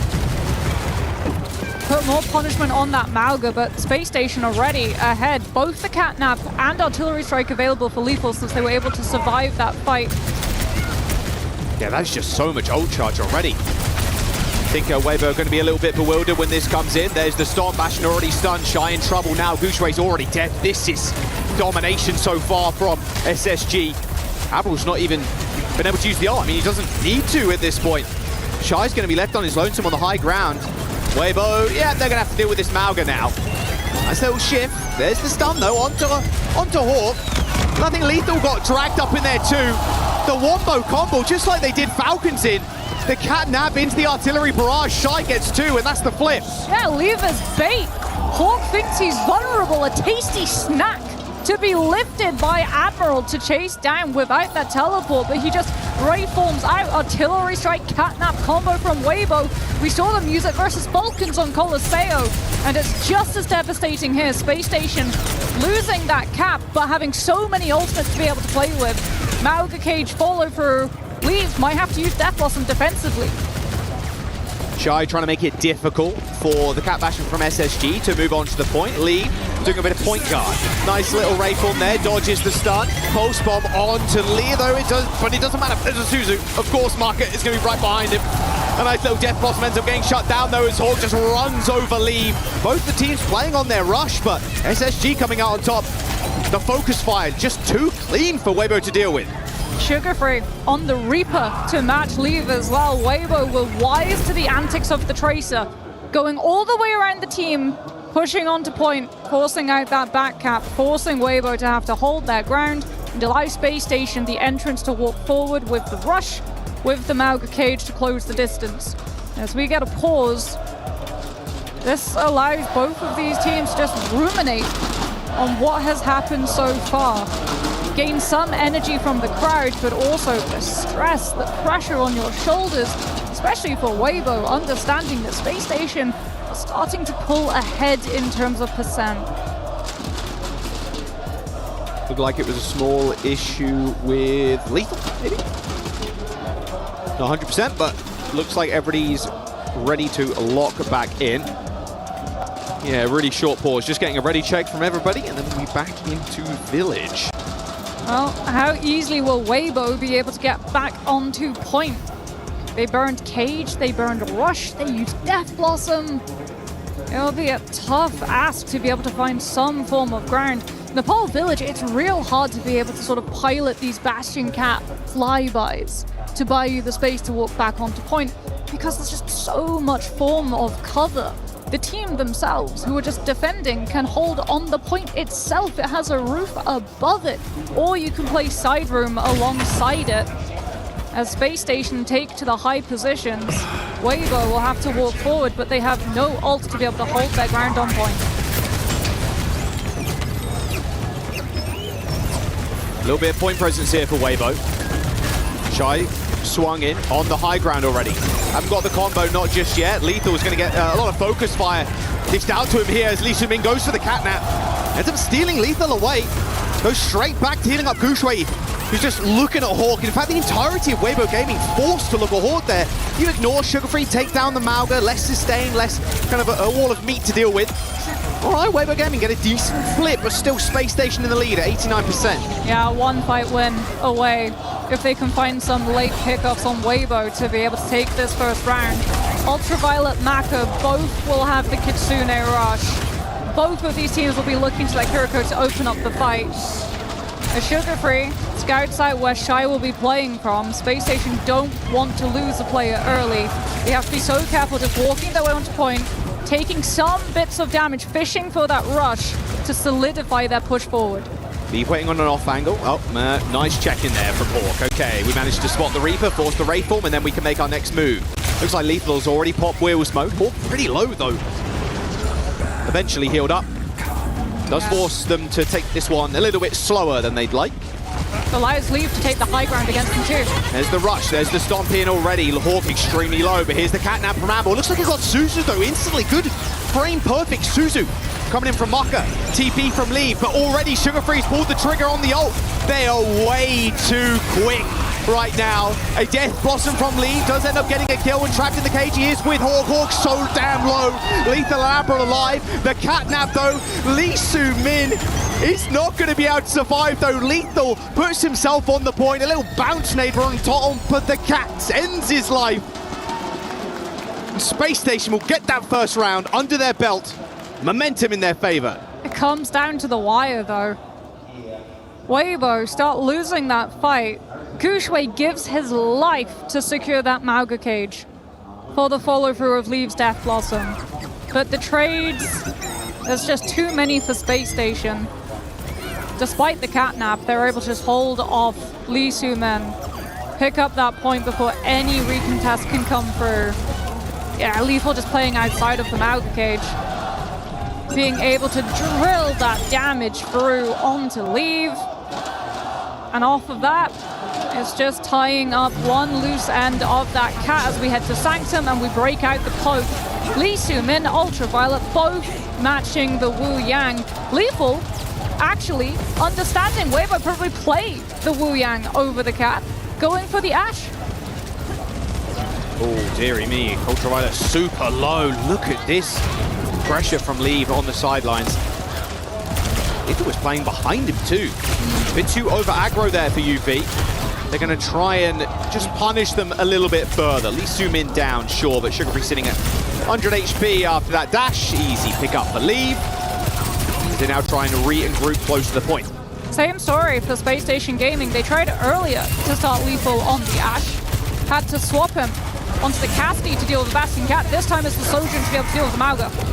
Wow, UV dead again. Okay, Shy with the Disruptor shot. Ends up picking UV off.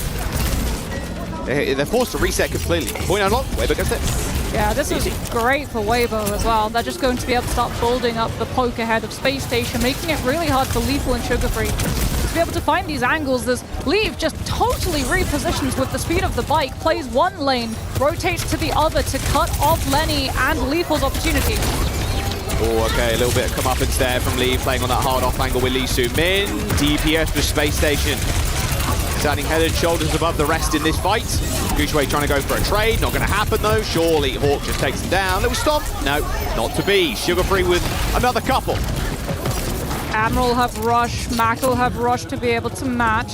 No Tidal Blasts available for both of these Wu Yangs as well to supply that extra survivability onto something like Xion, for the Spree to have that extra bite to it, diving into a whole team, having that knockdown potential. Hawk with the Terror Surge means that Maka has to save the Suzu. It all comes down to just opening pokes from Space Station, keeping Weibo at bay long enough for them to surpass 1%. 2v2 again on the side, but it's actually here we need to pay attention to. Both rushes have been used. There's the Tidal Blast. He's going to go on Leave. He's going to try and get into the mix. Lethal hunting for someone right now with this OC. Terror Surge to keep Hawk alive in the front line. There's Lethal on the board, finally. Picks off Shy. And Weber Gaming again. They're not winning this duel on the front.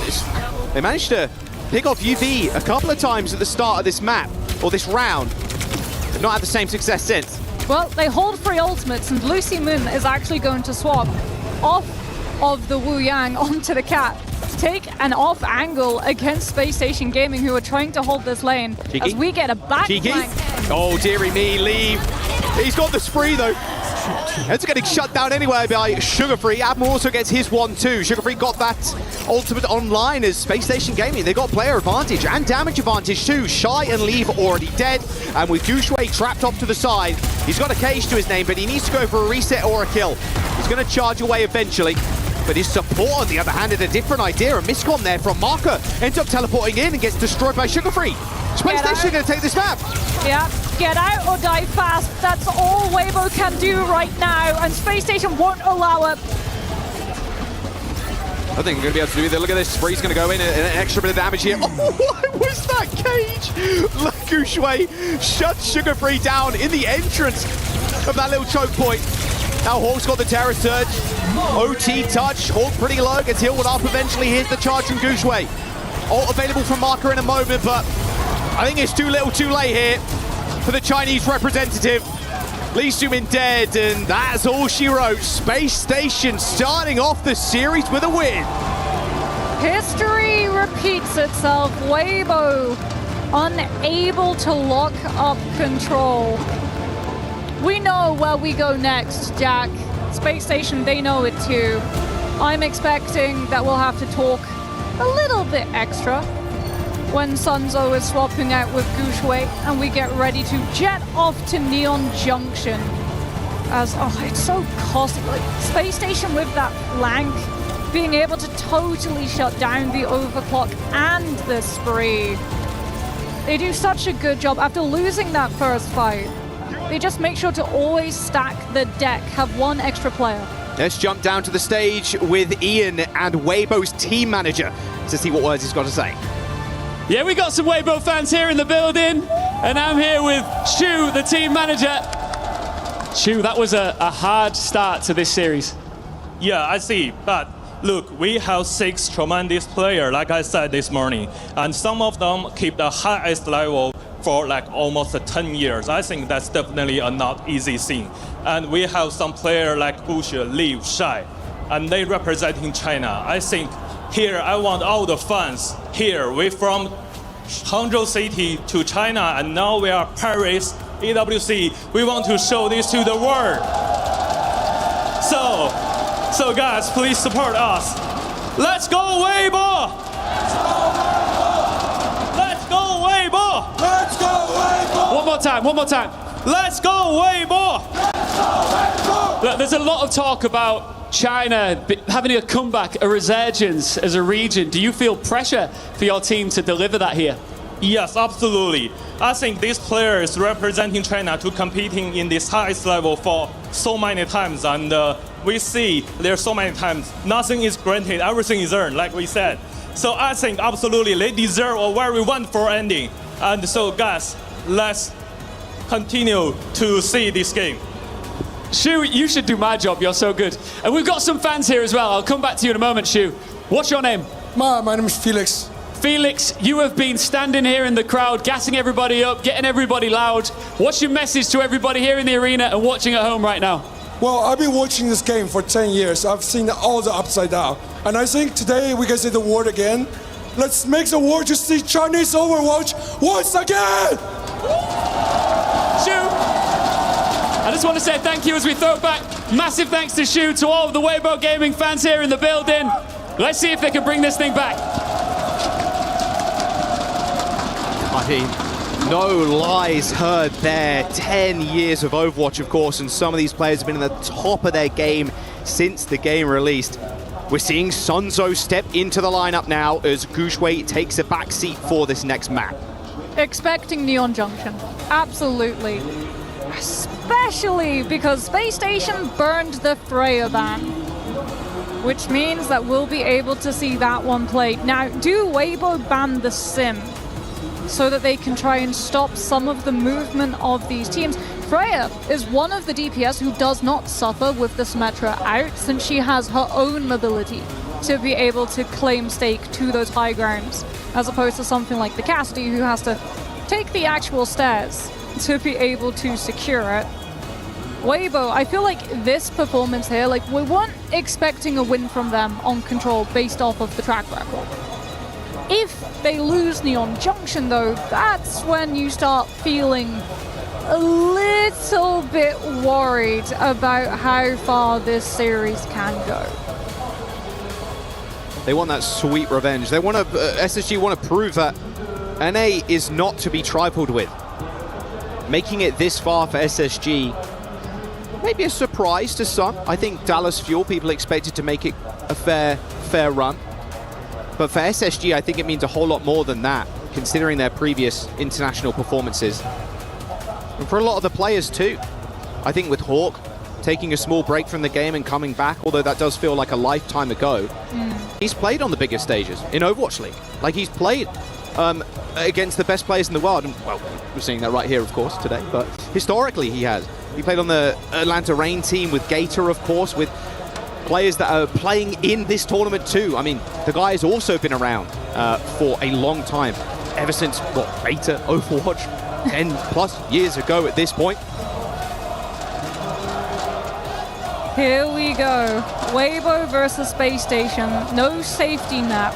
A loss here means that your region, your team is done. They are the last ones representing where they have come from. One of them will move forward, one of them we send home. Weibo have always found that safe ground on Neon Junction. It's always looked their most comfortable map. It's always been where they have been able to find their comeback. But what it does mean, Jack, is it makes them predictable. We know what compositions they play. We know what positions that they play, the bans that they use.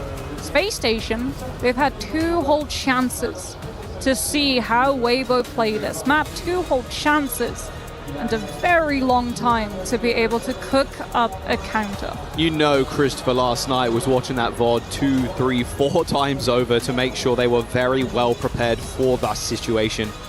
We'll go to Neon Junction, see what the bans are going to be, but with Sunzo in, this is an inevitability in this series where we're going to go here. Mizuki for SSG, and then a Mauga ban for Weibo.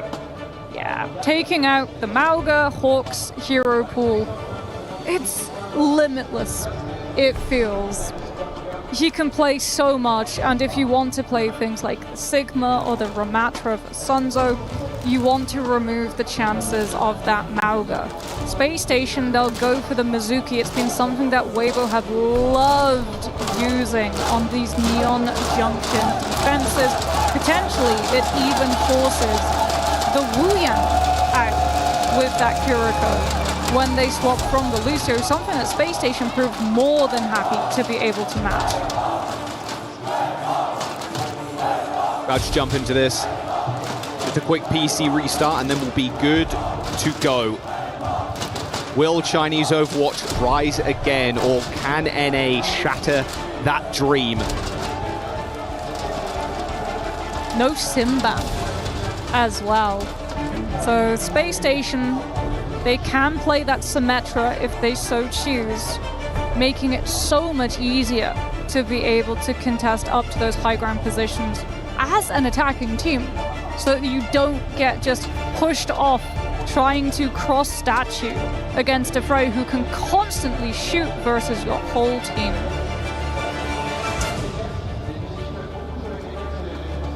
Yeah, Neon Junction has been the flavor.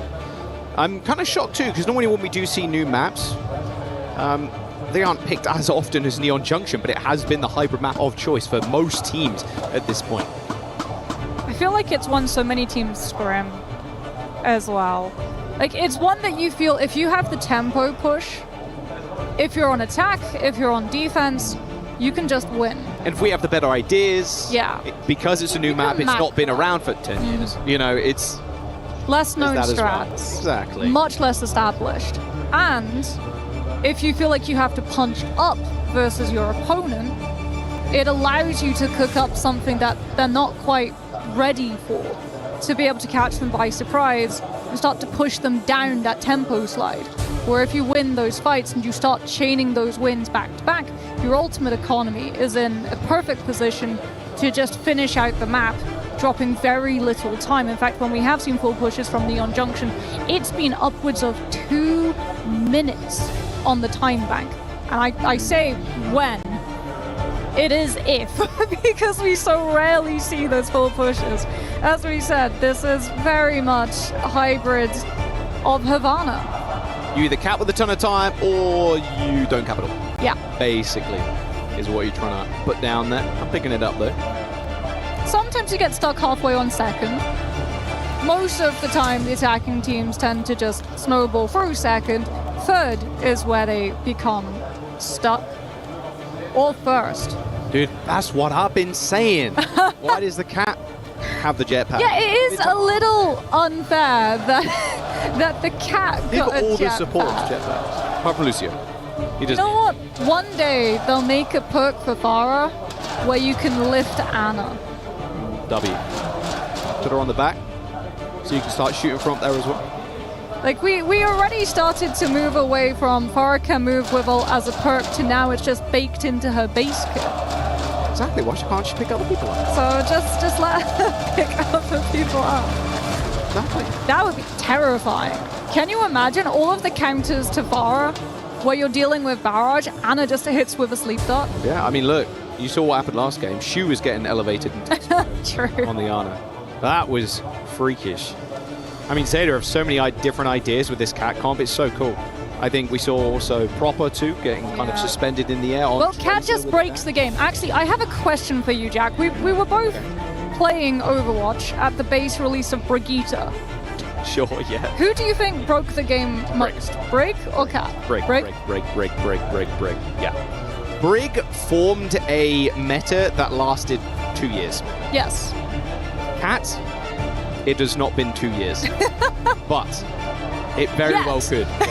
It has not been 2 years yet. Exactly. So we could end up in that state, but yet to be seen. We'll see. I'm sure Cat will get some more changes than Brig did. I feel like Cat has an easier fix, right? You literally just put a time limit on Lifeline, and that cuts Cat's value by half. Although, as we are seeing, a support who has that high level of mobility and that disruptive and ultimate, even if you don't factor in being able to lift heroes like Cass, Anna, Bastion, give them mobility, and the ability to do a whole bunch of damage when you're least expecting it, or forces your position because you have to respect the possibility of that happening, so you give up space and allow the team to walk forward, thus finally overcoming defense advantage.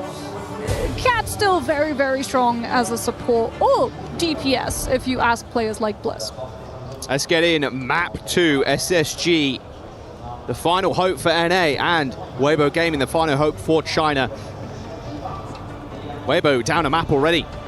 Early definitive win on that control for SSG, as we now go to a home turf of Weibo with Sunzo being subbed in for the team. We're going to start and choose to start on defense first. I feel like that's expected, though. Or attack, Weibo... sorry. We'll get the icons flipped in just a moment. Weibo on the attack, SSG on defense. Yes. Weibo, they always feel, especially with Shy on that Freya, that they're very comfortable just pumping damage out to be able to push the defense back. Space Station, starting off with Sugarfree on the Xion, actually. Not a look we get to see all that much of from players on the defense, but really good at being able to control those off angles, plus reposition around Sunzo to be able to eat into the Kiriko. Great opening damage from Shy, 20% already off of the opening shots from that Freya. Man, I thought Leave was going to stick on the Hanzo there. That would have been sick. But a little more consistent is the Xion.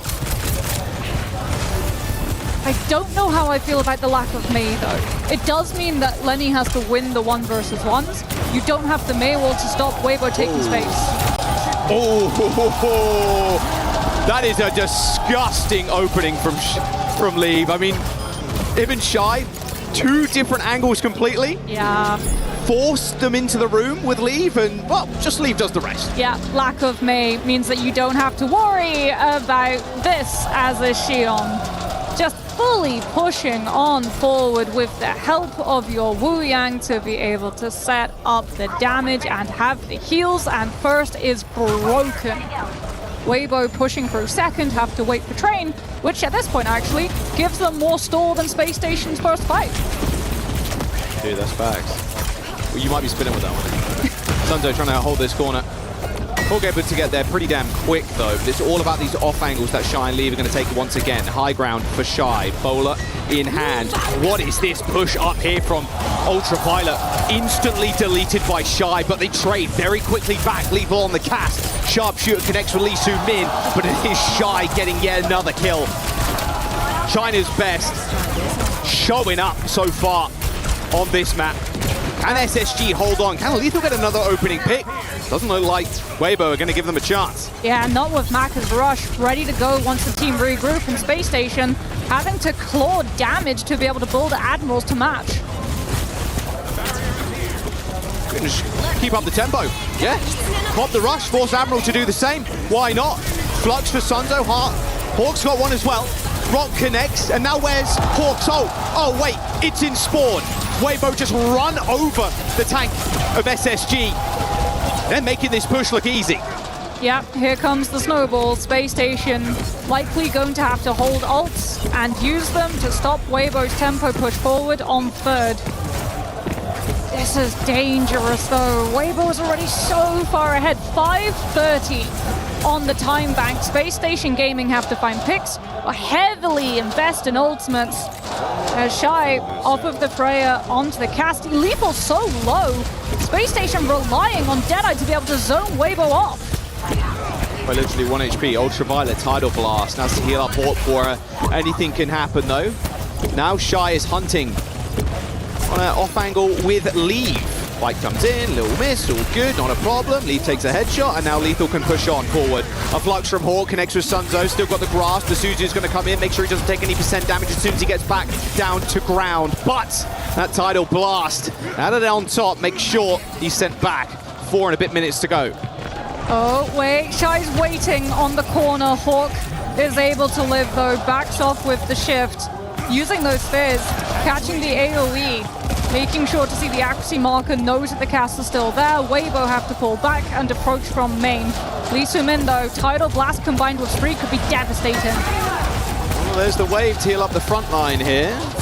Tidal Blast, like mentioned, there it is. Perfectly called, Moxie. Straight in. Leave actually struggling to find anybody there. Everybody disappeared in front of his eyes, but they gained some space. Shy with a kill on Sugar Free to start off with, though.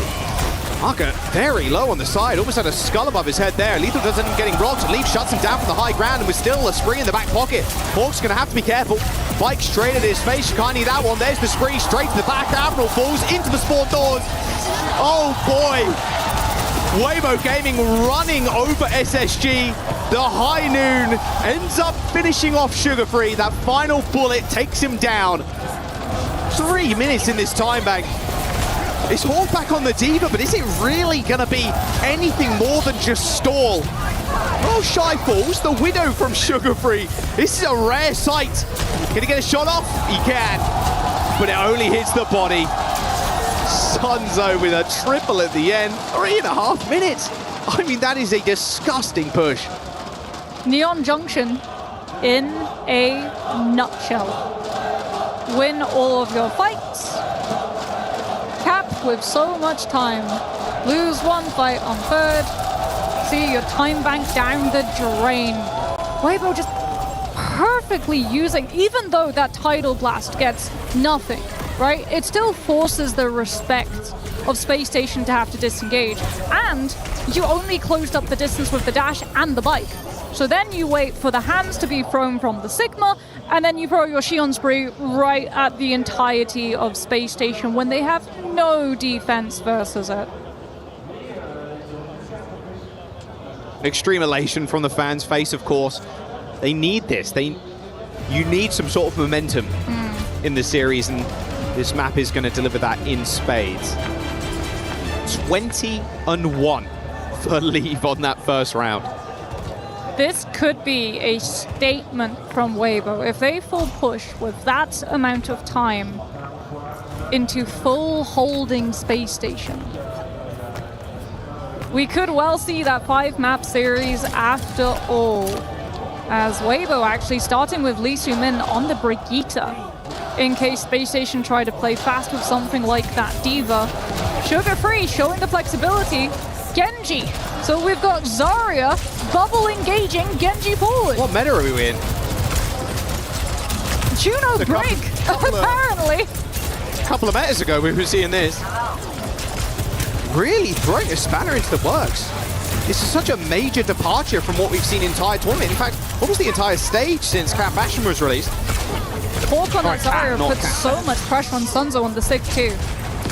Yeah, Sugar Free's up in his grill too. Double bubble on to Sugar Free, just trusting in the process. Waiting, taking space from Weibo, forcing their way onto point.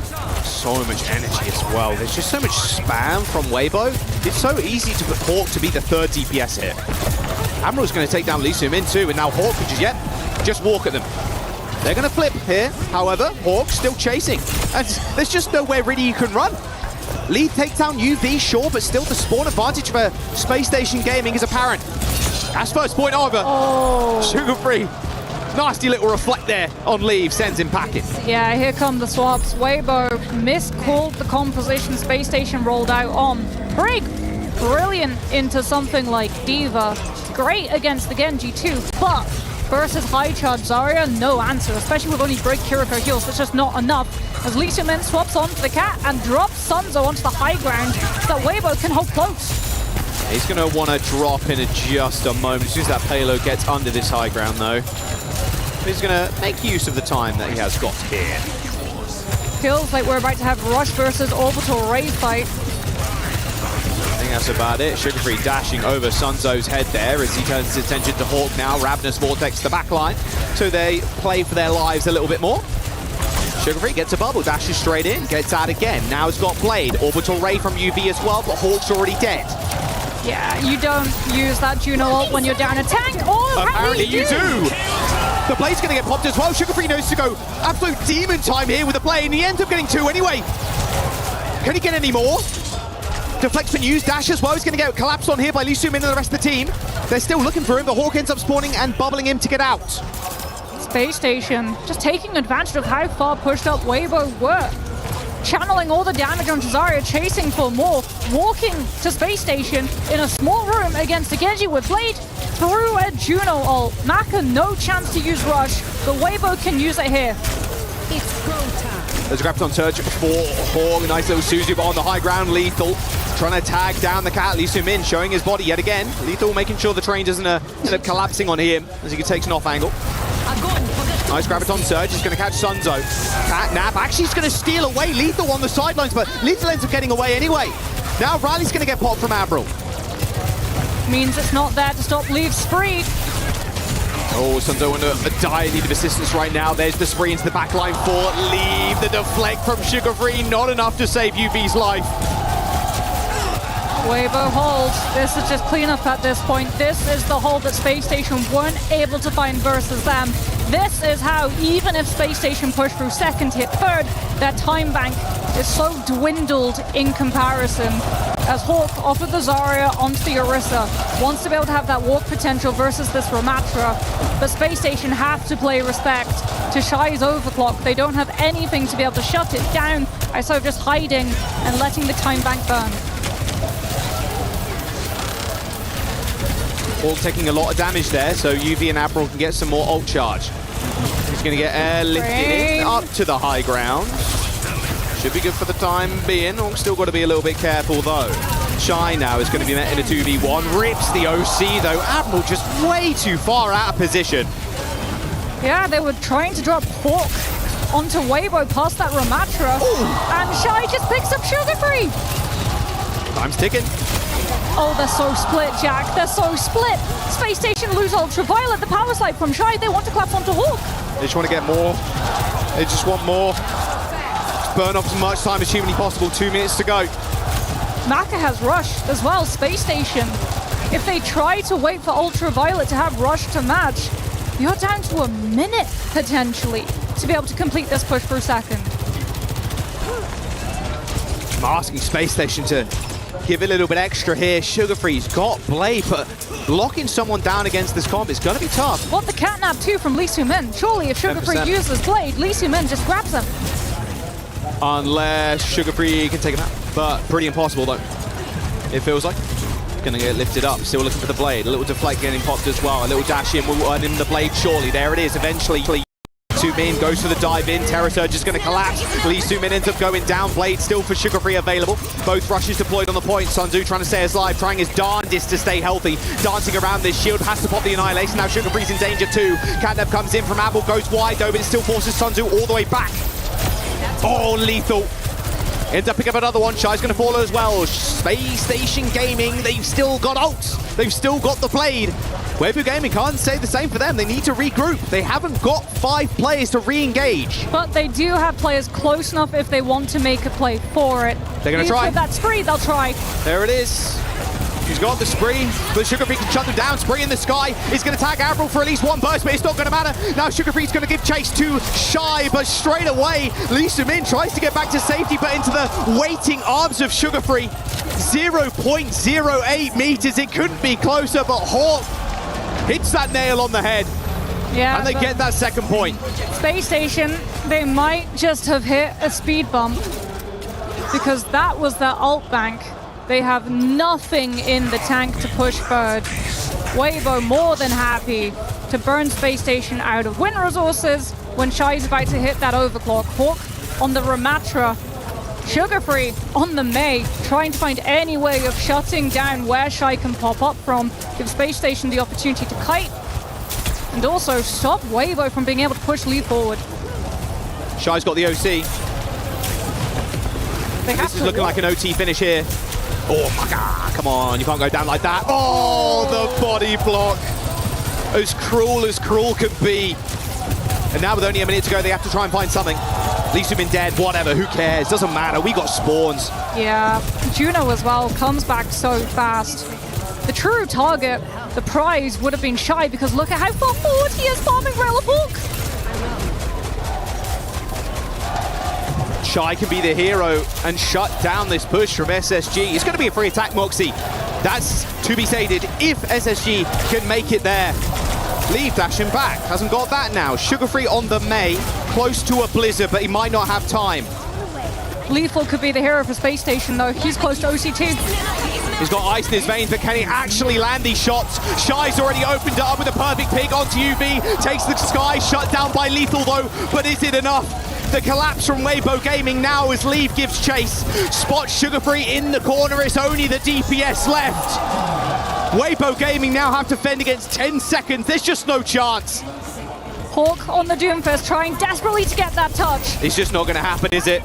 A punch in, a block's been used, the TP from UV. You need a lot more than that to shut down Leave. The double spree, the flux miss, it's all good. Victory fireworks on Neon Junction. OT, we're not even going to give you that free attack. Weibo Gaming with a map on the board. They know how to play Junction. By golly, do they know how to play this map. Burn them out of ults so that you don't have tempo potential on third. Win one fight, that's all you need to do, win one fight. The stall that they were able to find on second totally drained the time bank in comparison to what Weibo had to work with. Kill after kill after kill. And Shy was a huge component for so many of them. And has been a huge component, not only to whatever team he's playing on, but to Chinese Overwatch as a whole. Shy and Leave are just legends in their own right. There's not one superstar DPS, there is two on this team. Let's jump down to the stage though with Ian and some SSG fans. Yeah, absolutely. I got some SSG fans from all over the place. I'm going to let them all introduce themselves. What's your name? Where are you from? My name's Brody. I'm from Utah, USA. Steven, I'm from Canada. I'm Will from the UK. I'm Nick. I'm from Ohio and Utah. There you go. All right. So you guys, you were just saying just before we came to you there, I'm not stressed. It's 1-1 now. Are you expecting a long series here? Absolutely. Their Manga band's out. Their Neon Junction pick is out. We got this in the bag. You're chilling there in your sunglasses and your hat on. You don't look too stressed either. Oh, no, I'm expecting a 3-2. It's going to be close, but SSG on top. You used to play with some of these SSG boys, right? So do you think they've got what it takes to clutch up here? And tell me a little bit about how you know them. Yeah, I mean, last year I played with most of the team. So I'm really supporting them. I really hope they win. Yeah, I think they can do it.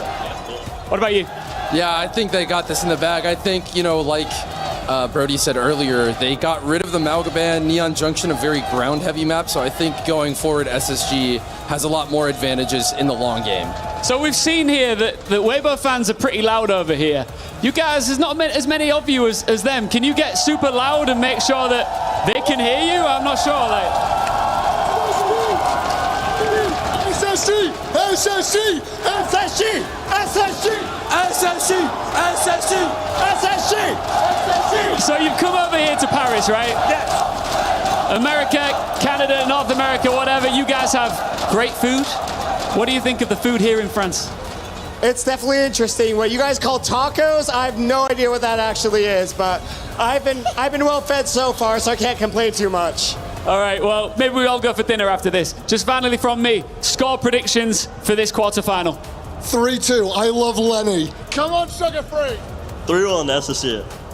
I'll say 3-1. I think that's Weibo's only map. I'll give him a 3-2. I'll give him one more map, but that's it. All right, let's get loud one more time, SSG fans. This series is just getting started. SSG! SSG! SSG! SSG! SSG! They're out in force as well.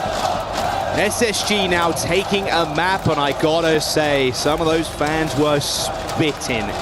No Neon Junction, You got rid of the Malga ban. It feels like SSG are now going to be able to clinch hold of this game and take it home. Yeah, but SSG, well, they've already used up the Freya ban. And now, the Mizuki ban. So, Weibo have been pulling punches of their own to force Space Station to give up some pretty hefty resources. As Cassidy ban, Anna ban as well, that we get to see. Cassidy ban on the side of Weibo. I feel Bastion Cat might be on the cards. Shambali Monastery is the map as well, so it very much feels that way. Weibo's pick, of course, and their ban first. Big smiles across Lenny's face there, we saw in the cams a moment ago. I think with how used to SSG, like, with the expectation level, at this point it feels like, meh, all right. We've got that jitters, we've got that first win after day one, right? I mean, at the end of the day, you're riding high and hoping that you can perform at what people expected North America could do, because even players are saying, like, look, North America, they've been down in the dumps recently. We had last year's winner, which was Wasted Minds in the World Finals. Yep. We had Korea dominate, as they always have done. Yep. Now it's NA's time to shine. Sure, we've got Dallas Fuel. They've been knocked out of the competition too. They have looked good. But SSG, it feels like in this tournament, a different beast. Maybe they haven't had the toughest competition so far. I've seen that kind of narrative floating around as well. But I think this will be a big statement, considering Weibo took down Falcons earlier too. Yeah, I feel like, though, for both of these regions, this is the best they've looked for a very long time. And this is only halfway through the year, Jack. This is a brilliant sign of recovery from both of these two regions. As Weibo, the last time we saw them play on Shambali, they full health Falcons. Dominant fashion too. Falcons literally had to use the last fight to put someone onto point just to be able to secure the chance of having a second fight on defense with a close spawn hold.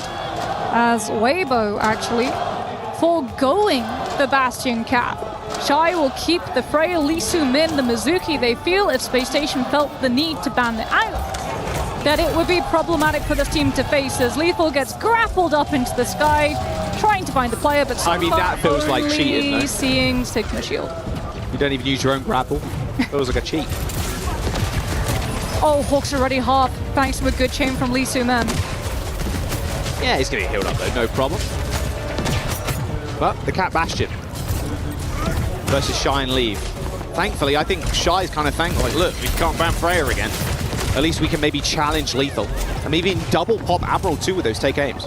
Lethal walking the angle first before being picked up by Admiral. Now that right side has been cleared as Hawk slowly tried to push the team forward onto high. You say slow, but he actually just dashes straight in. Sunzo pushed out of position completely. A little teleport from Marker and a quick Suzu. Reposition the shield as well to make sure he doesn't take any more damage. And Shy takes down Lethal first. Hawk with a nice little slam stomp there in the front line as, well, Shy, Leave are traded, sure. But Marker and Lee Soo-min, they're the ones you have to pay attention to, apparently. Lee Soo-min picking up a couple there. Markle taking down Admiral as well. Good little defense so far, but the spawns from Space Station still a little bit better. Yeah, and they're having to give up space because of it. As Sugar Free onto the Tracer wants to be able to play that long side angle, walk with the rest of his team on main at the same time, as Hawk is the one this time getting chained by Lee Soo-min once more. Right, Sugar Free, what do you got for us? Sees Marker off to the right. A couple of low health players from Space Station Gaming. They'd have to burn so many cooldowns so early. Ultraviolet's already dead. Little Rock is going to connect with Hawk, and in fact, a bowler on top of him as well. Ultraviolet's dead. Hawk just has to try to regroup. Live, have that health bar. Battery up a support ultimate, but they're down Lethal thanks to Leave. And Weibo get the chance to buy Maka's Rush to match UVs. This has been a hold and a half so far. You can see exactly why they wanted to go here, like you mentioned, the Falcons game yesterday. Maka will have Rush. Sunzo with the Flux as well, but Leave has to be the one you're looking at. That's free. Space Station don't have a good way of peeling through it. Same thing again here. They're trying to get to that back line. Hawk doesn't land the storm, but actually gets lifted up into the sky instead. That Not going to last you too long, is it though, Sunzo? You have to get back to ground eventually, and Hawk assists in that. And what was an okay flux turned into be what a disaster there for Weibo's defense. Only used one ult though, they've got a chance to recontest. Yeah, so many ults, like you said, to be able to just push Space Station out of this tempo. Lee Soo-min with that Sanctuary too. We'll be able to absorb a whole bunch of flyby damage from Lethal. So Artillery Strike invest. Oh, the stick's so nice from Sugar Brawn. Takes down Lee, but Hawk's already dead. So now the payload is very much in control of Weibo. Sugar Free on the high ground still. A lot of spheres being sent his way. In fact, quick TP from UV there to heal Sugar Free up. Yeah, but Weibo just flipped the map. Space Station without Hawk. Sugar Free forced. Spree? You're Spree in there? Oh! Almost takes down that Bastion in the sky. Lethal manages to get away. Ultraviolet not quite so lucky though. Weibo have done all this, by the way, without using support ults, and this is last fight territory. Space Station have no choice but to walk directly into Sanctuary, which will absorb the impact of Mauga ult, a Bola, and a Rush. The Shambali Monastery. Do not take Weibo here. And it'd be unfortunate if they took you here. This is dirty stuff from them so far. Double support ult. Bola. Lee Soo-min's already dead though. Okay. Emergency rush here from Weibo to try and bandage up these wounds. Now Marcus trapped in here, but unfortunately that Bola at the back is going to knock Hawk down. It's getting pinned in the corner there. He does end up running away, but Shy in the back is going to be able to clear the Hawk away from the point. However, the rest of his team aren't quite so lucky. Sunzo taken down by Sugar Free. The Tracer gets the double, and in OT, they get the cap on the first point. We said there was stress on Sugar Free's performance. Getting that kill onto Lee Soo-min, taking out the use of Sanctuary within that fight. That's what allows Space Station to use just the Mauga cage to be able to find those wins. And then afterwards, Sugar Free just doing what he does best. Absolutely melting through Weibo squishies. Oh, Admiral, I think he's actually managed to kidnap Sunzo. Sanctuary ends up coming out, though. He's going to be able to save the day. Chains 2 on top of Hawk. It's a bit of a mess of a fight here. That Pulse Bomb eaten by Lee Soo-min's ult 2. That Sanctuary absorbing all of that. The domain expansion, a little bit too good for Space Station to deal with. They had a good idea of kidnapping Sunzo, but they had the perfect answer in Lee Soo-min's ult. Yeah, Hawk's just not having a fun time on this Mauga. Into the Mizuki chain as well as leave off of the Shion onto the Tracer. They've understood that they have to have the match versus Sugar Free or they'll lose a support player. Trying to set up Lethal with an alternate angle. Shy very much aware of this position. In fact, the rest of SSG are going coast side. Surely you just want to walk from coast to point with Rush when Weibo have no match. They've already split, so Hawk's gone one way. UV can obviously TP, doesn't want to burn it too early though. There's the stop in the front line, and the chains instantly hit him again. Look at the positioning from UV. Just accepting Marker and Lee Soo-min into his periphery. And Sugar Free does it again. The cleanup looks so clean. Only a minute to go though. Space Station still need to make it through this cave. Yeah, Weibo holding so far forward forces Space Station to have to take yet another fight, right? So even if you're losing them, because you're getting so many, you're taking time off the clock, which was exactly what they did on Neon Junction when we headed to second, then to third, as Leave onto the Reaper, more front to back.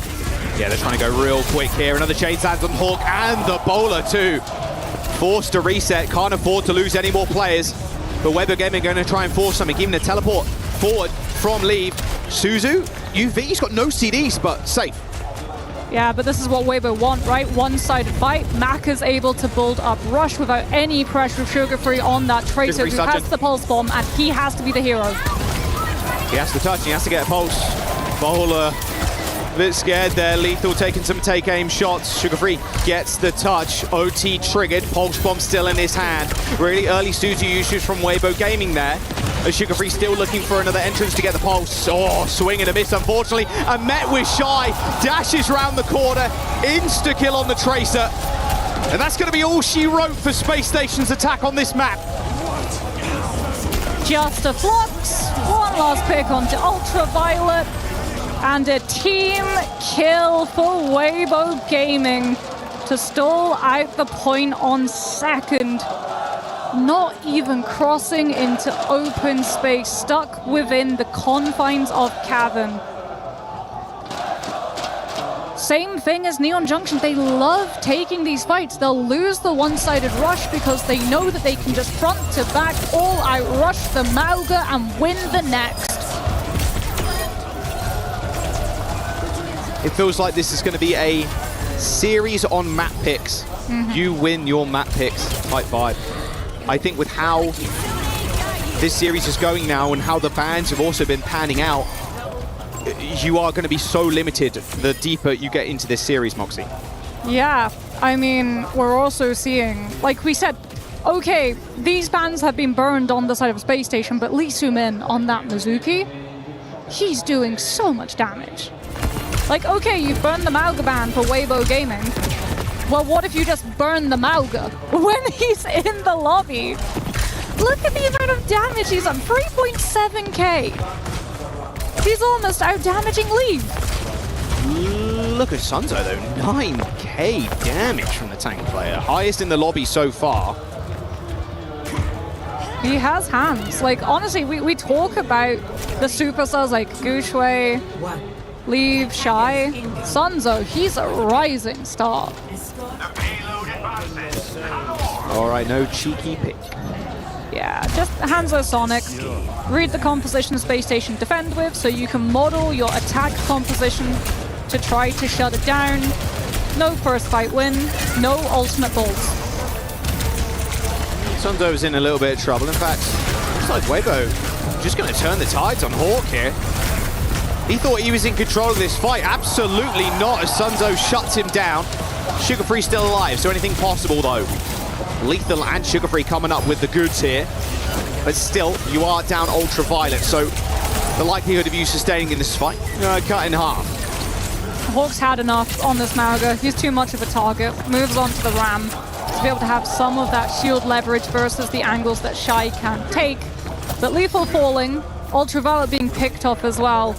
Only having heals from Admiral allows Weibo to just brute force the fight out by sheer strength of will.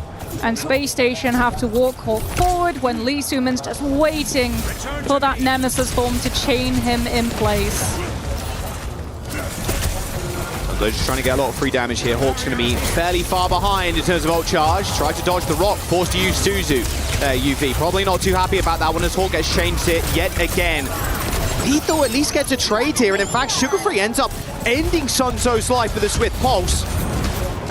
There's still presence for Weibo, but the likelihood of them staying around, yeah, now basically zero with Marker dead. Yeah, Hawk actually swapping to the Orisa, so more self-defense for when Sunzo uses that shield. He's been placing it behind Hawk to cut the line of sight from Ultraviolet, forcing out the Suzu earlier and allowing Lee Soo-min to set up the chain once it's burnt out. So now the Orisa with the Javelin spin has a little bit more self-defense. Now the chain turns to Lethal instead. Oh my, okay, that might just be point. I mean, that Flux isn't going to hit Hawk, he was gold, but I think that's about it. Yeah, wow, the Cat Bastion just caught off rip. Too far forward. Space Station trying to be way too aggressive with Lethal Admiral, wanting to catch Weibo as they were trying to walk up. Means that it's a cheap fight win as well. It's only Flux invested on the side of Weibo. Look at how far forward they already are with Shy posted up all the way past where the checkpoint actually is, just making sure that, yeah, that car is moved undisturbed. Sugar Free's trying to get past, but Shy just will not let him pass. Oh, he's gonna have to send Hawk to deal with him too. Needs him back up, please. Shy's on the off angle. Jack, this is lost fight territory, and Weibo have 4 ults to cash out. Well, they're going to try at least. Lethal up on the side ground now. The Sanctuary ends up getting popped. Sunzu moving forward. A bowler! Oh, he gets Suzu to the end. But Ultraviolet has to power out of this fight. He's way too far forward. He ends up getting rocked as well by Sunzo, and he gets taken out. A support for a support, but now Hawk's health bar looking dangerously low. The Death Blossom for Leave. He's just going to eviscerate Space Station Gaming's front line. I mean, this is all over. Sugar Free on 1 HP. Done and done. Weibo Gaming, match point. 2-1 lead. Lesson learned. Don't take Weibo to Shambali. Find a way as well to deal with Lee Soo-min. This man has been a menace. Poor Hawk is on Mystery Heroes. Look at the length of that chain reach.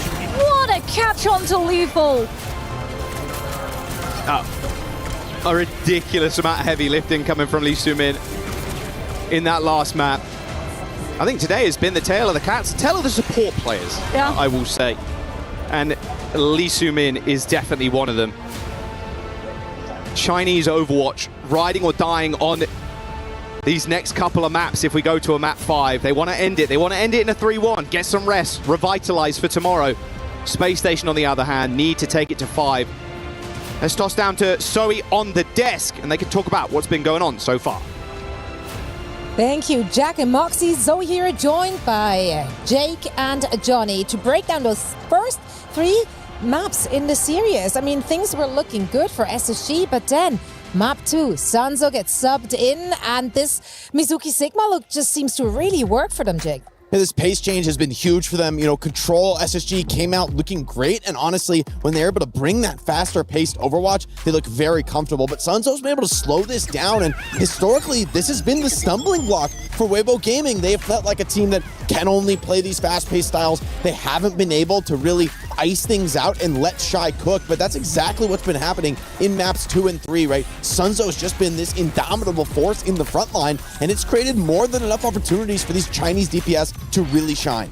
Yeah, we talked about it. It's a new Weibo Gaming, and that so much before they relied on Guxue to be the standout tank player, but in this case it's been Sunzo all the way. And I think that's going to dictate a lot of the rest of this series, because the Sigma composition, it's kind of been indestructible so far for Space Station Gaming, but I think they have some good maps to look forward to in the rest of the series. Let's talk about what maps we can expect here, because, you know, SSG has got to take us somewhere where they can utilize their strength. Yes, 100%. And actually, though, like you lost here on Shambali Monastery, I actually think that Christopher made a pretty good forward-looking tactical choice here, because now we just have Push and Flashpoint left in the pool here, and so you pick Shambali Monastery thinking maybe this is our best chance when it comes to the escort maps. You play the long game when it comes to the map picks, when it comes to the hero bans, and so now going into 2 relatively faster modes here, this could be an opportunity for Space Station Gaming to play the long game and instead find situations on these maps that might cater more to their brawly style. What do you want to see from them? I think that's it. It's all about pushing the pace. I'm curious to see where they go, actually, because do you want to prioritize push or Flashpoint? Like, where's the best way to avoid, I think, having Sunzo be able to impact this series? Because I think it's been clear that when Weibo are able to play that style where they slow the game down, rely on the Sigma, they look very strong, very comfortable. But with Guxue and on Control, it looked a little bit rockier. We've seen success. I saw Weibo in the past playing a bit of Cat, you know, mixing it up, getting a little bit creative with their strategies. But I think if SSG can get over this hump on map 4, that's going to be the tough one. If they can make it to map 5 and get towards that brawl style, I think they could very well run this series back.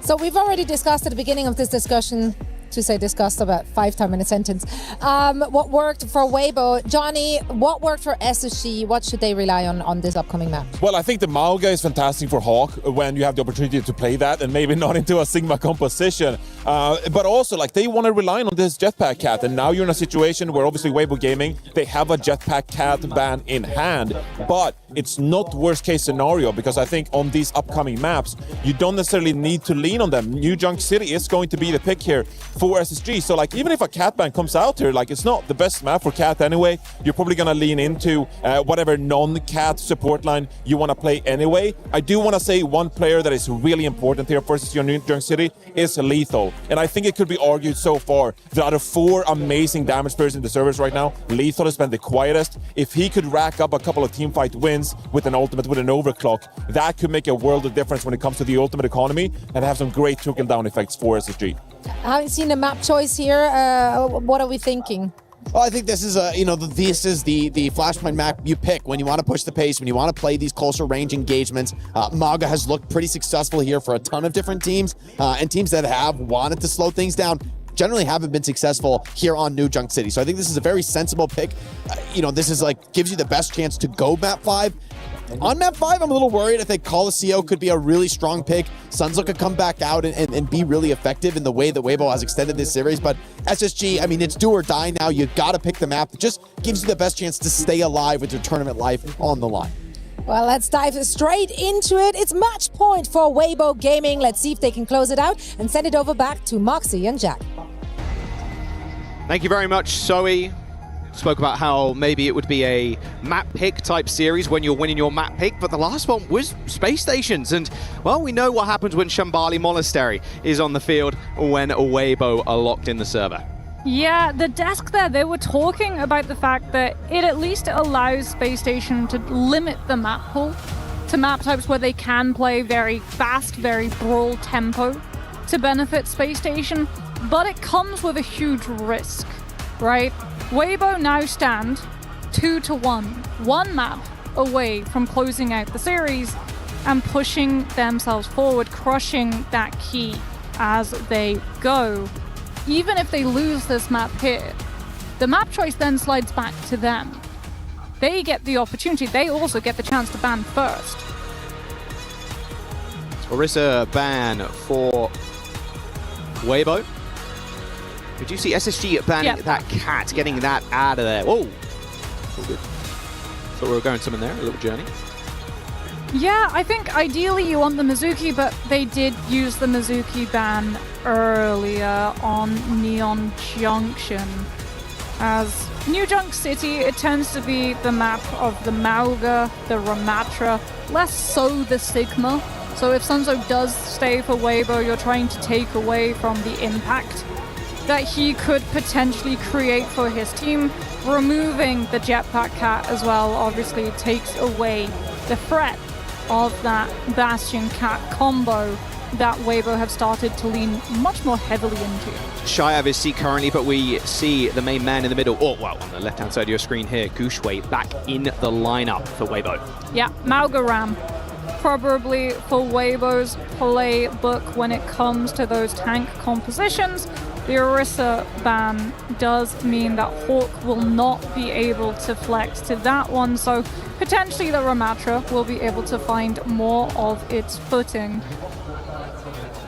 But as the desk pointed out, when we saw Weibo look the weakest so far today, it was that opening map of Control, and that was when Gushwei was in. So question marks for how well this team will be able to coordinate without Sunzo to anchor around. Yeah. Now, bringing us to a map 5, we're kind of forced to play push as well. Map game type we've not seen a whole bunch of, a little bit here and there. But looking at the highlights from that Colosseo for Weibo Gaming against Falcons, I mean, the catnap combo with the Bastion, I mean, that's really what felt like unraveled the Falcons on that map. Yeah, so now using the cat ban here means that if Weibo do take us to Colosseo after, cat ban not available. Potentially you target the Bastion, I would imagine, as it did prove to be detrimental for Falcons. They had a good check of it for the first few moments, but as is always the case, it feels with Colosseo, team's more than happy to just sit back, allow a few minutes to pass, build up the ultimates, and only when they feel comfortable that they have the resources in hand to outright win the fight and push that objective forward do they take it, because Colosseo, it's all about controlling mid, right? Winning that first fight, gaining the first round. But that is total hypothetical. If we do go to Colosseo, we could end it right here. Yeah. Weibo could back-to-back take the maps that Space Station themselves decided to set into motion. And back-to-back take them out in an international too. They eliminated them from Tokyo without SSG claiming a single map there in the official games. That would both hurt, but also place so much hope into so many people. For so long have Weibo fans been hoping to see their team progress this far forward within the international scene.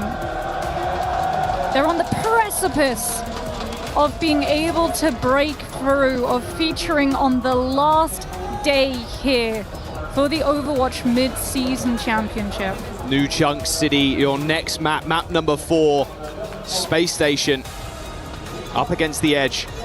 Weibo Gaming want to live up to the dreams of the Chinese fans, Both other Chinese teams have been eliminated already.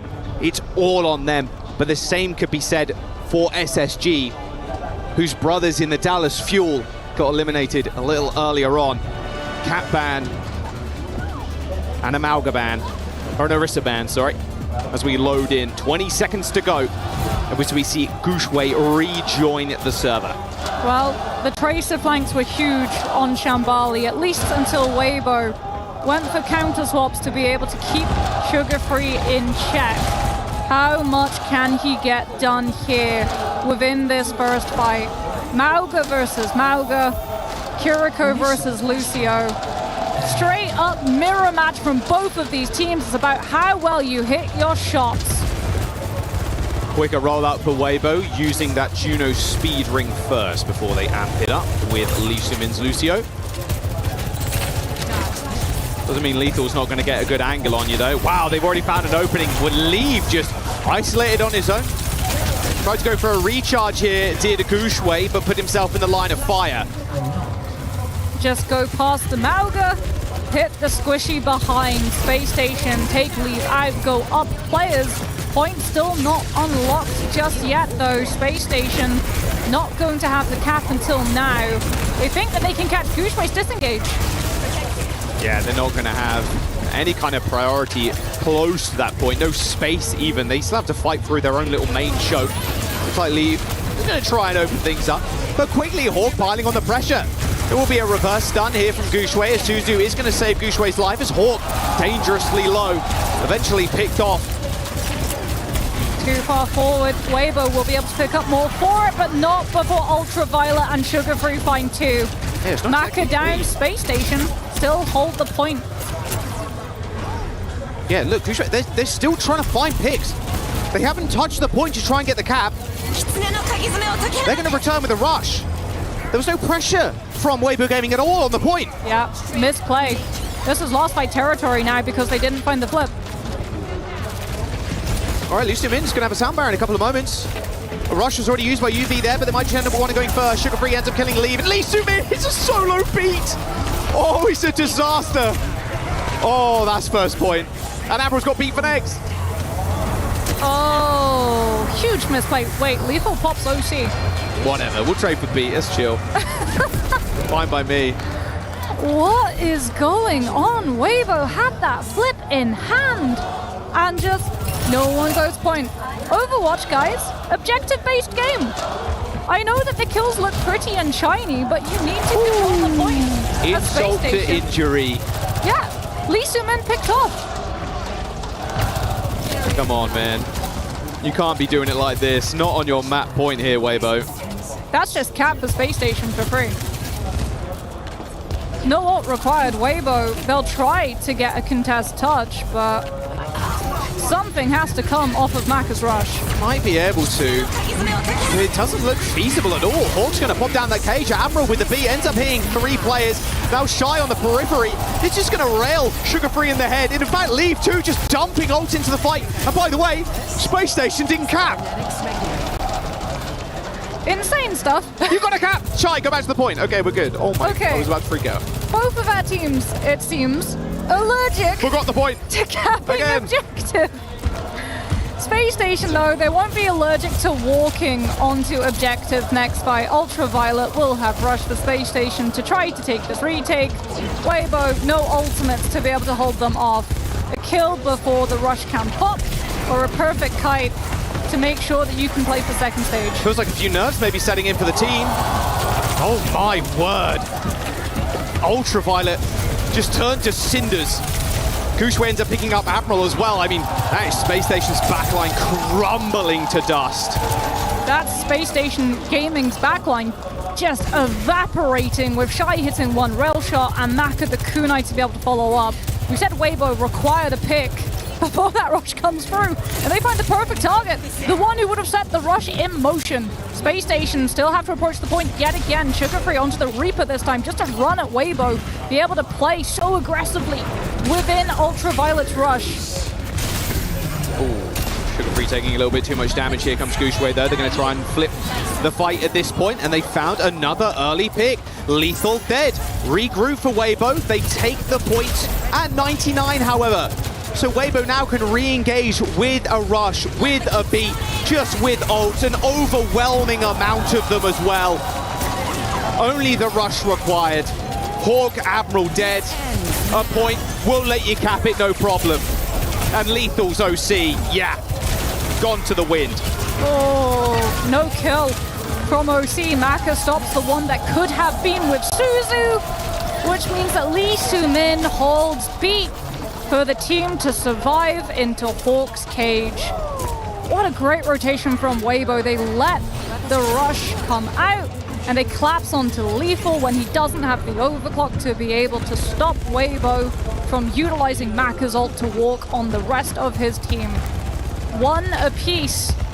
Hawk with the cage, Admiral so close to beat, but Weibo, they can go fast. Hawk has got this cage to be a bit of a disruptor in the front line. But yeah, Weibo has 4. Follow through. Yeah, 4 ults. He's going to rip one first, 2. Oh my goodness, they're not going to give him an inch, let alone a mile. Already, they are forced to reset as they are just cleaned off the face of the map. Mauga cage denied. Hawk off the map. Weibo went before Admiral had beat to be able to answer back. And now winning that fight means that you can have one person at most caught by Hawk's cage. Still got Soundbarrier from Admiral. Lee Soo-min's going to be out to match, so a fairly even fight apart from the spree. Yeah, Space Station can be forced into using beat first by that Shion's ult, right? And then Lee Soo-min ult second to have better. They're playing so far back though. Look at this, the charge in. Admiral just doesn't want to get interrupted, but they're playing on a different point right now. Soundbarrier to come out for Admiral, only hits 2. Cage for Gushwei, the spree for Leave. They're all trapped in here with him, and he just decimates them. Leave picks up 3 kills as Weibo surely gets this point now. Leave might be the reason Space Station say goodbye to their chances within this tournament. Ultraviolet denied the opportunity to build the rush. Maka will have match. Last fight for the second last point potentially. No one touches. Perfection required on this map. They're going to be able to find Shy early on, but look at that teleport forward from Maka straight into a rush too. They're going to try and hit the trade, but Sugar Free puts an end to him. Space Station desperately need to win this fight out cleanly, and they'll be able to find it. Juicy little stagger. I like that. 10 seconds now till the point is unlocked, and this should be SSG's. Yeah, great way of just uncontested being able to pick up that point. No tank, Weibo no. If someone goes to touch point and stop Space Station capping, they'll lose them and they won't have the full team to regroup. So point cap for Space Station. If this fight goes long, even if they lose it, they're still banking percent. Oh, wow, Sugar Free so low already, though. There's a response. Hawk goes in for the bounce and unfortunately does not get the stun. Sugar Free coated in green there with the Soundbarrier from Admiral. Will help them win this engagement, but not if Shy's got anything to say about it. Overclock gets a couple. Hawk next on the chopping block. They are just running over them at this point. Beat advantage for Lee Soo-min too. This is how Shy was able to find the value of that overclock. Despite Sound Barrier being invested, we get to see the nerf to Sound Barrier, the decay, the duration of that ultimate running out while OC was still active and Shy could still find impact. And this is going to slowly get away from them now. If Weibo can pace out their ults, spree, cage, beat, then into a rush later on. Space Station, they have to find the turnaround, and now. Cage already, oh, Sugar Free just gets deleted. SSG are out, they're gone. Well, they're going to try and leave. Shy's going to make it a little bit more difficult. Ultraviolet, you've got to be careful. They're running for the hills. Tail between their legs, straight back to spawn. Space Station, they've got the cage, they've got the spree. A devastating combo, but one last chance to be able to use it. And Weibo, they're going to go first. Spree for Lethal's going to try and be a difference maker. They're going to try and get the flip. Amble's already gone down. The supports from SSG are already dead. The cage, Hawk, it means absolutely nothing to Weibo Gaming.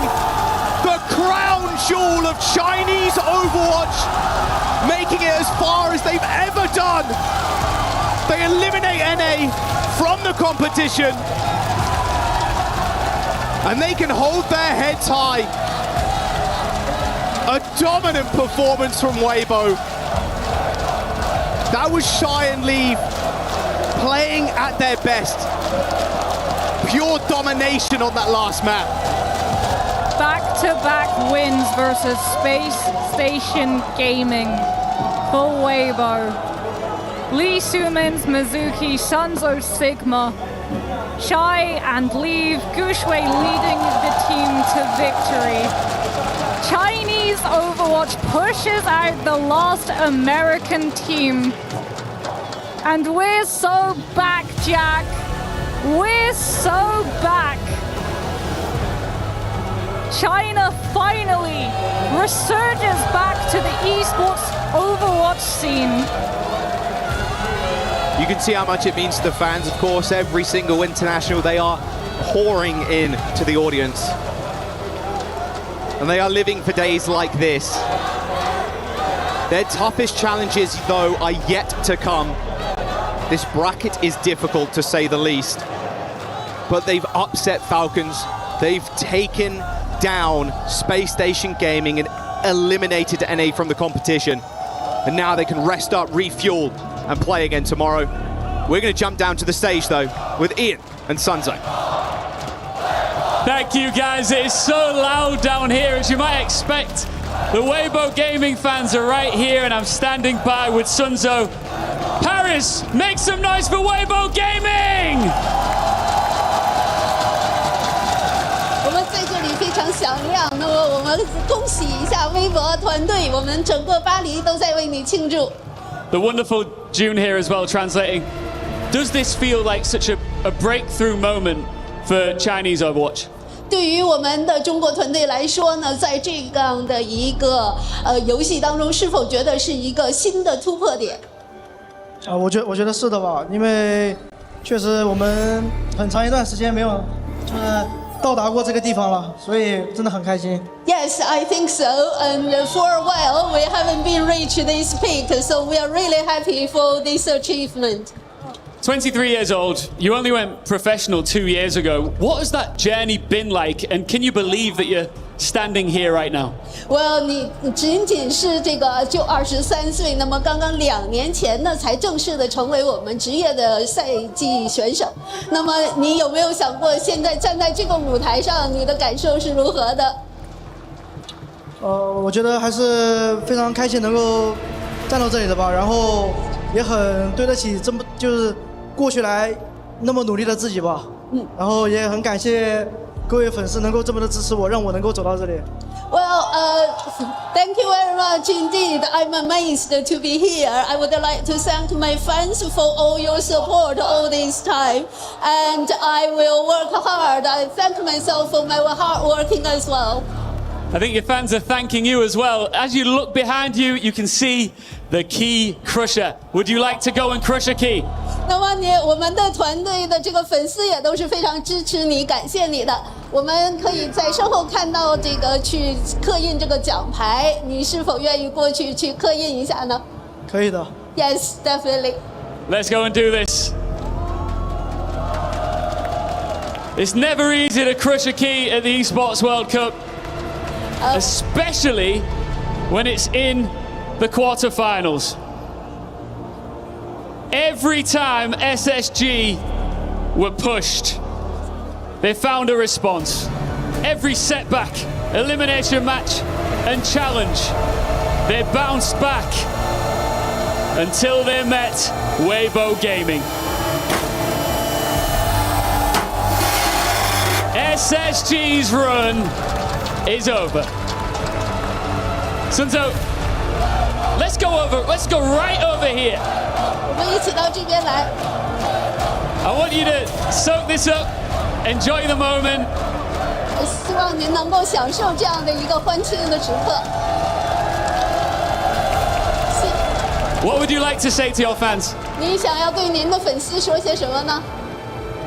我觉得因为我打这个职业并没有很长时间，但是我感受到了很多的粉丝对我的喜欢和支持，我真心的很感谢各位的，就是这么远道而来能看我们的比赛吧，谢谢。Well, thank you very much indeed. I really appreciate you coming to see our matches as a professional, but not for a very long time. My achievement, I need your support all the way. Thank you indeed. How cool is this? This is what the Esports World Cup is all about. This is what winning is all about. There's only one more question, and that is who will they face, Twisted Minds or GK? That question will be answered next. Congratulations. 那么我们还有一个最后的问题，那么就是说呢，下一场比赛当中，您更想要是针对的是 GK 呢，还是这个Twisted Mind 的这个团队？您觉得想要跟哪一个您更倾向？我觉得不管是哪个队伍，我们来了都会 KO 他们的吧。Well, no matter which team, we believe we will KO them. Thank you very much. Congratulations once again to Weibo Gaming. 谢谢，谢谢，恭喜您。Sunzo, the rising star for this Chinese squad, joined by the old guard as well. This is a monumental moment, really, for Chinese Overwatch. We talked about how they've been lacking behind the last few years, and now they find themselves in the semi-finals. Yeah, I mean, this region has been kind of lacking, the past year or so, Jake. Last time they were really competitive like this was Champions Clash in 2025. They got 4th, but even then, the competition wasn't that stiff.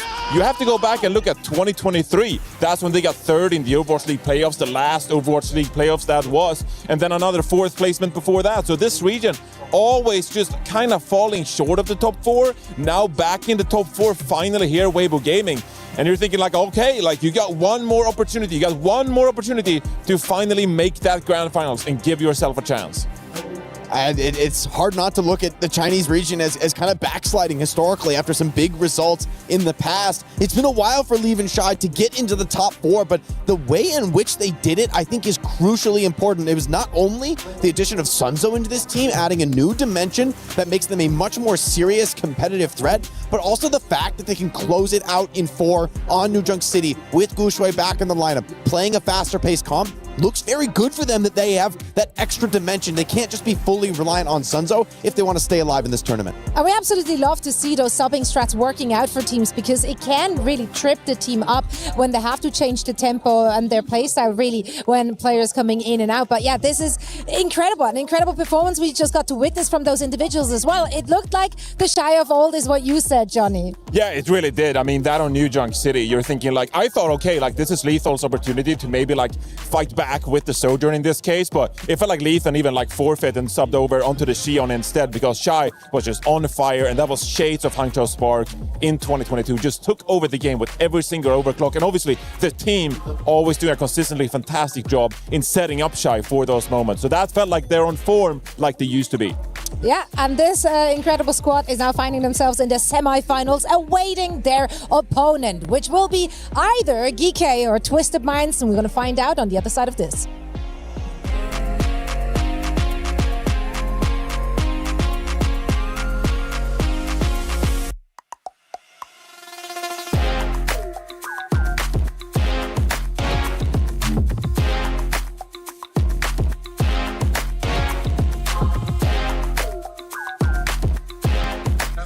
All right, everybody, we're down to our final match of the day, which means it is going to be our last pick'ems of the day, guys.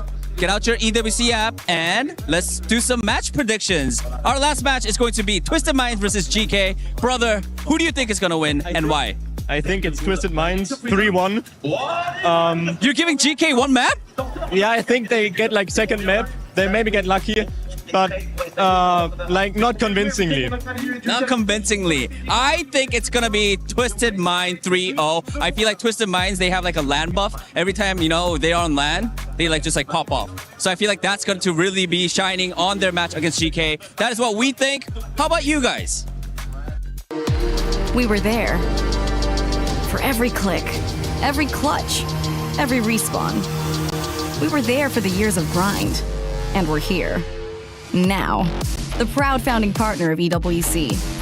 Powering the biggest event in gaming, shoulder to shoulder with the world's best, making history. Greatness deserves a stage. Lenovo Legion. Reach your impossible.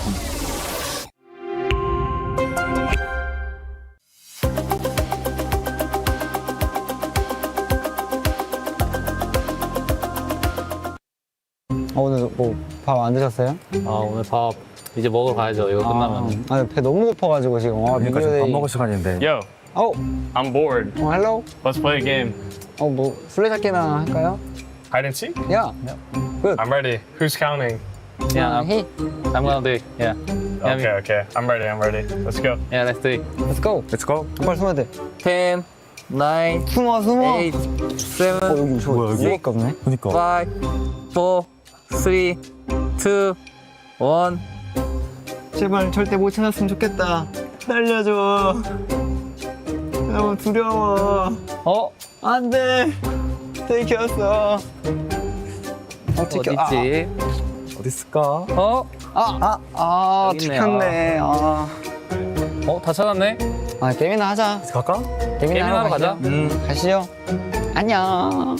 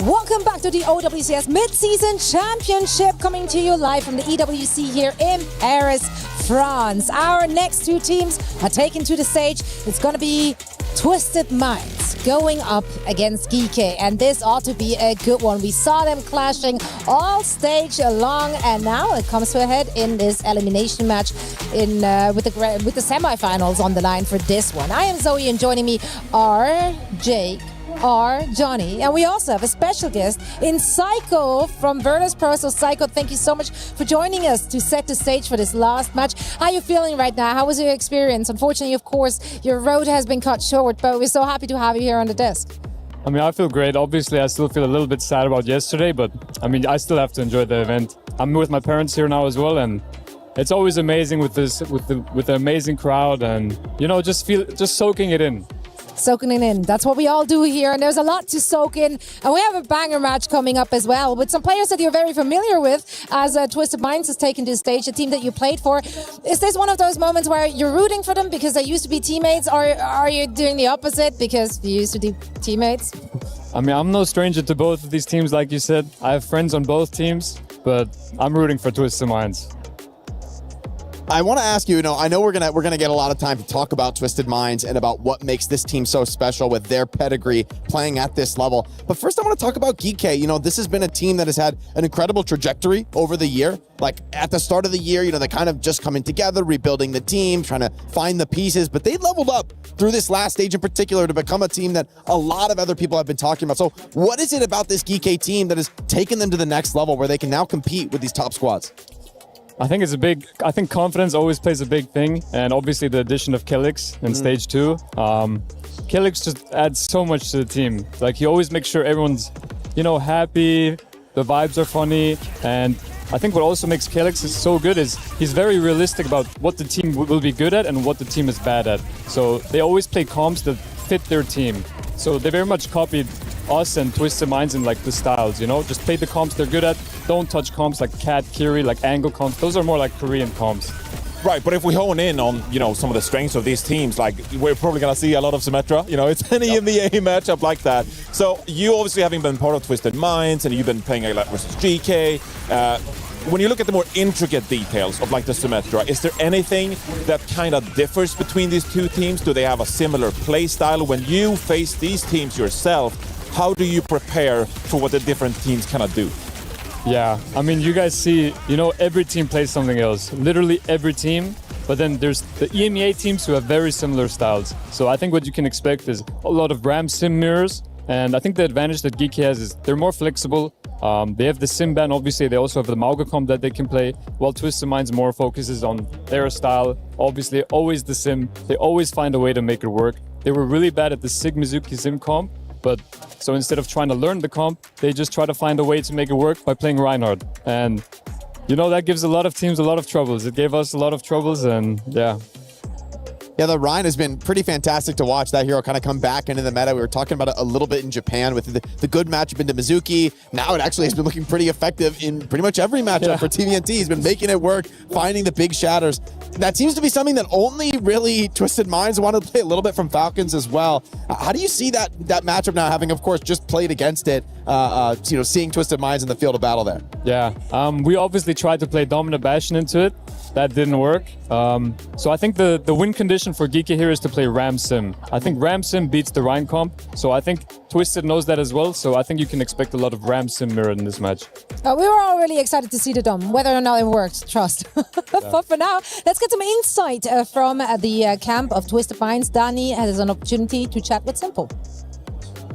What's good, everybody? I'm here joined by Simple from Twisted Minds for a quick pre-match chat. Now, Simple, I feel like Twisted Minds, you guys always become monsters on LAN. We've seen that in Champions Clash in Tokyo. We've seen that in groups here at EWC as well. Why is that? 자, 첫 번째 질문은 이제 제가 봤을 때는 항상 오프라인 경기 때만 되면은 토너먼트만 되면은 이제 투마가 좀 괴물이 되는 것 같아요. 저희 챔피언스 클래시 도쿄에서도 좀 그런 모습을 보여줬고 이번 그룹 스테이지에서도 좀 그런 모습을 좀 많이 보여주셨는데. 그런 거에 대한 좀 이유가 있을까요? EMEA 스테이지는 온라인으로 해서 좀 이 오프라인 열기가 좀 없었는데 여기서는 팬들의 응원도 있고 해서 더 힘이 나는 것 같습니다, 할 때. 그래서 더 잘하는 것 같아요. I feel like it's the crowd buff, the energy that we get from the crowd. During the regular stages, we play it online, so we don't get the actual feedback from the fans. But when it comes to LAN events, offline events, the fans are there, and we can feed off that energy, and that heat that we get actually really helps us perform on stage as well. Very interesting. Now, let's talk about your match that is coming up against GK. You guys have fought them many, many times during the regular season. How are you guys going to beat them this time around? Because I feel like last time you guys played, you guys lost to GK. 자, 다음 게 이번에 이제 고디스 경기 GK와의 경기가 있습니다. 아무래도 제가 마지막으로 기억이 나는 거는 GK랑 했을 때 아쉽게도 패배를 하셨었는데 이번에 좀 어떻게 하면 GK를 이길 수 있을까요? 저번에도 2대0으로 이기다가 역수입을 당해서 졌는데 이번에는 좀 잘하면은 그래도 역수입은 안 당할 것 같아요. 네. I feel like we did pretty well in the regular season against GK. I think it was an unfortunate reverse sweep that we got, and then that led to GK winning in the stage playoffs. But I feel like if we just continue to do our best, I feel like it'll be an okay win for the Twisted Minds this time around at EWC. All right, that is it for the interview. Simple. Thank you so much. Best of luck. Fighting. we obviously know Simple, absolute legend for Twisted Minds. And I feel like we know so much about Twisted Minds at this point because they're almost in every single grand final come these tournaments. But GK is kind of like the underdog here, Psycho. So who are you looking out for on GK to be a big difference maker? Someone for like the audience to pay attention to? I think it has to be Alfie. You've seen Ziad, Libda beat, and even Kelix beat Twisted Minds before. And I think Alfie is the one that really has to step up, not only on the Symmetra, but also when they ban Sim, he has to step on Reaper, Tracer, or Vendetta, to really make that Sim ban work. So I think Alfie really has to be the difference maker in this match. Who do you have your eyes on for this one? No, I actually was going to say the same because Copying the homework. How easy. You got something else for me, Jake? I think, who am I looking at for GK? For me, it's actually Ziad. I think there's a huge amount of pressure on him. I think TVNT is looking like one of the best tank players in the world right now, and I don't think that's an exaggeration. The guy has such an incredible positivity to him. Look at a lot of the other top players. There's so much dark intensity in some of these top players. TVNT seems like he's having a great time, Korean mindset? Well, the vibes are just so good with him on the tank role. I feel like that has to percolate through to the team. Psycho, I mean, you play with the guy, you know him a little bit better. What is that like? I actually fully agree with that answer. Tiven actually just does bring amazing vibes. I mean, if you guys remember the preseason bootcamp before, I think it was grand finals, he just jumps onto the stage and he's just having a good time, And that really, it's contagious towards the team as well. If one player is nervous, everyone else gets nervous, and you probably know that, Jake, from back in your time. Jake was never nervous though, so. Yeah, but maybe his teammates were. There were a few desk slams, you need that, the balance between the calm and the energy. I do think Simple, it's great to hear from him in the interview as well. For me, that's one of the most exciting young players in the game right now. Coming out of Korea and looking amazing on Twisted Minds. I'm really excited to see him in the Overwatch World Cup as well for Team Korea. I think he's just one of the best flex sports in the world. And that's always been a position where it's not easy to stand out, right? You need to be seriously consistent to look like one of the best, and Simple has managed it on just about every meta. Yeah, I mean, in the backline, you got to be very, very, very good to be a talking point here on the desk, because usually we're doing the easy one. We're just talking about our DPS players, right? Because those are the ones that always stand out. Those are the ones who dish out the big numbers. So obviously in this one, the Lapdogs and the Quartzes of the world, those are the players that we always hone in on, Johnny. Yeah, I mean, I can do you even better here as we take a look at the stats here, of course, the head-to-head. And this is amazing, obviously, because they go way back to having won the Overwatch World Cup together on Saudi Arabia. And then they kind of went different paths. Labda was known as like a Pharah player, and then just picked up the hit scan and surprised everybody what he was capable of. But, I mean, Psycho, I remember the World Finals last year. It kind of felt like Quartz had the keys of Labda and just was the superior player. What does Labda have to kind of do here? Do you feel like that's some pressure on Labda to finally beat Quartz? Yeah, I think so. I think nerves are definitely going to be a big factor in this game. And if there's one thing TM is the best at, it's handling pressure. You be the leader. Quartz doesn't feel pressure, always performs. That's why I think Twister will just come out on top in this game. Okay, is that your prediction? Do you think it's going to be like a 5-map banger again? Because they played each other so close throughout this past stage. Can we see a repeat of that? I think looking at the history of these two teams, even going back to last year, I think you can expect a 5-map banger. All right, give me your predictions, boys. What we have. I'll go the opposite here. Let's maybe Twisted Minds just dominate there for once, because I do think maybe there's a mental hurdle in the fact they got reversed twice by GK. So dating back to the EMEA playoffs, of course, in the previous stage, GK did reverse sweep Twisted Minds twice. So there might be a little bit of a mental hurdle there, but Twisted Minds, this will be the time for Yubi to just show up on LAN and just dominate, because that is what Twisted Minds do. For me, Zoe, I think these online matches, they're easily forgotten for a team like Twisted Minds, right? Like, you can put that away and think about the times you have lifted trophies, the times you have been to that grand final when no one believed that you could. So for me, this is Twisted Minds all the way under the bright lights. I think EK is going to be a little bit too much pressure. I honestly think 3-1 TM. Yeah, I think despite their recent close matches, Twisted Minds has to be considered pretty much a heavy favorite, especially because they had so much success on the international stage and on LAN in general. They just perform different, Psycho, when they hit a LAN stage. Yeah, they really do. I'd hate to say that they don't, but unfortunately, they really just do turn it up every single time on LAN. And no matter what the meta is, they always just find a way, and they always end up at least top 4. So there's no way they don't win today. So I'm curious, actually. One person that hasn't showed up on LAN, it's Jwoo. That's true. That's one of the more mechanically. That's so mean. It's true. Hasn't seen the play. Yeah, it's true. It's true. Like Jwoo, one of the more mechanically insane players, but it feels like even dating back to your time on Twisted Minds, like kind of failed to integrate a flex player on that same level. And obviously UB has picked up the Tracer and done quite formidable for himself. But I'd say that in a case like this, Jwoo is the better mechanical player. Why do you think that is? Why do you think that they've struggled to integrate Jwoo compared to UB? Is it leadership? Is it communication? What is it? I think for sure leadership plays a big role, but it's also just meta, you know? Like, I think us EMEA teams were very, very realistic about what we can win the tournaments with and what we can't. And usually international tournaments, Symmetra is the way, at least for now. So, and Yubi obviously with his insane leadership, confidence, and the way he just handles himself, he's just always good for it on LAN. And I think a player like Jwoo, who's more quiet, but obviously insane mechanically, he's good for online matches, but during internationals, it's harder, but obviously he's also achieved greatness during the preseason bootcamp. He also won the tournament playing himself. Yeah, Quad talked to us about that in an interview, just saying how much UB adds just in terms of the comms and the strategic depth there when he's in the server with them. It's going to be a banger match. I want to see it all the way to map number 5. Let's see what we're in for as we're sending it over to the stage to get out Twisted Minds and GK.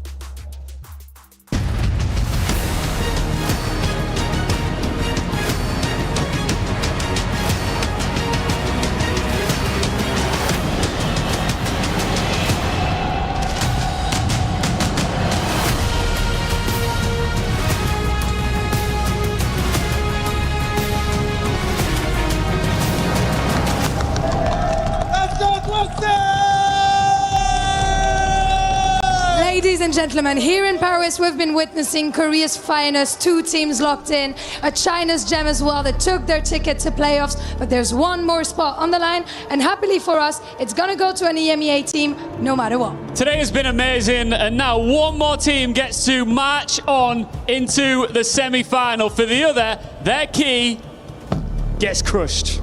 And who better than their fans to welcome their teams to the stage? It is Saudi's finest. You know them, it is Twisted! Welcome, Twisted Minds!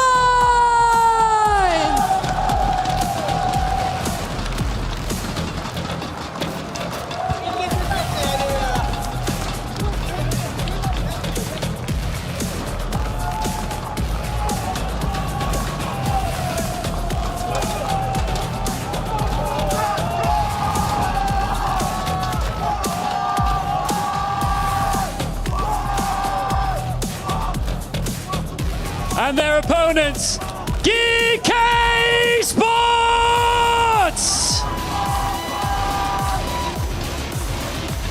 GK have spent this season taking positions they were never expected to occupy. And now, the defining result of their season returns for a sequel. Beat Twisted Minds again, and GK do not merely reach the semi-finals, they remove any remaining doubt about their potential. And on the other side, Twisted Minds, the reigning OWCS World Champions, ready to show that they are the very best in EMEA. Ian, it's time for EMEA to steal the show. One earns revenge, the other proves there was never anything to avenge. Twisted Minds, GK Esports, Faites du bruit! The hardest championship to win isn't the first one, it's the one that convinces everyone there will never be another team like yours. And you don't stop believing in champions until someone eliminates them on the biggest stage, and we have that right here. GK Esports have done it online. 2 reverse sweeps against Twisted Minds, but here at LAN, everything changes. But the core of this GK team has had success against this team in the past as well, right? You think back to last year, Spirit of Alcatia in the finals of EWC. I think they just got off to such a slow start this year with their stage 1 that I think a lot of people just kind of forgot about this team a little bit, right? Because, you know, EMEA, we've had, a lot of new teams form, right? VP obviously leveled up from last year. And, they've obviously brought Kellex back, Finn and Alpi, tremendous players in their own rights. And I think for me, it kind of comes down to a little bit of what Psycho was talking about on the desk. It's, you know, TM has gotten so much experience now in these big time matches. GK has not been here in a while. Can these players kind of get comfy and settle in a series that, you know, obviously we are going to a 1-3 here, but you know, a lot of these times we turn around in 20 minutes and it's like a 2-0 already. You can't start that deep in the hole if you're GK. So many storylines in under this game. It's insane. Every team I support loses. Let's go, Twisted Minds. Someone is invoking some team magic out there. I mean, again, we've got Funny Astro and Kellex already making puppy dog eyes at each other across the stage. Yeah. It's a story of young, talented Saudi Arabian tank players in Ziyad and, of course, TVNT. And my favorite, it's the Quartz Labda head-to-head. Labda, who basically spent a couple of years in this guy's shadow, playing the off-roll alongside him. When he was on Twisted Minds, it was like, you play the Pharah, you play the things I don't want to play. Since then, going over to Alcadzia, Labda said, no, I'm going to pick up the hit scan. Well, I'm going to take this lead role. And in many of their encounters, Matt, he has been outscoring Quartz in the player-to-player comparisons, and yet still people don't give him the respect that he deserves. Well, I think it was eventually Twisted Minds realizing, like, hey, you are like way too talented to just kind of sit here and like rot on the bench, so to speak, because Quartz is never coming out the game, right? I mean, something wild would have to happen for that to be the case. But Labda, I mean, just, you know, obviously Quartz, like, I think he's the best hit scan in the world. I don't know how, you know, divisive that is. Labda's in the upper echelon, right? Like, you know, it's, you know, from the, if Quartz is number one, the gap between him and Labda, there's not that many people in between those two. So where does Alfie fit into all this then? Because as Psycho pointed out, there might be a large number of Symmetra bans, and he's going to have to put his mark on this match. The Symmetra ban, I think, favors GK rather than Twisted Minds. Like, Alfie is a just like a little bit more well-rounded player, I would say, than Yubi. It's a Sojourn ban here early on for Twisted Minds, which is a little bit wild. I mean, they do end up playing some Bastion. We do see them go over to like Cassidy a little bit. So, and then the Jetpack Cat ban on the other side. All right, forget about Europe, forget about EMEA. This one's about inheritance, folks, because it's Twisted Minds who kind of built European Overwatch in this era. They became world champions, and they became the standard for all of EMEA. Then GK turned up, beat him in stage 2, knocked him into the lower seed, and now they can do something even bigger. It's not about just beating Twisted Minds again, but it's about being the measuring stick in the region to become the EMEA standard, maybe the global one. The one thing I will say about that hit scan battle, we've seen Labda with a little bit more versatility, right? Playing a little, like, you know, even when Freya was strong, we didn't really see Quartz pick it up. We've seen Labda go over and play Emre a decent amount, you know, Bastion as well.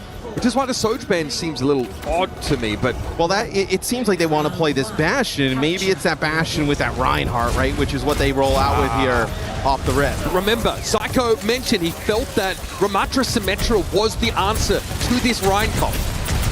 And GK have gone into that immediately. DBNT Shield is going to get pressured down pretty frequently here. Ramatra can obviously punch through that Reinhardt. It already feels like GK have priority here. They've forced Twisted Minds back to heal up and get that Rein shield ready again. Well, obviously a damage advantage for GK. Going to be able to have that Ramatra that can like also poke down that Rein shield as well. Nice TP there from Alfie, making them guess a little bit and getting that Ramatra in the mix, but now Ziyad's in some trouble. It forced Twisted Minds to TP off the point entirely. So they had to disengage as soon as they saw the TP behind them. My goodness, Alfie and Yubi are the puppet masters in this matchup. There is a battle of wits happening outside of the game here. Two masterminds playing at chess or something resembling it. Corti trying to straight up fight Alfie. Labda, at least he's going to be able to turn that into a trade, and now he's got a free and uninterrupted off angle.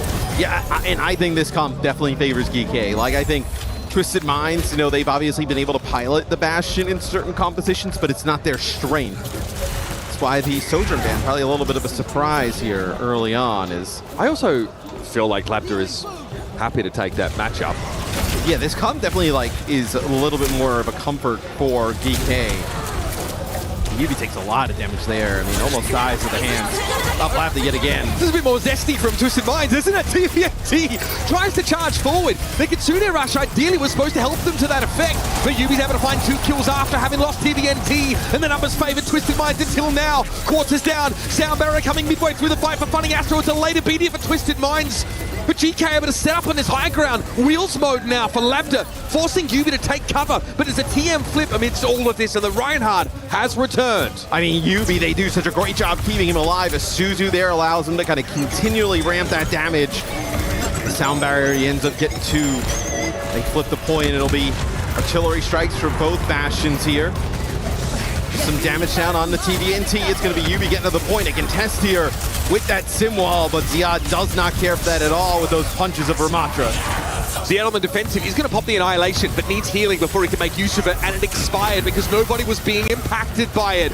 GK have given the lead over to Twisted Minds now after having given up the point, but TVNT's shield is low. He needs to go for an Earth Shatter Gambit, but is there a lineup here with the Bastion on the high ground? It's tough to find these opportunities, but Ziad is knocked to the ground. He'll knock him off the map here with a cancel charge. That is beautiful stuff from TVNT, and eventually, even the most stalwart had to succumb, and his shield is brought down.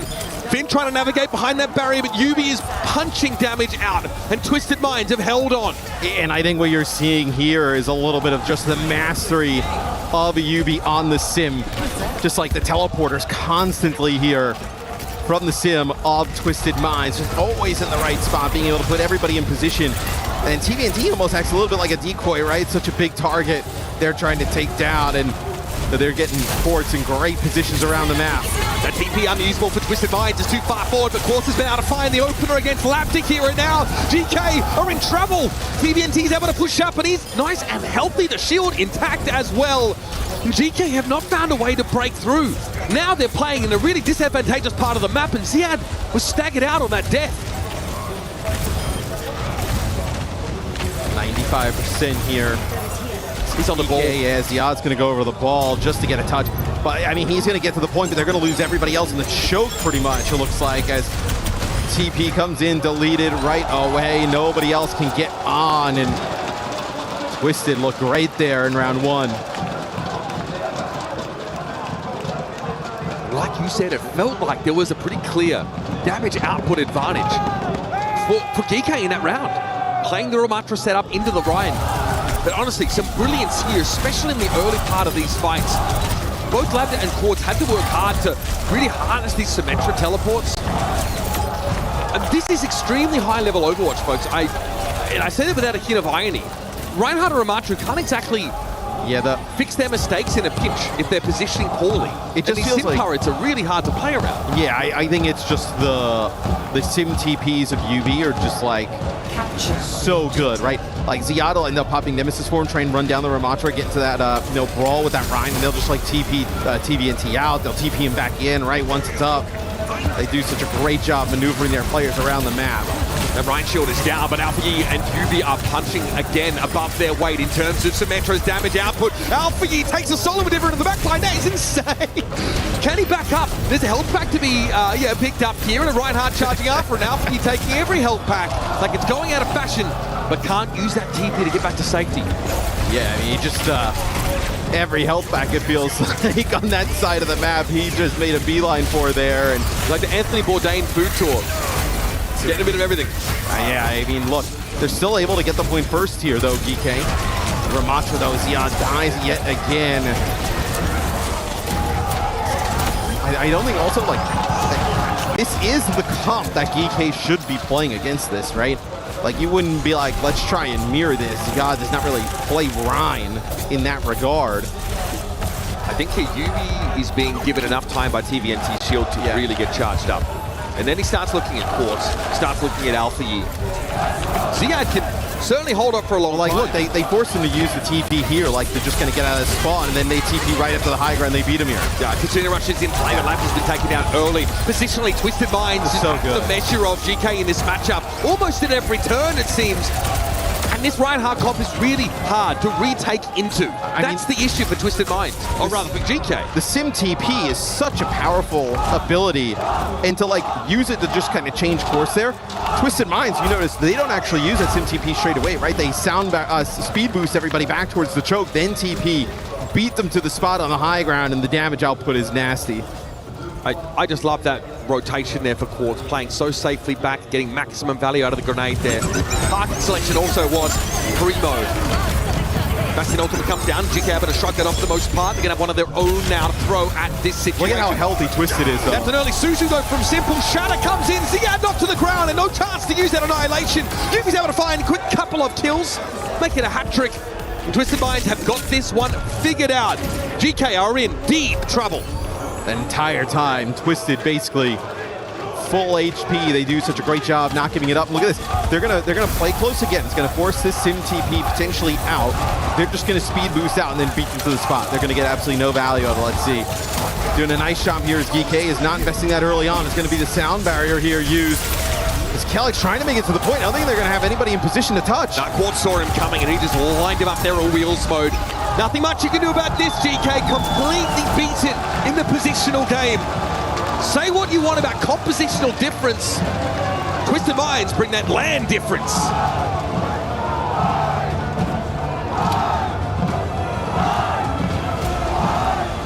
I mean, they just beat them to the punch at every spot, right? I mean, GK playing the kind of composition you need to. It's just that mind games that, you know, Psycho was kind of alluding to in terms of Yubi with that Sim TP. No, it's really also him and Funny Astro as well, right? The ability to Lucio's speed.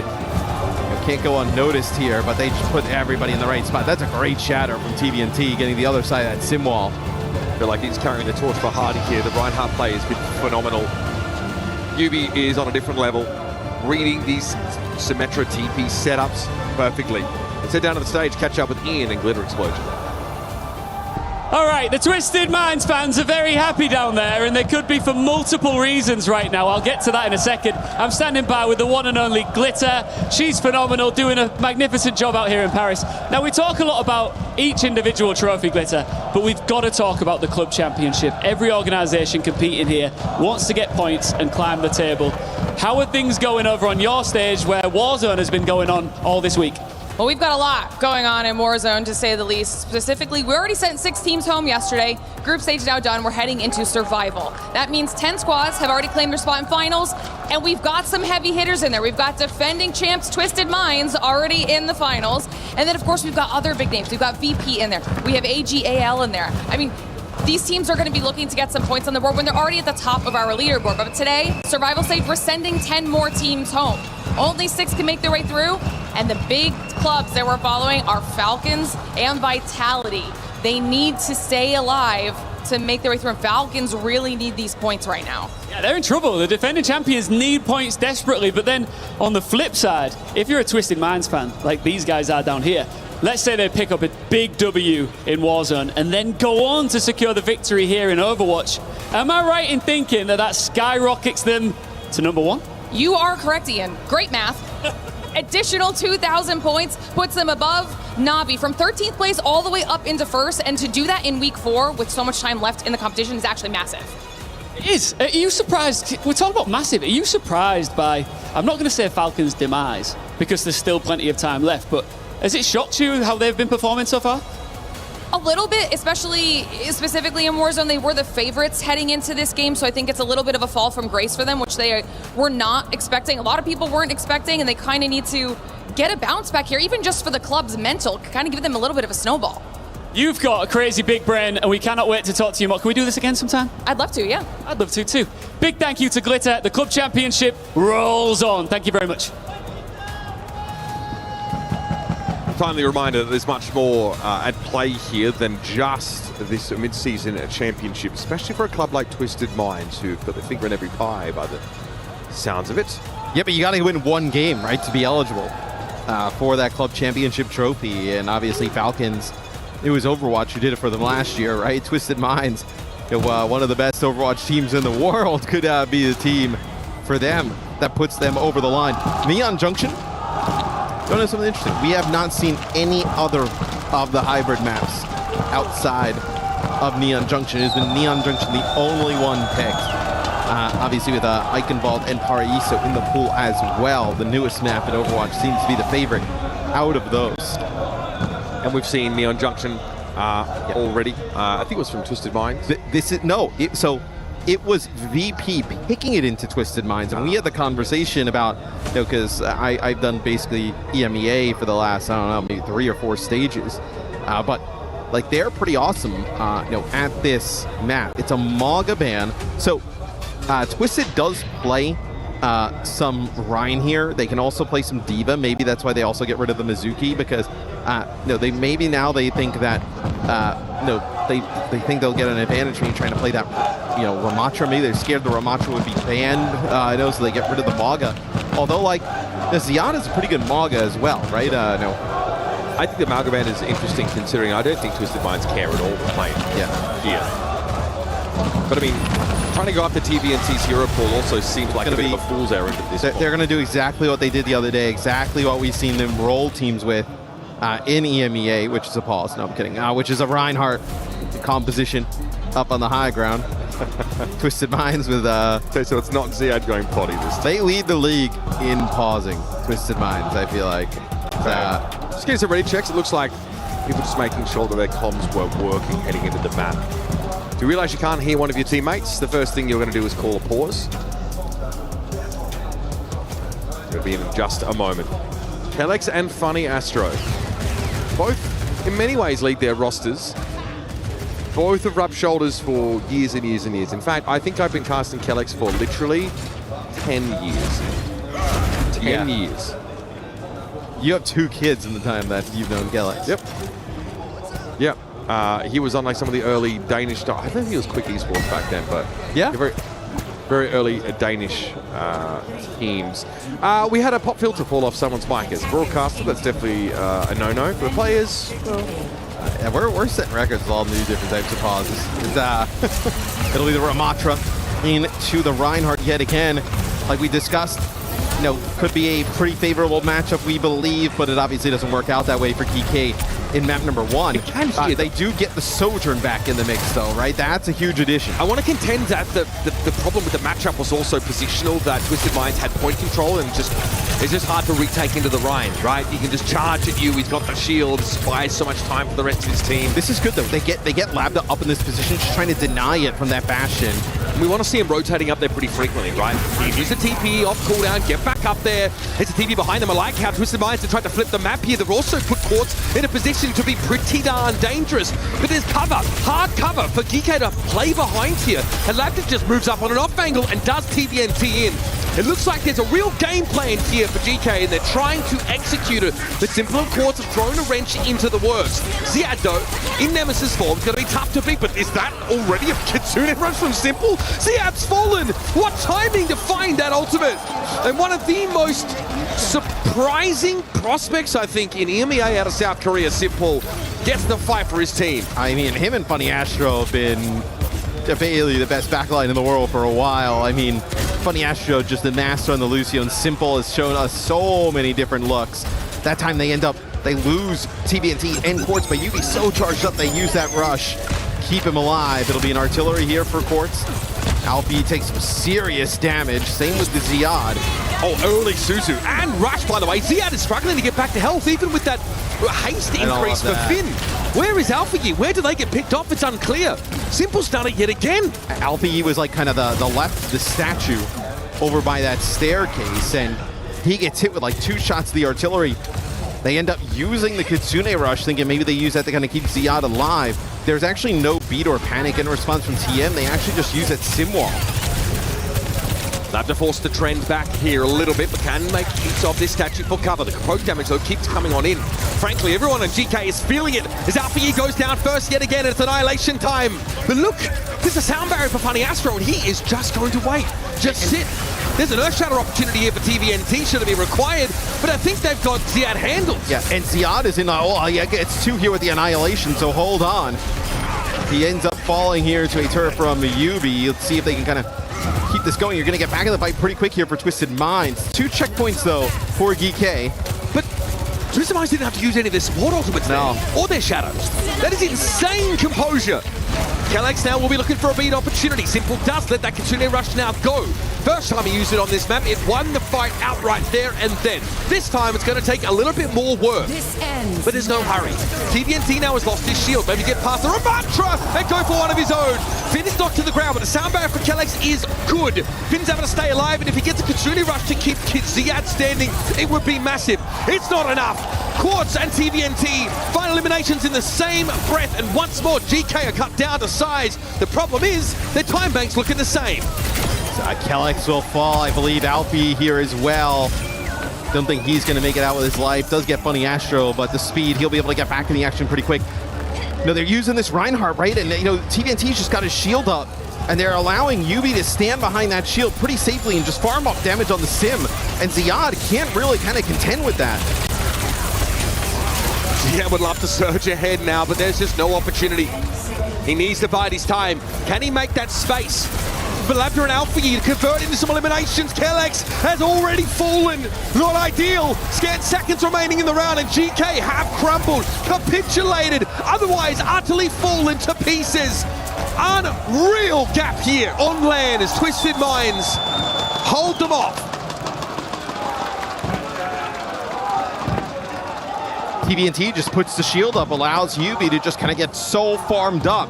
Now, Ziad wants to like get in there on the Nemesis form and start throwing punches into the Rhine. But when, you know, you have Bastion on an off angle and then the Sim just starting to ramp up the damage, all you can do is block. And then once you start blocking, guess what? TVNT can then rip the shield down and start swinging. It's so dangerous.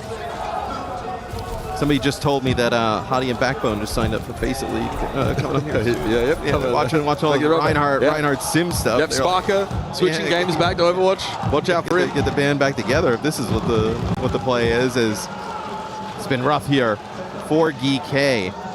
It's not even a question about whether that's the best way to play the game, but my goodness, it is where Twisted Minds look completely unstoppable. But a lot like what Psycho said, right? It's like, you know, the EMEA teams know what they are good at to the point that, and know that it's good enough and viable enough on the international stage that is what they should go with, rather than try and, you know, you're not going to match Zeta or Crazy Raccoon or, you know, Falcons in like their play style and kind of end up coming out on top. Yubi, that's really impressive, right? Zero deaths on the Sim. Sim is like the glass cannon. I mean, Alfie was getting picked off like 2 or 3 fights first. Yeah. I mean, Alfie leads his team in deaths on the Sim, and then Yubi does not die at all. Don't get too comfortable because Twisted Minds only need to cap the point, and they're playing Roadhog. Yep. We've seen them do this as well. In EMEA is TVNT is going to... Yeah, I mean, Yubi's instantly going to deny some of these like common spots to stand in. Just his presence enough, the threat of activation of this Thara will force GK to play in an uncomfortable fashion. Well, you're just playing for picks, right? I know Labda does take out Simple here early. So he had bounce forward now. He's on the Sigma. Yeah, I mean, you could play Ram here maybe if you're Twisted, or you can just go back and play the Rhine. We'll see, obviously going to give it another go here on the Hog. They just need to look out for these Alpha Gear TPs because that reposition for GK is kind of on throw. Oh, that is a perfectly timed accretion. Just as he's going for a take a breather. TVNT's interrupted, and if he keeps doing that in such an obvious fashion, he's going to get slapped again. Yeah, I was going to say, I'd imagine they swap, so. Quartz is already basically an artillery, same with Labda. The Bastion's just contributing so much. Ziad also just farming on the Sigma, right? I mean, almost at a flux here. Now they get to let Yubi's brain do the talking here as well. Get a full delivery with a Sim, TP, or split their forces and force GK to have eyes on the sides of their head. Yeah, they're letting Simple farm up this Kitsune Rush here. Good to go. Flux. Nothing. Completely disregarded. Yep. Nothing but a big old circle on the ground that people don't stand in. Bastion on hit Quartz. It's going to come through. Accretion didn't quite connect on the Quartz in the backline, but TVNT's looking a little isolated right now. Can a TP save him? Can anybody save him? Alpha Yi now gets that wall up, and Ziad is brought down in the end by TVNT, but Trader Bastion's going to be Quartz out of the game. Labda causing some serious issues. It looks like both of these teams have got some chops when it comes to the defense side. Yes, these two players as well getting staggered out. Not ideal for Twisted Minds. GK trying to put together a tremendous defensive hold here. Gonna go into Ziad, like when you think of him as a player, right? It's the Sigma, it's the D.Va, it's the Maga, one of his just best heroes here. It'll be an artillery yet again. Glad they're gonna put this down here. Just gonna buy some time, some damage into TVNT. The fact that it takes so long to heal TVNT back up is a time buy in itself. Ziad is on a clock though. He needs to break TVNT's shield before the Reinhardt can close. And things like this put you on an even tighter timeline. Sound barrier comes down there. Lambda does eventually get it. Kellex making sure of that. Here's the charge fall for TVNT, and Twisted Minds have position. It's GK who've been forced for now to disengage. They're desperately, rapidly trying to farm up this ultimate for Finn and get back in, but already 2 ticks and counting. You've got to stop them here, but it's an Earth Shatter that could end the game.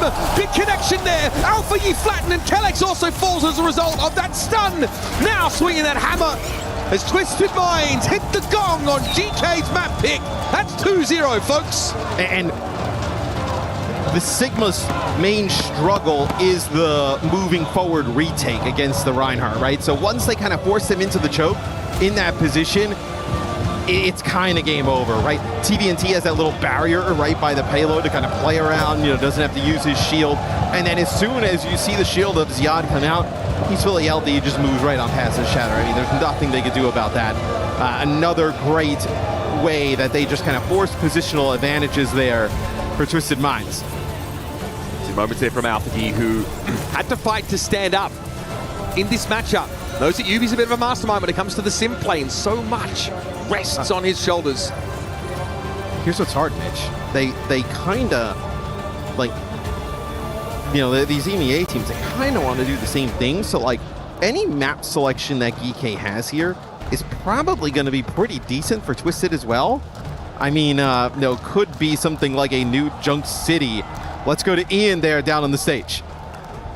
Yeah, Twisted Minds on the brink of the semi-finals here. Just one more map to clutch up. And if you're here in the STC arena, you know about it because their fans are very loud down there. Twisted, let me hear you.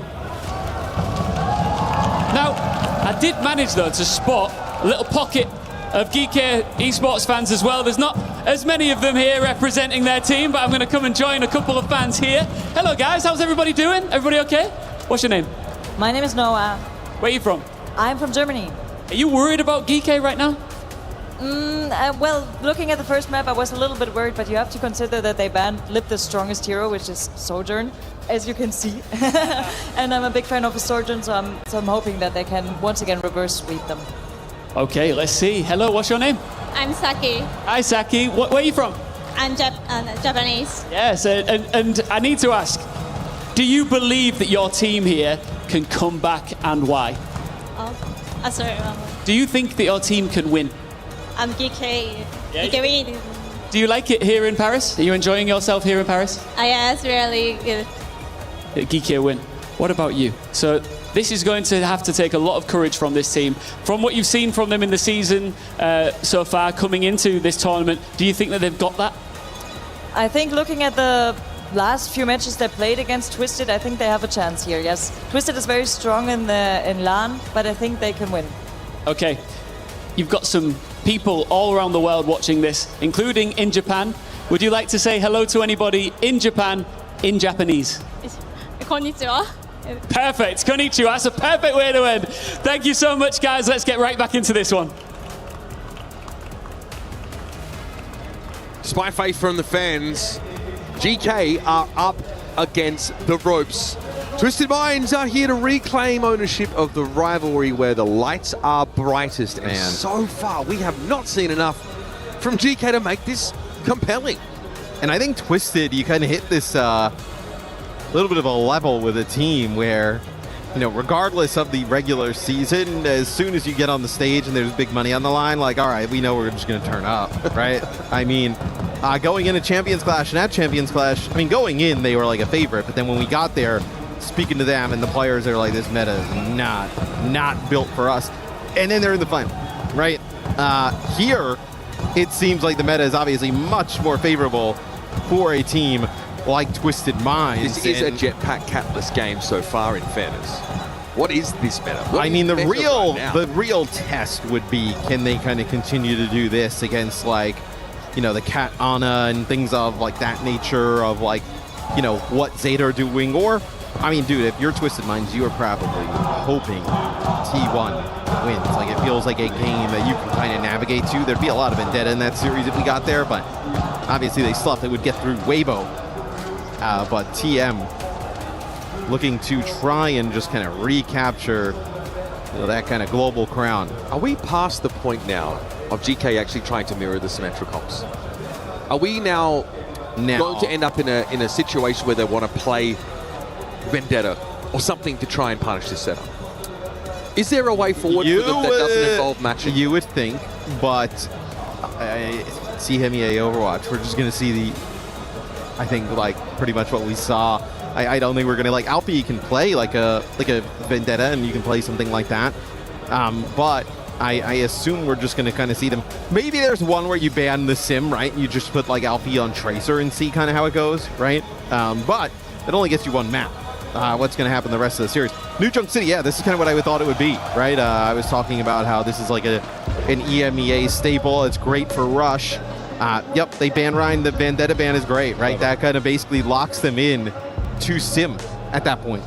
Like, I mean, what, you can try and play like a Xi'an Sojourn against it. Maybe they play Maga with that, right?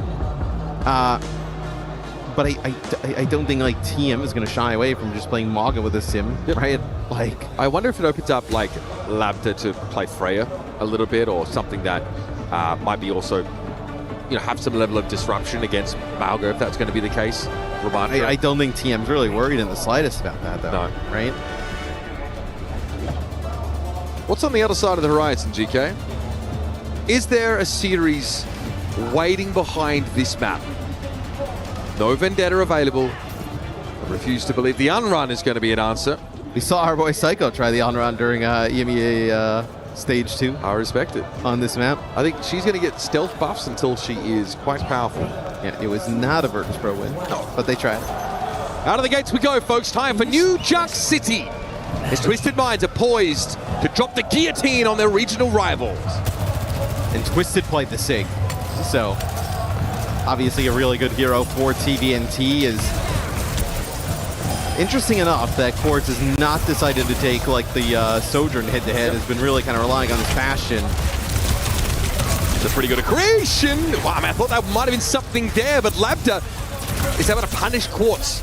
I think one window where TVNT doesn't have a shield and he is gone. Yeah, and I think Twisted probably won a comp change. I just don't know if you're going to, like, get all the way back to the spawn with TVNT to kind of make it happen. You may just kind of, you know, see how it goes for another fight. Yeah, I mean, you lose out in terms of poker presence to a Sojourn with a Bastion, even if you have a Sigma. All of a sudden, you actually do want to close the gap a little bit, even with this comp, but then you have to reckon with the Ramatra. I mean, as evidenced by this TP to try and get Twisted Minds into a more favorable spot. TVNT wants to walk up on Ziad. You never really see this from Sigma. Responds immediately, though, to the Nemesis 4 with a accretion, but that doesn't stop Ziad for long. TP away here for Twisted. They want to just kind of stand there, fight toe-to-toe, as they actually TP directly on top of Labda, so that's huge. A massive pick-off now. That means Quartz is pretty uncontested at anything that is somewhat long range. No one's going to fight him. No one can. So I'll try and push up and take space on here, but TVNT is always close by. Still, 72% as Twisted Minds take a little while to get going. A bit lackadaisical at the start of the round.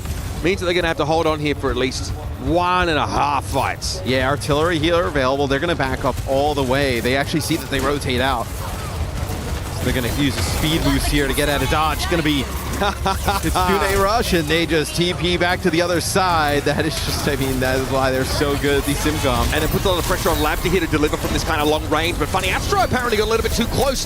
It's possible that Twisted Minds, while trying to contest the point, put the Lucio in a bit of a compromising spot. Here's Labda's overclock. Is there anything to shoot at? The answer is yes. Quartz shows himself on that right-hand side, and the beat is given to Labda to ensure that he wins the duel. But Simple is healing Quartz up, keeping him alive until now. Yeah, the annihilation is really good there from Ziad as well. TVNT, no way to dodge that on the point. See, this looks like it's just going to be something to maybe go back and try and get a touch, but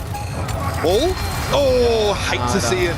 Yeah, not ideal, as Quartz also goes over to the Xi'an, which we didn't see from him at all that much in EMEA. One of the players really didn't kind of play a ton of it, so yep, it's going to be a swap back for both. They actually do like this Sig setup, so they're going to continue to play with the Sigma. So I thought potentially there's a swap in action, but I think you're trying to level the playing field for Quartz as much as possible until you get into a range where Wheels mode is just that good. Yeah. Great start for GK though. In terms of staying alive in the series, this might be their ticket. Sound barrier though for Twisted Minds, they're going for it. The symbol is also in place. Ziad trying to use his large bulk to defend his teammates, but Finn has to drop out of line of sight at risk of being turned into Swiss cheese. Simple playing back, and TVNT had to drop down. No other choice, and Twisted Minds don't have a way to fight right now without that Sigma active. They've got to disengage, and this just opened them up to have their positioning punished. Yeah, I mean, this is like a, you know, against a comp like this that GK is running, this is like stuff that we've seen Twisted in the past that, you know, as it's going to be a continuing rush here from Finn.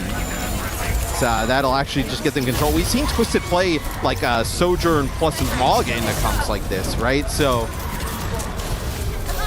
be a Sojourn for Quartz, and they'll actually match the Ramontra. So this is a switch here to just kind of get us into a mirror matchup. We finally get Quartz pitted against Lambda on the Sojourn. Remember, it was Twisted Minds who banned the Sojourn on control. Lambda saying, he's trying to make the argument that it's not about surviving against Quartz, it's about kind of surpassing him. Funny Astro gets slurped down straight away by this Annihilation. No, another rough start for Twisted Minds. I think that's a safe way to put it here. No real ability to mitigate that damage, and a Kitsune Rush committed to the fight that was just one-sided. Yeah, just absolutely dominant there from Ziad. As soon as he gets back above 400 HP, then keeps rolling on forward with the Annihilation. Just dominates through Twisted Minds as GK very close to going up 2-0 on New Junk City. Very fast maps throughout this series thus far. Yeah, we are pushing here on the second flashpoint. Twisted Minds, they don't really have anything to use to give them a distinct edge. They're going to win this out in the neutral, and TVNT crumbles because GK have an overclock to work with, and they're going to cycle into a sound barrier. Twisted Minds would love to have at least forced Calyx to use that ultimate, but no. Instead, GK get everything. They get the second flashpoint. They keep their Lucio ult. They're going to have a Kitsune Rush as well. And this snowball is showing no signs of slowing down as it rolls down Chad Mountain. And you see why teams, you know, when they play against GK, they ban things like the Ramontra. They ban things like Lucio, right? With how good they are just kind of playing this rush style. What they are so good at and forcing Twisted into it, which is also a very fantastic team in this type of style, but just getting worked right now here by GK. This is also Twisted Minds' last chance to play without Vendetta in the game. And they've not really been able to turn it into much. The one upside for them is they'll get a map selection after this. This ends now. That's assuming that this is going to go the way I think it might. 2-0 here for GK already, and they start with a symbol that forces a clean and complete disengage, and it entirely turns off Quartz's overclock. Oh, it's actually a Kitsune Rush used there by Finn, and they just completely dodge it. TP back. How? Yubi picked up. I think there was a disruptor shot up into the high ground, but either way, GK just on the fadeaway get a free, or at least it felt like a free kill in a fight where there was a symbol for Yubi in play. Ziad though has fallen. This will force GK to take a back seat and ultimately concede control of the point. Fight as they might to get that extra percentage. Finally, Twisted Minds have a chance to build something. And this is the first time for Twisted as we take a look from Quartz's POV. Takes out Ziad, and then nice shot here. Ooh. As Lambda sliding across. This is the first time where Twisted, when they kind of gone to this mirror, actually has like, you know, the upper hand in terms of kind of like what they're working with. So let's see if they can rattle together a few fights in a row off the back of that advantage. Funny Astro gets knocked up there, gets the beat off. Both of them get it down. TVNT's holding onto his Annihilation for a rainy day. Well, I guess that's now. Ziada ends up using his as well. Yeah, to start the fight. And I think importantly, Matt, this is kind of the first time we've seen Twisted Minds truly mirror GK in the series, right? In that first map, they were playing Ryan. In fact, they were playing Ryan whenever they could against this Ramontra look. Obviously, because maybe the verticality of the map features, or because he's a little bit cumbersome, they haven't opted to go that way. He's banned, so that's that'll do it. That'll do it. But again, in that same note, GK are going to have to reckon with that prospect for the rest of the series as well. What to think about going forward, if we get to go forward. So far, Twisted Minds have really staked their claim to this point. Lambda might have opened things up, though. We're at 99% and counting. And Twisted Minds have been laid a little low by that railgun shot that came through, but Ziad desperately trying to hold on. The fact that he just got healed up is a good sign, but still he's struggling to get back to full health. Kellex has gone down now. Twisted Minds really starting to lean in. Lambda low. Finn just a small railgun away from being picked off, and Alpha U Walkerly was reloading. Gave Quartz time to turn around. He does get the kill, but it's far too belated. You know, the later OC there, you know, obviously Lambda ends up using his, doesn't really find much. Quartz pops it up on the high ground. I mean, how many players did he just hit with a railgun shot that almost just got them just deleted? It's now interesting enough. They're going to go back and play the Bastion. So after that OC use, maybe they feel like in the neutral that the Bastion might be a little bit better. I know at just like opening up. It could be because of this area. It could be because of Junkyard. Yeah, the way it's structured. I feel like the sidelines are less long, or it's easier to break them up as Bastion. Something makes Quartz feel like this is the optimal look. I think it gives them an edge in terms of just the tank pressure, right? Then a bird Ziad down really quickly. Push comes to shove. Continue rush now for Simple. Funny Astro holding onto the beat. It's Finn thinking about his ultimate. Holding it. Let's it go now. Sound barrier committed by Funny Astro. Both Twisted Mind support ultimates consumed here. Kellex tries to hold the beat for the right time, but they've lost Lambda in doing so. An inflection point this fight. UB down. Alpha finally finds a 1 versus 1. He can hang his hat on, and Ziad headed upstairs in this annihilation. He's a little bit low, but he's got his dukes up, defending himself. As Simple ended up being isolated. Complete disarray for Twisted Minds as the Ramatra in ult appears in their midst. I mean, Ziad just makes a beeline for the high ground. Simple doing everything he can to try and keep Quartz up. So now it'll be Twisted Minds going and playing some Cap Bastion here on this point. And GK obviously have to use everything there. It's Malgan time. Take it as, yup. Surprised we didn't see the Malga earlier here. Well, UB is certainly enjoying his more commanding view of the situation right now. There's a turret. I was able to pick up his opponent. Quartz also able to fly on over. The jetpack cat misery begins. Finn being picked off here means this is really just a formality, and Twisted Minds will have that point control. But I had to wager a little bit to get it. Yubi's down his wall, but Simple has cycled back into another Kitsune rush. Yeah, it's just a bit hard to engage with this Cap Bastion now as Quartz takes the artillery shells, just chunking down players of GK. Can Twisted make a comeback on this map? Xian gonna go over to the D.Va here to try and deal with this Bastion. Those damage from those artillery is just way too strong. I really like that Quartz is showing his Farah chops right now on this Bastion pick. Right. Here comes DK. Ziad's moved over towards the D.Va. Definitely a signature style for him. But is it the right answer to the question that's being posed?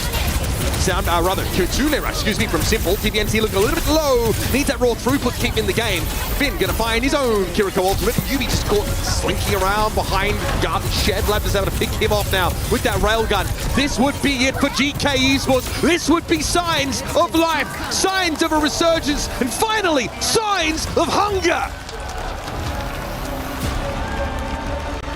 It's a huge bounce back map there for GK. They finally get that kind of like Ramatra combo rolling. But they get the Reinhardt out of the mix. That's obviously huge. But Lambda really stepping up on the Sojourn. TM never really got comfy throughout all of this, right? I know they win one of these splash points, then they opt to go back and try and Bastion again, and never able to get it going. It goes back even further than that, right? Starting with the Sigma.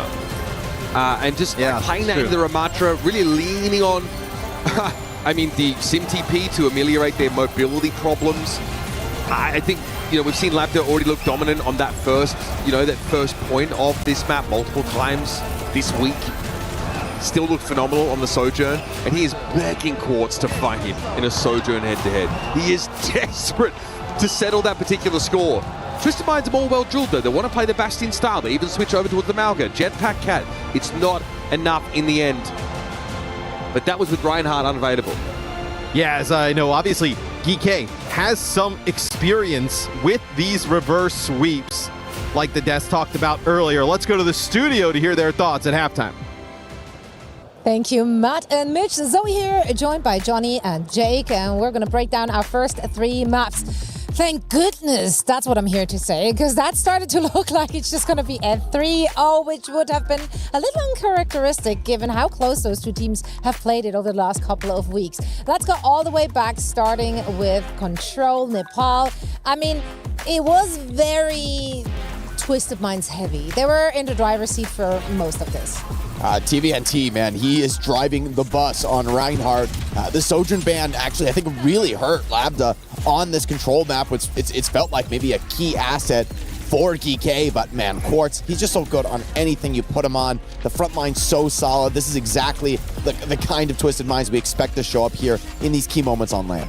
Yeah, it definitely feels like Twisted Minds is in the driver's seat of this entire series, but GK, they're not going to go quiet into that night. And this game on New Junk City reminds me of something that Psycho told me, that he obviously joined us in the pre-show leading up to this map. Wait, are we getting a Psycho anecdote? You are indeed, because after the World Finals, when he was on Twisted Minds and won that year, he actually did say that this core GK roster, there's just something about New Junk City in that they always have the upper hand against Twisted Minds, and I actually think we saw it at Esports World Cup last year as well. So they can scream each other 50 times. Twisted Minds, they can't figure out how to beat this GK core on New Junk City.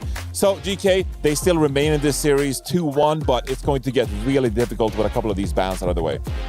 Yeah, let's take a look and talk a little bit about what went down on map 2, because if the first map was one-sided, the second one was even more so. Like Twisted Minds, this was theirs.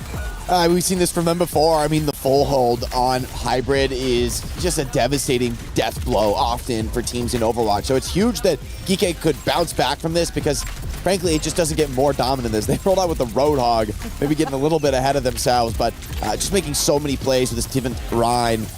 Always hungry, always looking for those opportunities. And this is the kind of map that can really break your momentum in a series. So props to GK that they didn't let it get to them and that they were able to resurge, because I mean, it was just over in a flash. Now, where do you kind of go here? I'm thinking, because the Reinhardt has obviously been pivotal so far. You got push left, and you also have escort maps left. And so this is where we have a couple of maps that are a little wonky that we haven't seen the map pool for quite some time. Like, I'm thinking about Junkertown. We haven't seen Junkertown in like forever. I think Route 66 is like probably the most common map to see in this pool. And so it just kind of depends, like, where do you want to see the Reinhardt being played here? I don't think I have a preference, but I'm curious what Jake thinks. I just love how happy you are when you get to even ask about a Reinhardt. It always comes back to Rhine somehow. It's crazy. Somehow all roads lead to Rhine. That's crazy. It's been a long time since any roads have led to Rhine. No, I think it's fair to get excited. Champions Clash, come on. We got that. It's my Roman Empire as Reinhardt. Now I thought of both, so that's great. Let's discuss the third map though before we're heading into number 4 and where we want to see the series taking us. New Junk City. You gave us the anecdote. That just seems to be GK's map for some odd reason. What makes him so strong from what you've seen here, Jake? It's the ace in the sleeve, man. I think Ziad has to be given a lot of credit for his performance on Ramatra on this map. He was really tightening the noose here on Twisted Minds, constant pressure in the front line, making sure that Quartz just does not have enough room to work. And this is a little bit more of a close quarters map, and it felt like, hey, even TM were starting to dig in the strat book here on what became the final flashpoint, getting some mileage out of the Bastion, but in the end, they were the team that blinked first. They were the team that backed off of this straight up sim rush comp, and because of that, GK were able to get the win. Nice as well to see Labda get going here on the Sojourn, as it's going to be Route 66, and I don't think that's a surprise, because you don't really want to like go into unknown territory necessarily. You want to play something that is a bit more familiar, and Route 66 I think is the map out of all of these that teams have scrimmed the most and therefore have the most confidence on. But Labda gotta keep up that momentum on the hit scan and try to mirror Quartz in that role. Yeah, let's take a look at the bands there in the background and see for Twisted Minds. Sigma on the underside. I believe I spotted a Bastion. Oh, I could literally just turn around. Wow, being on land, this is crazy. But yeah, so big screen says a Bastion is the band on the other side. What do we make of this? Yeah, I think the Bastion man makes a lot of sense. Quartz has been trying to go back to it time and time again. I think this is a strategy that, in general, Twisted Minds are very comfortable with. It gives them a massive poke pressure advantage onto the enemy tank in particular. And, I mean, their backline has been so effective at not getting picked off. They've been okay letting the Sojourn, get some rails up and just not giving up picks. So, yeah, the Bastion man makes a lot of sense here. I do wonder, though, this is a map where, hey, even I don't think Ryan is really going to get played. There's a little bit too much verticality for me on this map. I actually think maybe there's room for the TVNT D.Va to look pretty good here. And this is even a map where Ram also doesn't feel the best. So it could be a bit of a shakeup as far as the tank matchup we've seen so far. But for TM, D.Va is an extremely comfortable option. It's really, I think, maybe their most comfortable style.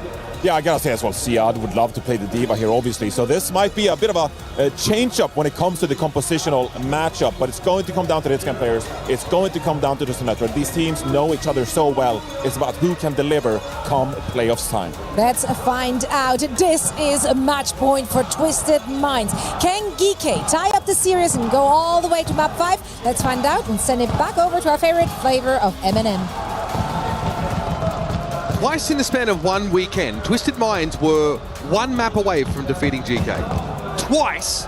GK dragged themselves back from the edge and took the series away. Right now, the world champions are facing the one opponent for whom a 2-map deficit has become an invitation to play the bloody game. Series doesn't start until GK is down 0-2. It doesn't start on map 5 yet. Yeah, doesn't start until that. So, Route 66 is the pick. It feels like this is like their only option, right? I know what you have Junkertown, Root, and then you also have Shambali in the pool. Shambali would have been really good, I know, for some of the stuff that GK likes to run. It'll be GK on defense. With that Sig ban and the Bastion ban, you now force Quartz to probably play the Soj, right? Get that Sojourn head-to-head. I think that's probably fine. You might feel a bit more comfortable playing Freya if you're concerned your opponent's going to try and spawn camp. Just play a bit more in your face. He can play it. We just don't see him do it a lot. Like, even when it was like a really popular pick, he was in EMEA. He was playing more Cassidy. Very locked Cassidy Soj kind of player. Labda hoping he whom the shadow, who cast the shadow he stood in, I guess, is going to be on a mirrored pick, and we get the Sojourn battle. So, Labda, another opportunity to distinguish himself. It's someone who seems to earn all the accolades, and maybe that's why Quartz has found an instant pick here on Alpha U. Their first elimination. We can't even react to really see it, right? What you imagine is that Alpha is playing off of the TP, and he just gets hit with a railgun shot, and then the disruptor shot is on top of it. So the ticking damage just takes him out, but couldn't ask for a better start there for Twisted Minds. Exactly what they're looking to do. There's really no meaningful amount of time that's bled off of the clock here by GK, and also they've fed a lot of ultimate charge over their opponents. Now, we'll see them play pretty safe on big Earls, Twisted Minds, that is.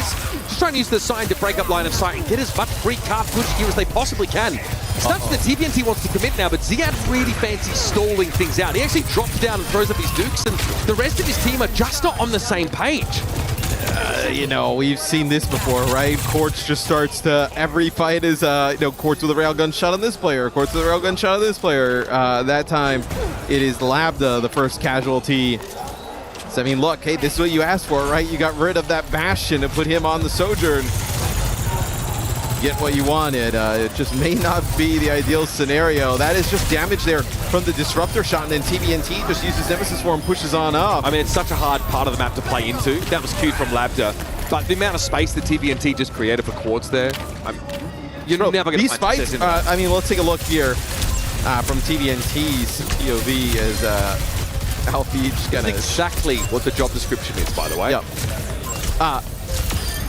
This is brutal because these fights have gone so fast, and they're so fast in favor of TM at, like, they haven't been able to build up towards any ultimates on the other side.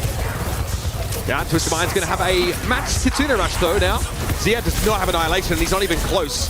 And so TVNT will make use of that particular disparity maliciously. I mean, they're going to stagger him for a little bit, right? Now you're going to have a massive beat advantage because your Lucio has obviously been alive the entire time for TM, being able to farm it. You're going to be able to get Quartz up on the high ground here with an OC. This is looking like a speed run. There's a snowball. What happens on Route 66 from time to time. desperately. GK trying to carve out some real estate for them to play on, but it looks more like a life raft in some choppy seas. They're going to have to drop down and contest because the card is so close to the checkpoint already, and Quartz is looking to play whack-a-mole with anyone who tries to peek out and stop it. Here's the annihilation from Ziad. He was holding onto it, and it just won't cut the mustard. Not even in the same postcode as that Dijon spread. Brutal stuff. Ziad at least able to find Simple. Lapta needs some action here, and he's looking for some against Quartz. He'll take Simple instead, and then he'll have his just desserts. Yeah, I mean, you still have TVNT here, and he's really healthy. He's going to win the 1v1, bro. Say it next time. He's just trying to block his way. Oh, okay. Great work there by Finn. Probably buffering the input on his swift step to get back in time. TVNT realizes his window has closed. Wait, what? TVNT actually makes it back to the rest of the team. That's actually a Suzu there that gets dropped. Everybody gets TP'd back by Yubi. I think he just got insta-nuked trying to jump in on the Vendetta. That is a huge problem. GK have to try and play this in a measured manner, but they've lost their Vendetta immediately, and now they're just in stagger mode. They bought some time, but they fed so much ult charge. And I mean, above 4 minutes here for Twisted Minds to potentially finish the map. So they're going all out on like sim counter here, right? Maga, you're getting the Vendetta in the mix, but you're going to be like kind of face rolling into a Annihilation Kitsune rush here. They look uncomfortable. Yeah, it's been bad. Alfie's going to find a way in. This is where he distinguishes himself. This is the map. He's got to go big. Misses Yubi with that overhead sweep, but still is able to find the elimination. It's just a little belated. And Twisted Minds have simply not stopped. I mean, Yubi probably feels like he just did his job, right? He ends up kind of getting some value with the damage there of the sim, then kind of dragging the Vendetta away. 2 players fall for DK. Sure, you go in deep, you get that sim, but it's a 3-for-1 trade at that moment in time. We might be seeing the world champ difference in Overwatch terms unfold before our very eyes. What is that? Kelix and Lapta, it's a harebrained attempt to try and take control of the game, but the white knuckle grip on the wheel remains Twisted Minds. And our Quartz will just chill, hold this space, control the Mega, and it's a matter of time before that card comes home to roost. New kind of paint, bit of polish, some shine! And the sun shining through the hole that Quartz just poured in their heads. Yuck! P-Like doesn't even give a reaction to it. Because, I mean, those last 3 shots are nutty. I mean... Defensively speaking. Yes. That was poop from the butt. Oh, okay. I was going to say, defensively speaking, was there a defense? Poop from the butt. This, I mean, just getting... look, you're trying to find an off angle here, maybe kind of like moving with your Soja. I mean, this is nasty, right? You know, gets the health pack, denies it, then, that's just so clean. You sure you wanted that Soja in matchup, Lapta? I swear, everything perfect. It's also like, hey, if he can do that, why are we even playing Bastion, right? Like, why are we messing around with it? Tayo's like, bro, I could do that too. Back in my day? Back in my day, dude. Sim was, Sojourn was out, bro. That would have been me. Tayo was running around on the legs. All the Cass. I mean, TVNT 31-0. And I want to echo what Funny Astro said there. It was perfect, especially that moment when TVNT pushes up into the choke above Big Earls and just let... I mean, this is Quartz. This system is built to let Quartz just take over the game and win awards. That's the whole point. And TVNT is so dutifully putting his body on the line to make sure that his brother can dominate. Farah here, obviously pretty good here. I know about just kind of getting some damage. Konk's back. They're going to ditch Sim. They're going to try and do Sim counter strats here with the Vendetta. We've seen a lot of teams kind of go to the Vendetta, have success. So far, Alpha Sim has just been completely outclassed by the gold standard of Saudi Arabian damage dealers. Look, I mean, I don't think there's another Sim who's going to outclass Yubi, right? So I don't even think that's like necessarily a hot take. I think that Alfie has the advantage of probably, most certainly, a deeper hero pool than Yubi. They just have decided not to really use it. Slow going here for GK. Twisted Minds don't go for a really deep sort of early fight, in fairness. And obviously, to make everyone aware, it's Twisted Minds defending. Get that switched over for you. Labdar dodging away. Quartz says, another couple years maybe, buddy. Yeah, Finn takes a railgun shot. He's going to fall here as well, it would seem. But hold on, Kellex doing a nice job. Keep players alive. Nice work by Kellex, bringing it back to the health pack. Trying to make that one interesting. You still had Alfie alive, but he will fall. So like the Vendetta, right, is great against these comps because you can just carve up Yubi. There's nothing he can really do about it. You can get, two abilities for Vendetta that have really good, obviously, movement tied to them. Right, Quartz is just free and easy here. Alpha Yi got dragged down. That is such a nice vortex use there by TPNT. Yeah, and he was trying to block as well there on the Vendetta, but you're not surviving railgun shots, so. Are we watching GK Esports bleed out in the town square for everyone to see? It's got to be now. It's got to be this fight. And honestly, it's got to be every single fight after it. With the GK seal of approval on it. It's too slow. Here comes Finn, just to back him up. Get the Katsuna rush up on the higher ground. Make sure Ziad can get contact. But Twisted Minds are going to fold away. Of course they will. Annihilation's there for TBNT, and Quartz delivers another massive elimination. It's Alpha Yi this time going down, and he's still on an uncontested off angle. Here's the Annihilation.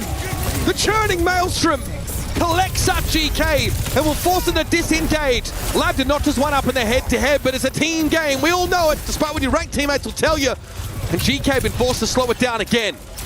Yeah, Twisted just bleeding the clock here of GK on defense as the Vendetta gets to the high ground. You don't have Quartz back in action yet.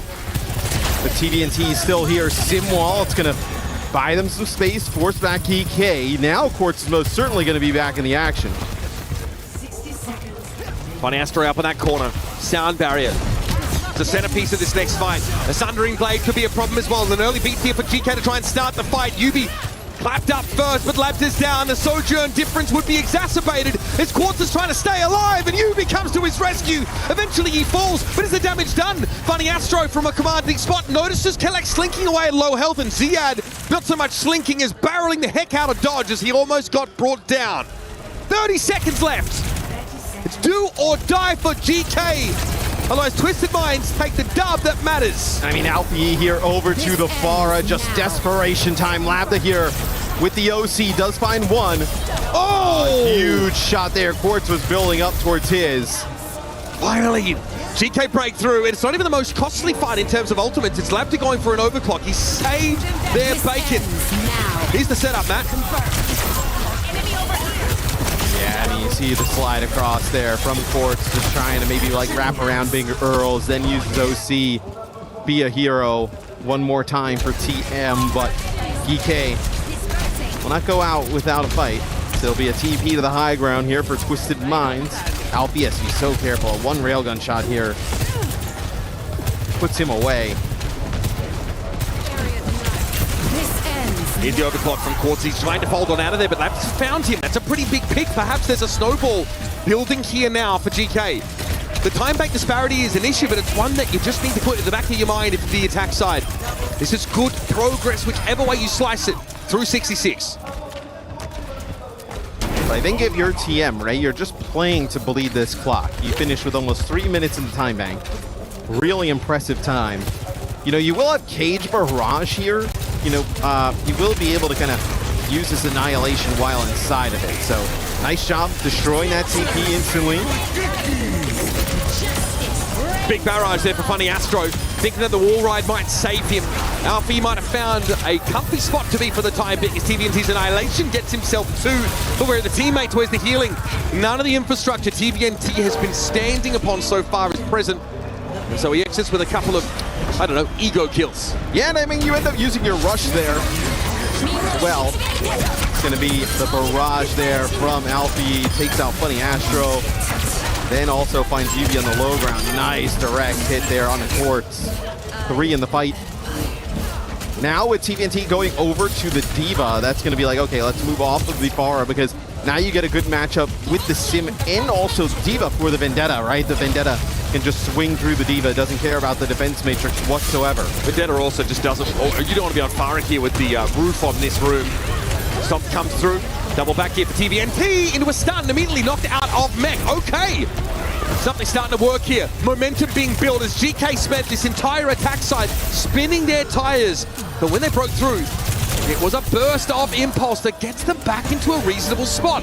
Potentially one more fight left, and GK may have north of a minute in time bank. That makes it doable. Yeah, and I mean, Astro had beat. They decided not to invest it there to keep TVNT alive. Maybe because they know they're going to make the swap back over to the Ramatra. Simwall, that's a problem for Labdo. He's going to reposition. No, instead the choice is just to disengage away. All run, yeah. That's great coordination for GK. They're still going to match beats in the next fight, but UB Simwall essentially is only going to buy some time for the defenders.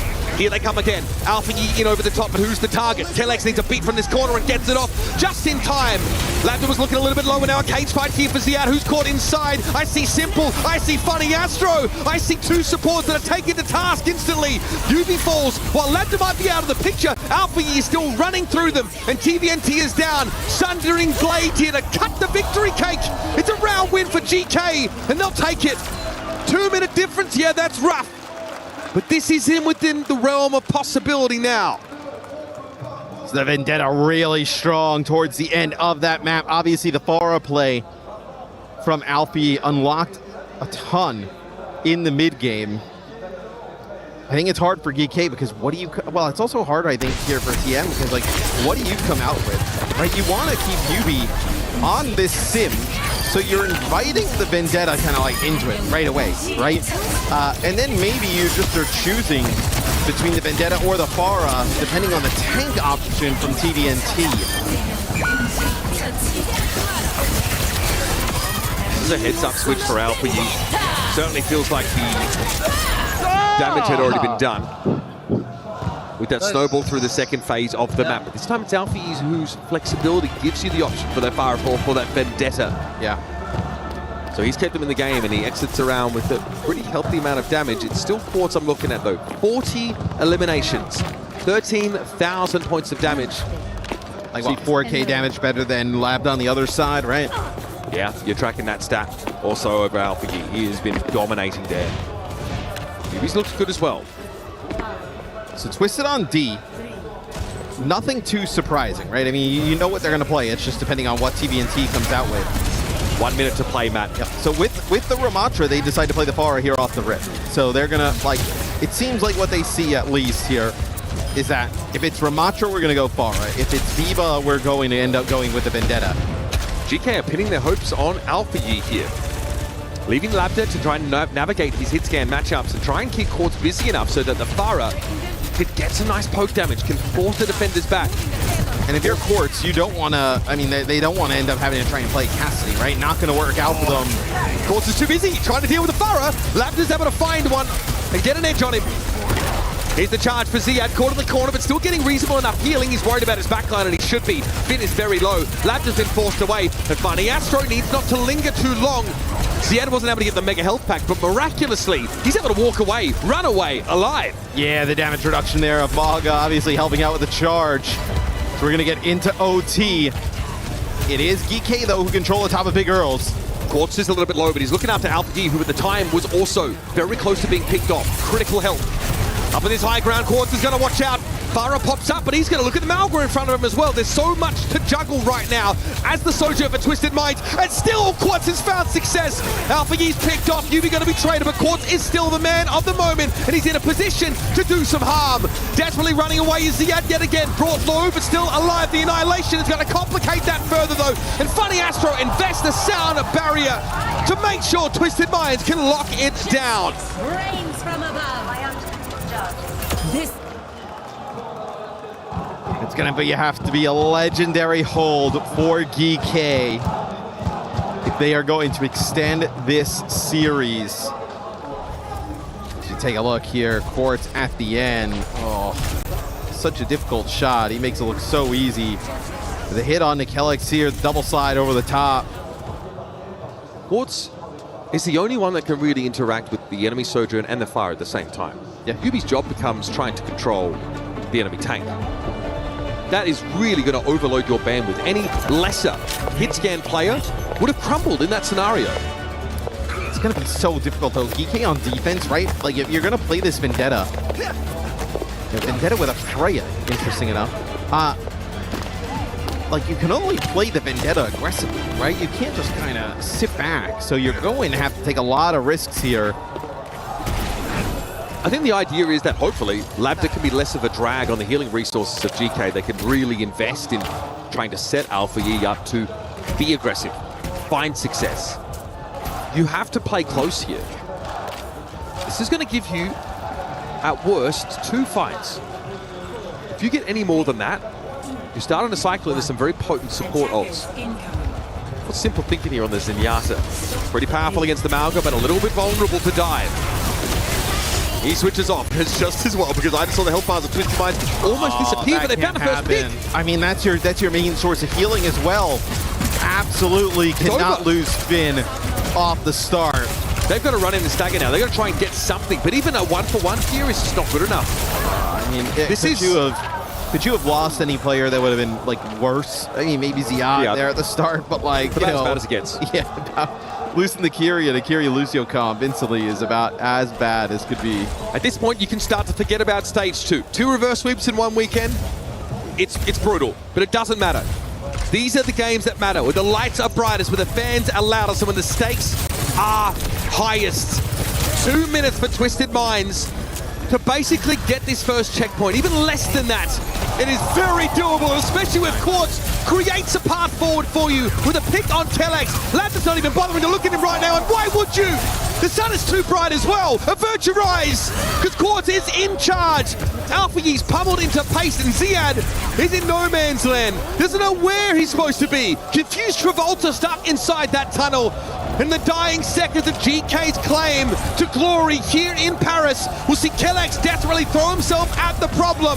Not a subtle nor effective solution, I must say. Lambda tries to step up, he'll give it a go, but that won't be enough either. Twice, Twisted Minds let GK escape. Tonight, our world champions finally finish what they started. Claim dominance in their region once more, and set their sights on another international title. TM obviously in the regular stage here in stage 2. Not the kings of EMEA. They don't qualify into EWC with that #1 seed. But they are the last EMEA team standing, and most certainly looking to make it back to another finals. Right, our world champions of last year, our preseason boot camp, they were unbelievable. Champions clash and meta, not great, but then they still find a way to the finals. I mean, potentially 4 in a row here for TM. Another game to get to that final, but still, they look great. I think one thing they're going to have to contend with, though, moving forward, is we have some pretty gnarly Vendetta players here at EWC. Now, GK didn't really go to it early in the series. They just kind of went to it here towards the end, but it definitely gave them some trouble. I think Twisted Minds is, not seen before, but you think about a team like Zeta or a team like T1, even Weibo, right? Be a really nasty look for them. So, see how TM adjusts to that tomorrow. Resilience to sim bans, resilience to sim pressure. Still some questions about this team, just like any team that's yet to ascend the dais and sit in the throne. But when it comes to matching those comps, yeah, Twisted Minds have got what it takes. Their fans are very, very happy. You hear them before you see them, marching to the beat of the drum. Let's head down to Ian and Course to give us some closing words. First things first, these fans down here need to make some noise for your semi-finalists, Twisted Minds! First things first, Quartz. They're shouting MVP. I think they're pretty accurate there. Are you the kings of Europe again? Yeah, for sure, I think, yeah. Did you ever leave? Nope, people just didn't believe. Look, just before we came on camera here, you said to me that not only do you as a team feel like you're getting back to your best, but you as an individual, the last couple of months, a little bit shaky. Why do you think it's coming back together now? I mean, to be honest, I had a problem with my mouse and mousepad. Both got lost, so I had to adjust to new ones, and I'm slowly getting back to it. How proud are you of this roster around you? Because you've been through quite a slump since being the world champions in November. It feels like you're getting back to your best right now. Yeah. I mean, we only struggled with the new heroes coming out, Mizuki and the Cat comps as well. We needed some time to adjust to them, and we did, and now we're back at the top.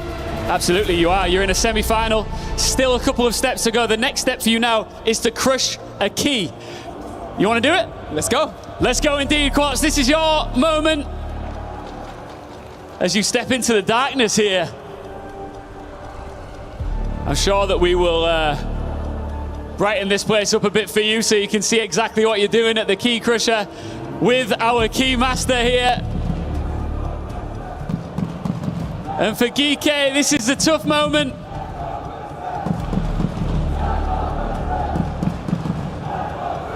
They started their season breaking expectations. Tonight, their rivals break them. Geeke Esports eliminated.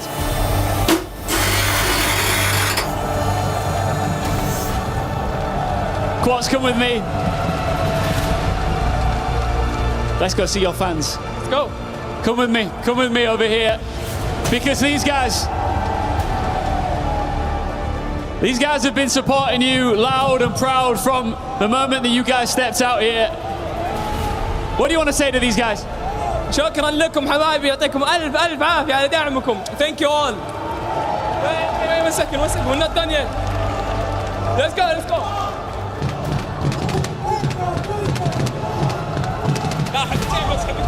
كذا يا حبيبي.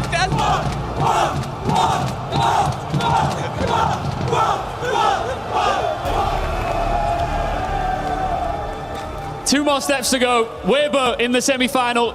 Can you stop them? For sure, yeah. We've done this in the past. I think we can do it now. Just lastly from me, look, there's a lot of talk about the club championship as well. If you guys do well here, and I know there's a couple of other games that is looking like you could complete the mission, you could win the club championship this year. You could at least better your chances of doing so. Are you thinking about that? We could, and I think we will. You think you will? Quartz, thank you very much, and one more time for Twisted Minds, your semi-finalists here in Paris. They'll be in action again tomorrow. The sacred timeline is preserved. There is no top four that would be complete without the team that put EMEA back in dominance after so many years of exile. And Quartz here, obviously with some choice words to share. We were always here. People just stopped believing. And honestly, all their games in stage 2 were close. We look at their seeding, and I think we kind of overblow that they come in as number 3. But these guys are looking, like it's a race to the top. And I mean, look, metas are not forever, right? Temporary. They're still able to play a lot of what they're good at. And ultimately, teams can only ban the sim for one go, right? There's a lot of other advantages Twisted Minds can get through that ban process that can kind of empower the things that they like to have in the game, which makes them very difficult to beat, right? You only have one opportunity to do that in the ban the sim. You still have like Reinhardt's in the mix, right? That they kind of play that nobody else can do. So definitely a team with a very high skill ceiling and a specialty that a lot of others can't replicate. Yeah, it issues a mandate to any team that's going up against them to have something in place for this kind of setup. Here's your bracket here as it stands for our mid-season championship. And we have one final day of play left. We'll see our semi-finals here between Twisted Minds and Weibo Gaming. It's the finest that China has ever produced, going up against your current world champions from EMEA. And then it's a matchup, it could be passing the torch, a matchup of succession, or at least renewing claim to dominance. Your OWCS Korea champions, Zeta Division, will go up against T1 to decide that other finalist. I want to see TM versus Zeta. I think that would be a nutty series. Just two teams who, like, they couldn't want to play any more different stuff, right? Zeta wants to play Cat with Ana up in the sky, high octane play. Twisted Minds wants to play methodical map position around the sim. That would be an awesome setup. But Weibo's looking legit, man. I mean, Weibo's like Sunzo's coming in. He's got a 100% map win right here at this event. A really strong player there for Weibo. Obviously a great compliment to Gushui. They're not going to go down easy. No. And Zeta Division, the team that everyone expects to be here, but T1 are the team that no one thought would be in the top 4. And to do it in such a dominant fashion as well with a win over Crazy Raccoon, a 3-0. It feels like that team is peaking at just the right time, and it makes it more than just an interesting regional rivalry. It feels like Zeta Division is supposed to be the team at the top, but all of a sudden, a large number of other hats have been thrown into the ring. That's what's in store for you guys tomorrow. And obviously, amidst all of this, the race for the club championship is very much alive. Over at MLBB, we had a series that went all the way to 7 games between Team Spirit and Yangon Galacticos. And amazingly, Team Spirit end up coming out on top. Very relevant in terms of that, because Falcons, Liquid, and Vitality all lost out in MLBB quite early on. Team Spirit now, I mean, that is a serious infusion of points in the scheme of the overall club championship. And you can see, yeah, they're going to be looking scary. They move up to 7th place at 1,200. Yeah, I mean, and they get that no game win, right? It's just so important for the club championship to be able to kind of qualify and get that. I mean, think about some of these other organizations and clubs, right? You know, VP, they had a really good Overwatch team, and they kind of obviously fell really early. Same with Falcons. Falcons' Overwatch team is what allowed them to kind of win that club championship. But look, we have a few of our teams still left in this tournament, Mitch. They're lurking. Weibo, Zeta Division. T1. Yeah, I mean, some of these teams, and then obviously Twisted Minds. I know they were a little bit higher earlier, but now that I know MLBB finished, obviously we added those points together. But I know Twisted probably right under NRG there with a win in Overwatch would just kind of shoot them up the leaderboard. Twisted Minds win here and in Warzone, as we heard earlier today, they would be number 1. So yeah, look, they're 19th, right? So they get if they were to get 2,000 points out of that, I mean, they're right there up the top. It doesn't take much to knock you back up into that top echelon. We're still pretty early in the race for the club championship. So there you have it, folks. That's what's happening, obviously, around the context here of the Overwatch mid-season championship. But for us, for those that are going to be dialed into the Overwatch action tomorrow, it's our top 4. We're going to be seeing, I think, some of the very best Overwatch we've had in quite some time. The metagame is fantastic. It's diverse, and our teams are looking hungrier than ever. So this is Uber Mr. X signing off. We'll see you tomorrow for the conclusion of our mid-season championship.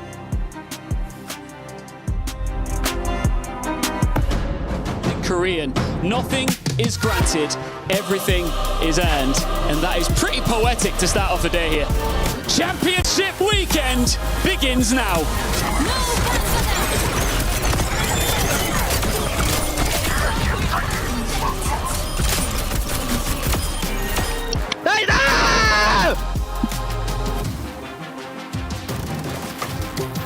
A lot of pressure though with the Kitsune Rush now deployed by CJ. Should be good in the HPS department. Terra Surge. Oh my goodness! Minak gets 2 off that. No.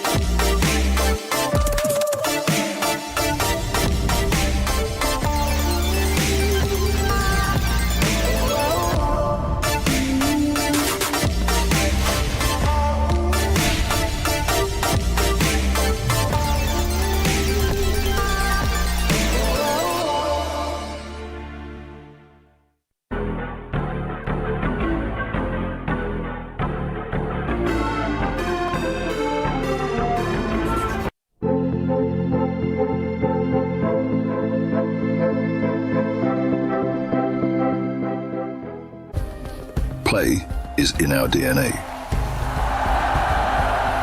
Whenever we let it out, it becomes our superpower.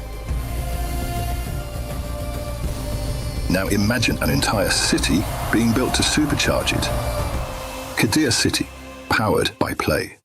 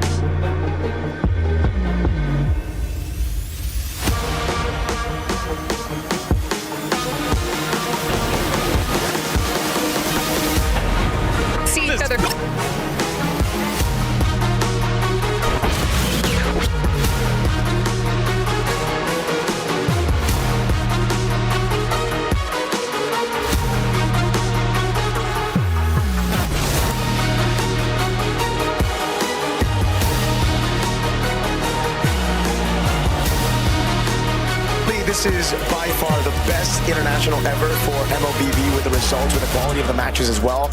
I think we got to go all the way back if we want to talk about it, man. The journey of all these teams. But firstly, just the upsets that we got to see. I think a little bit of a spark already at the start of the tournament where we got a little bit of a tidbit, foreshadowing of how crazy it would be with TL, the defending champions, the team that everybody thought were going to go back-to-back, losing, getting eliminated by E7, a team that many think are probably the worst team coming into the tournament. So that set up the entire storyline all the way in the grand finals. Yangon Galacticos, they made it. It's been 6 years since they made it to an international major final. So crazy storyline there. Amazing, amazing plays, amazing sweeps in the series as well. Then we have Spirit. Two of their members, they've played MLBB competitively all the way from 2019, from the first ever World Championship. To see their journey as a caster who's just been in this scene for such a long time, going through that and now seeing them every single time being rebuilt around. And finally, they finally cracked the code, I guess with Sour Ego is here, and Hiko. They made it to the grand finals still. A lot of people doubted them. A lot of people didn't think they would get it done. Most of the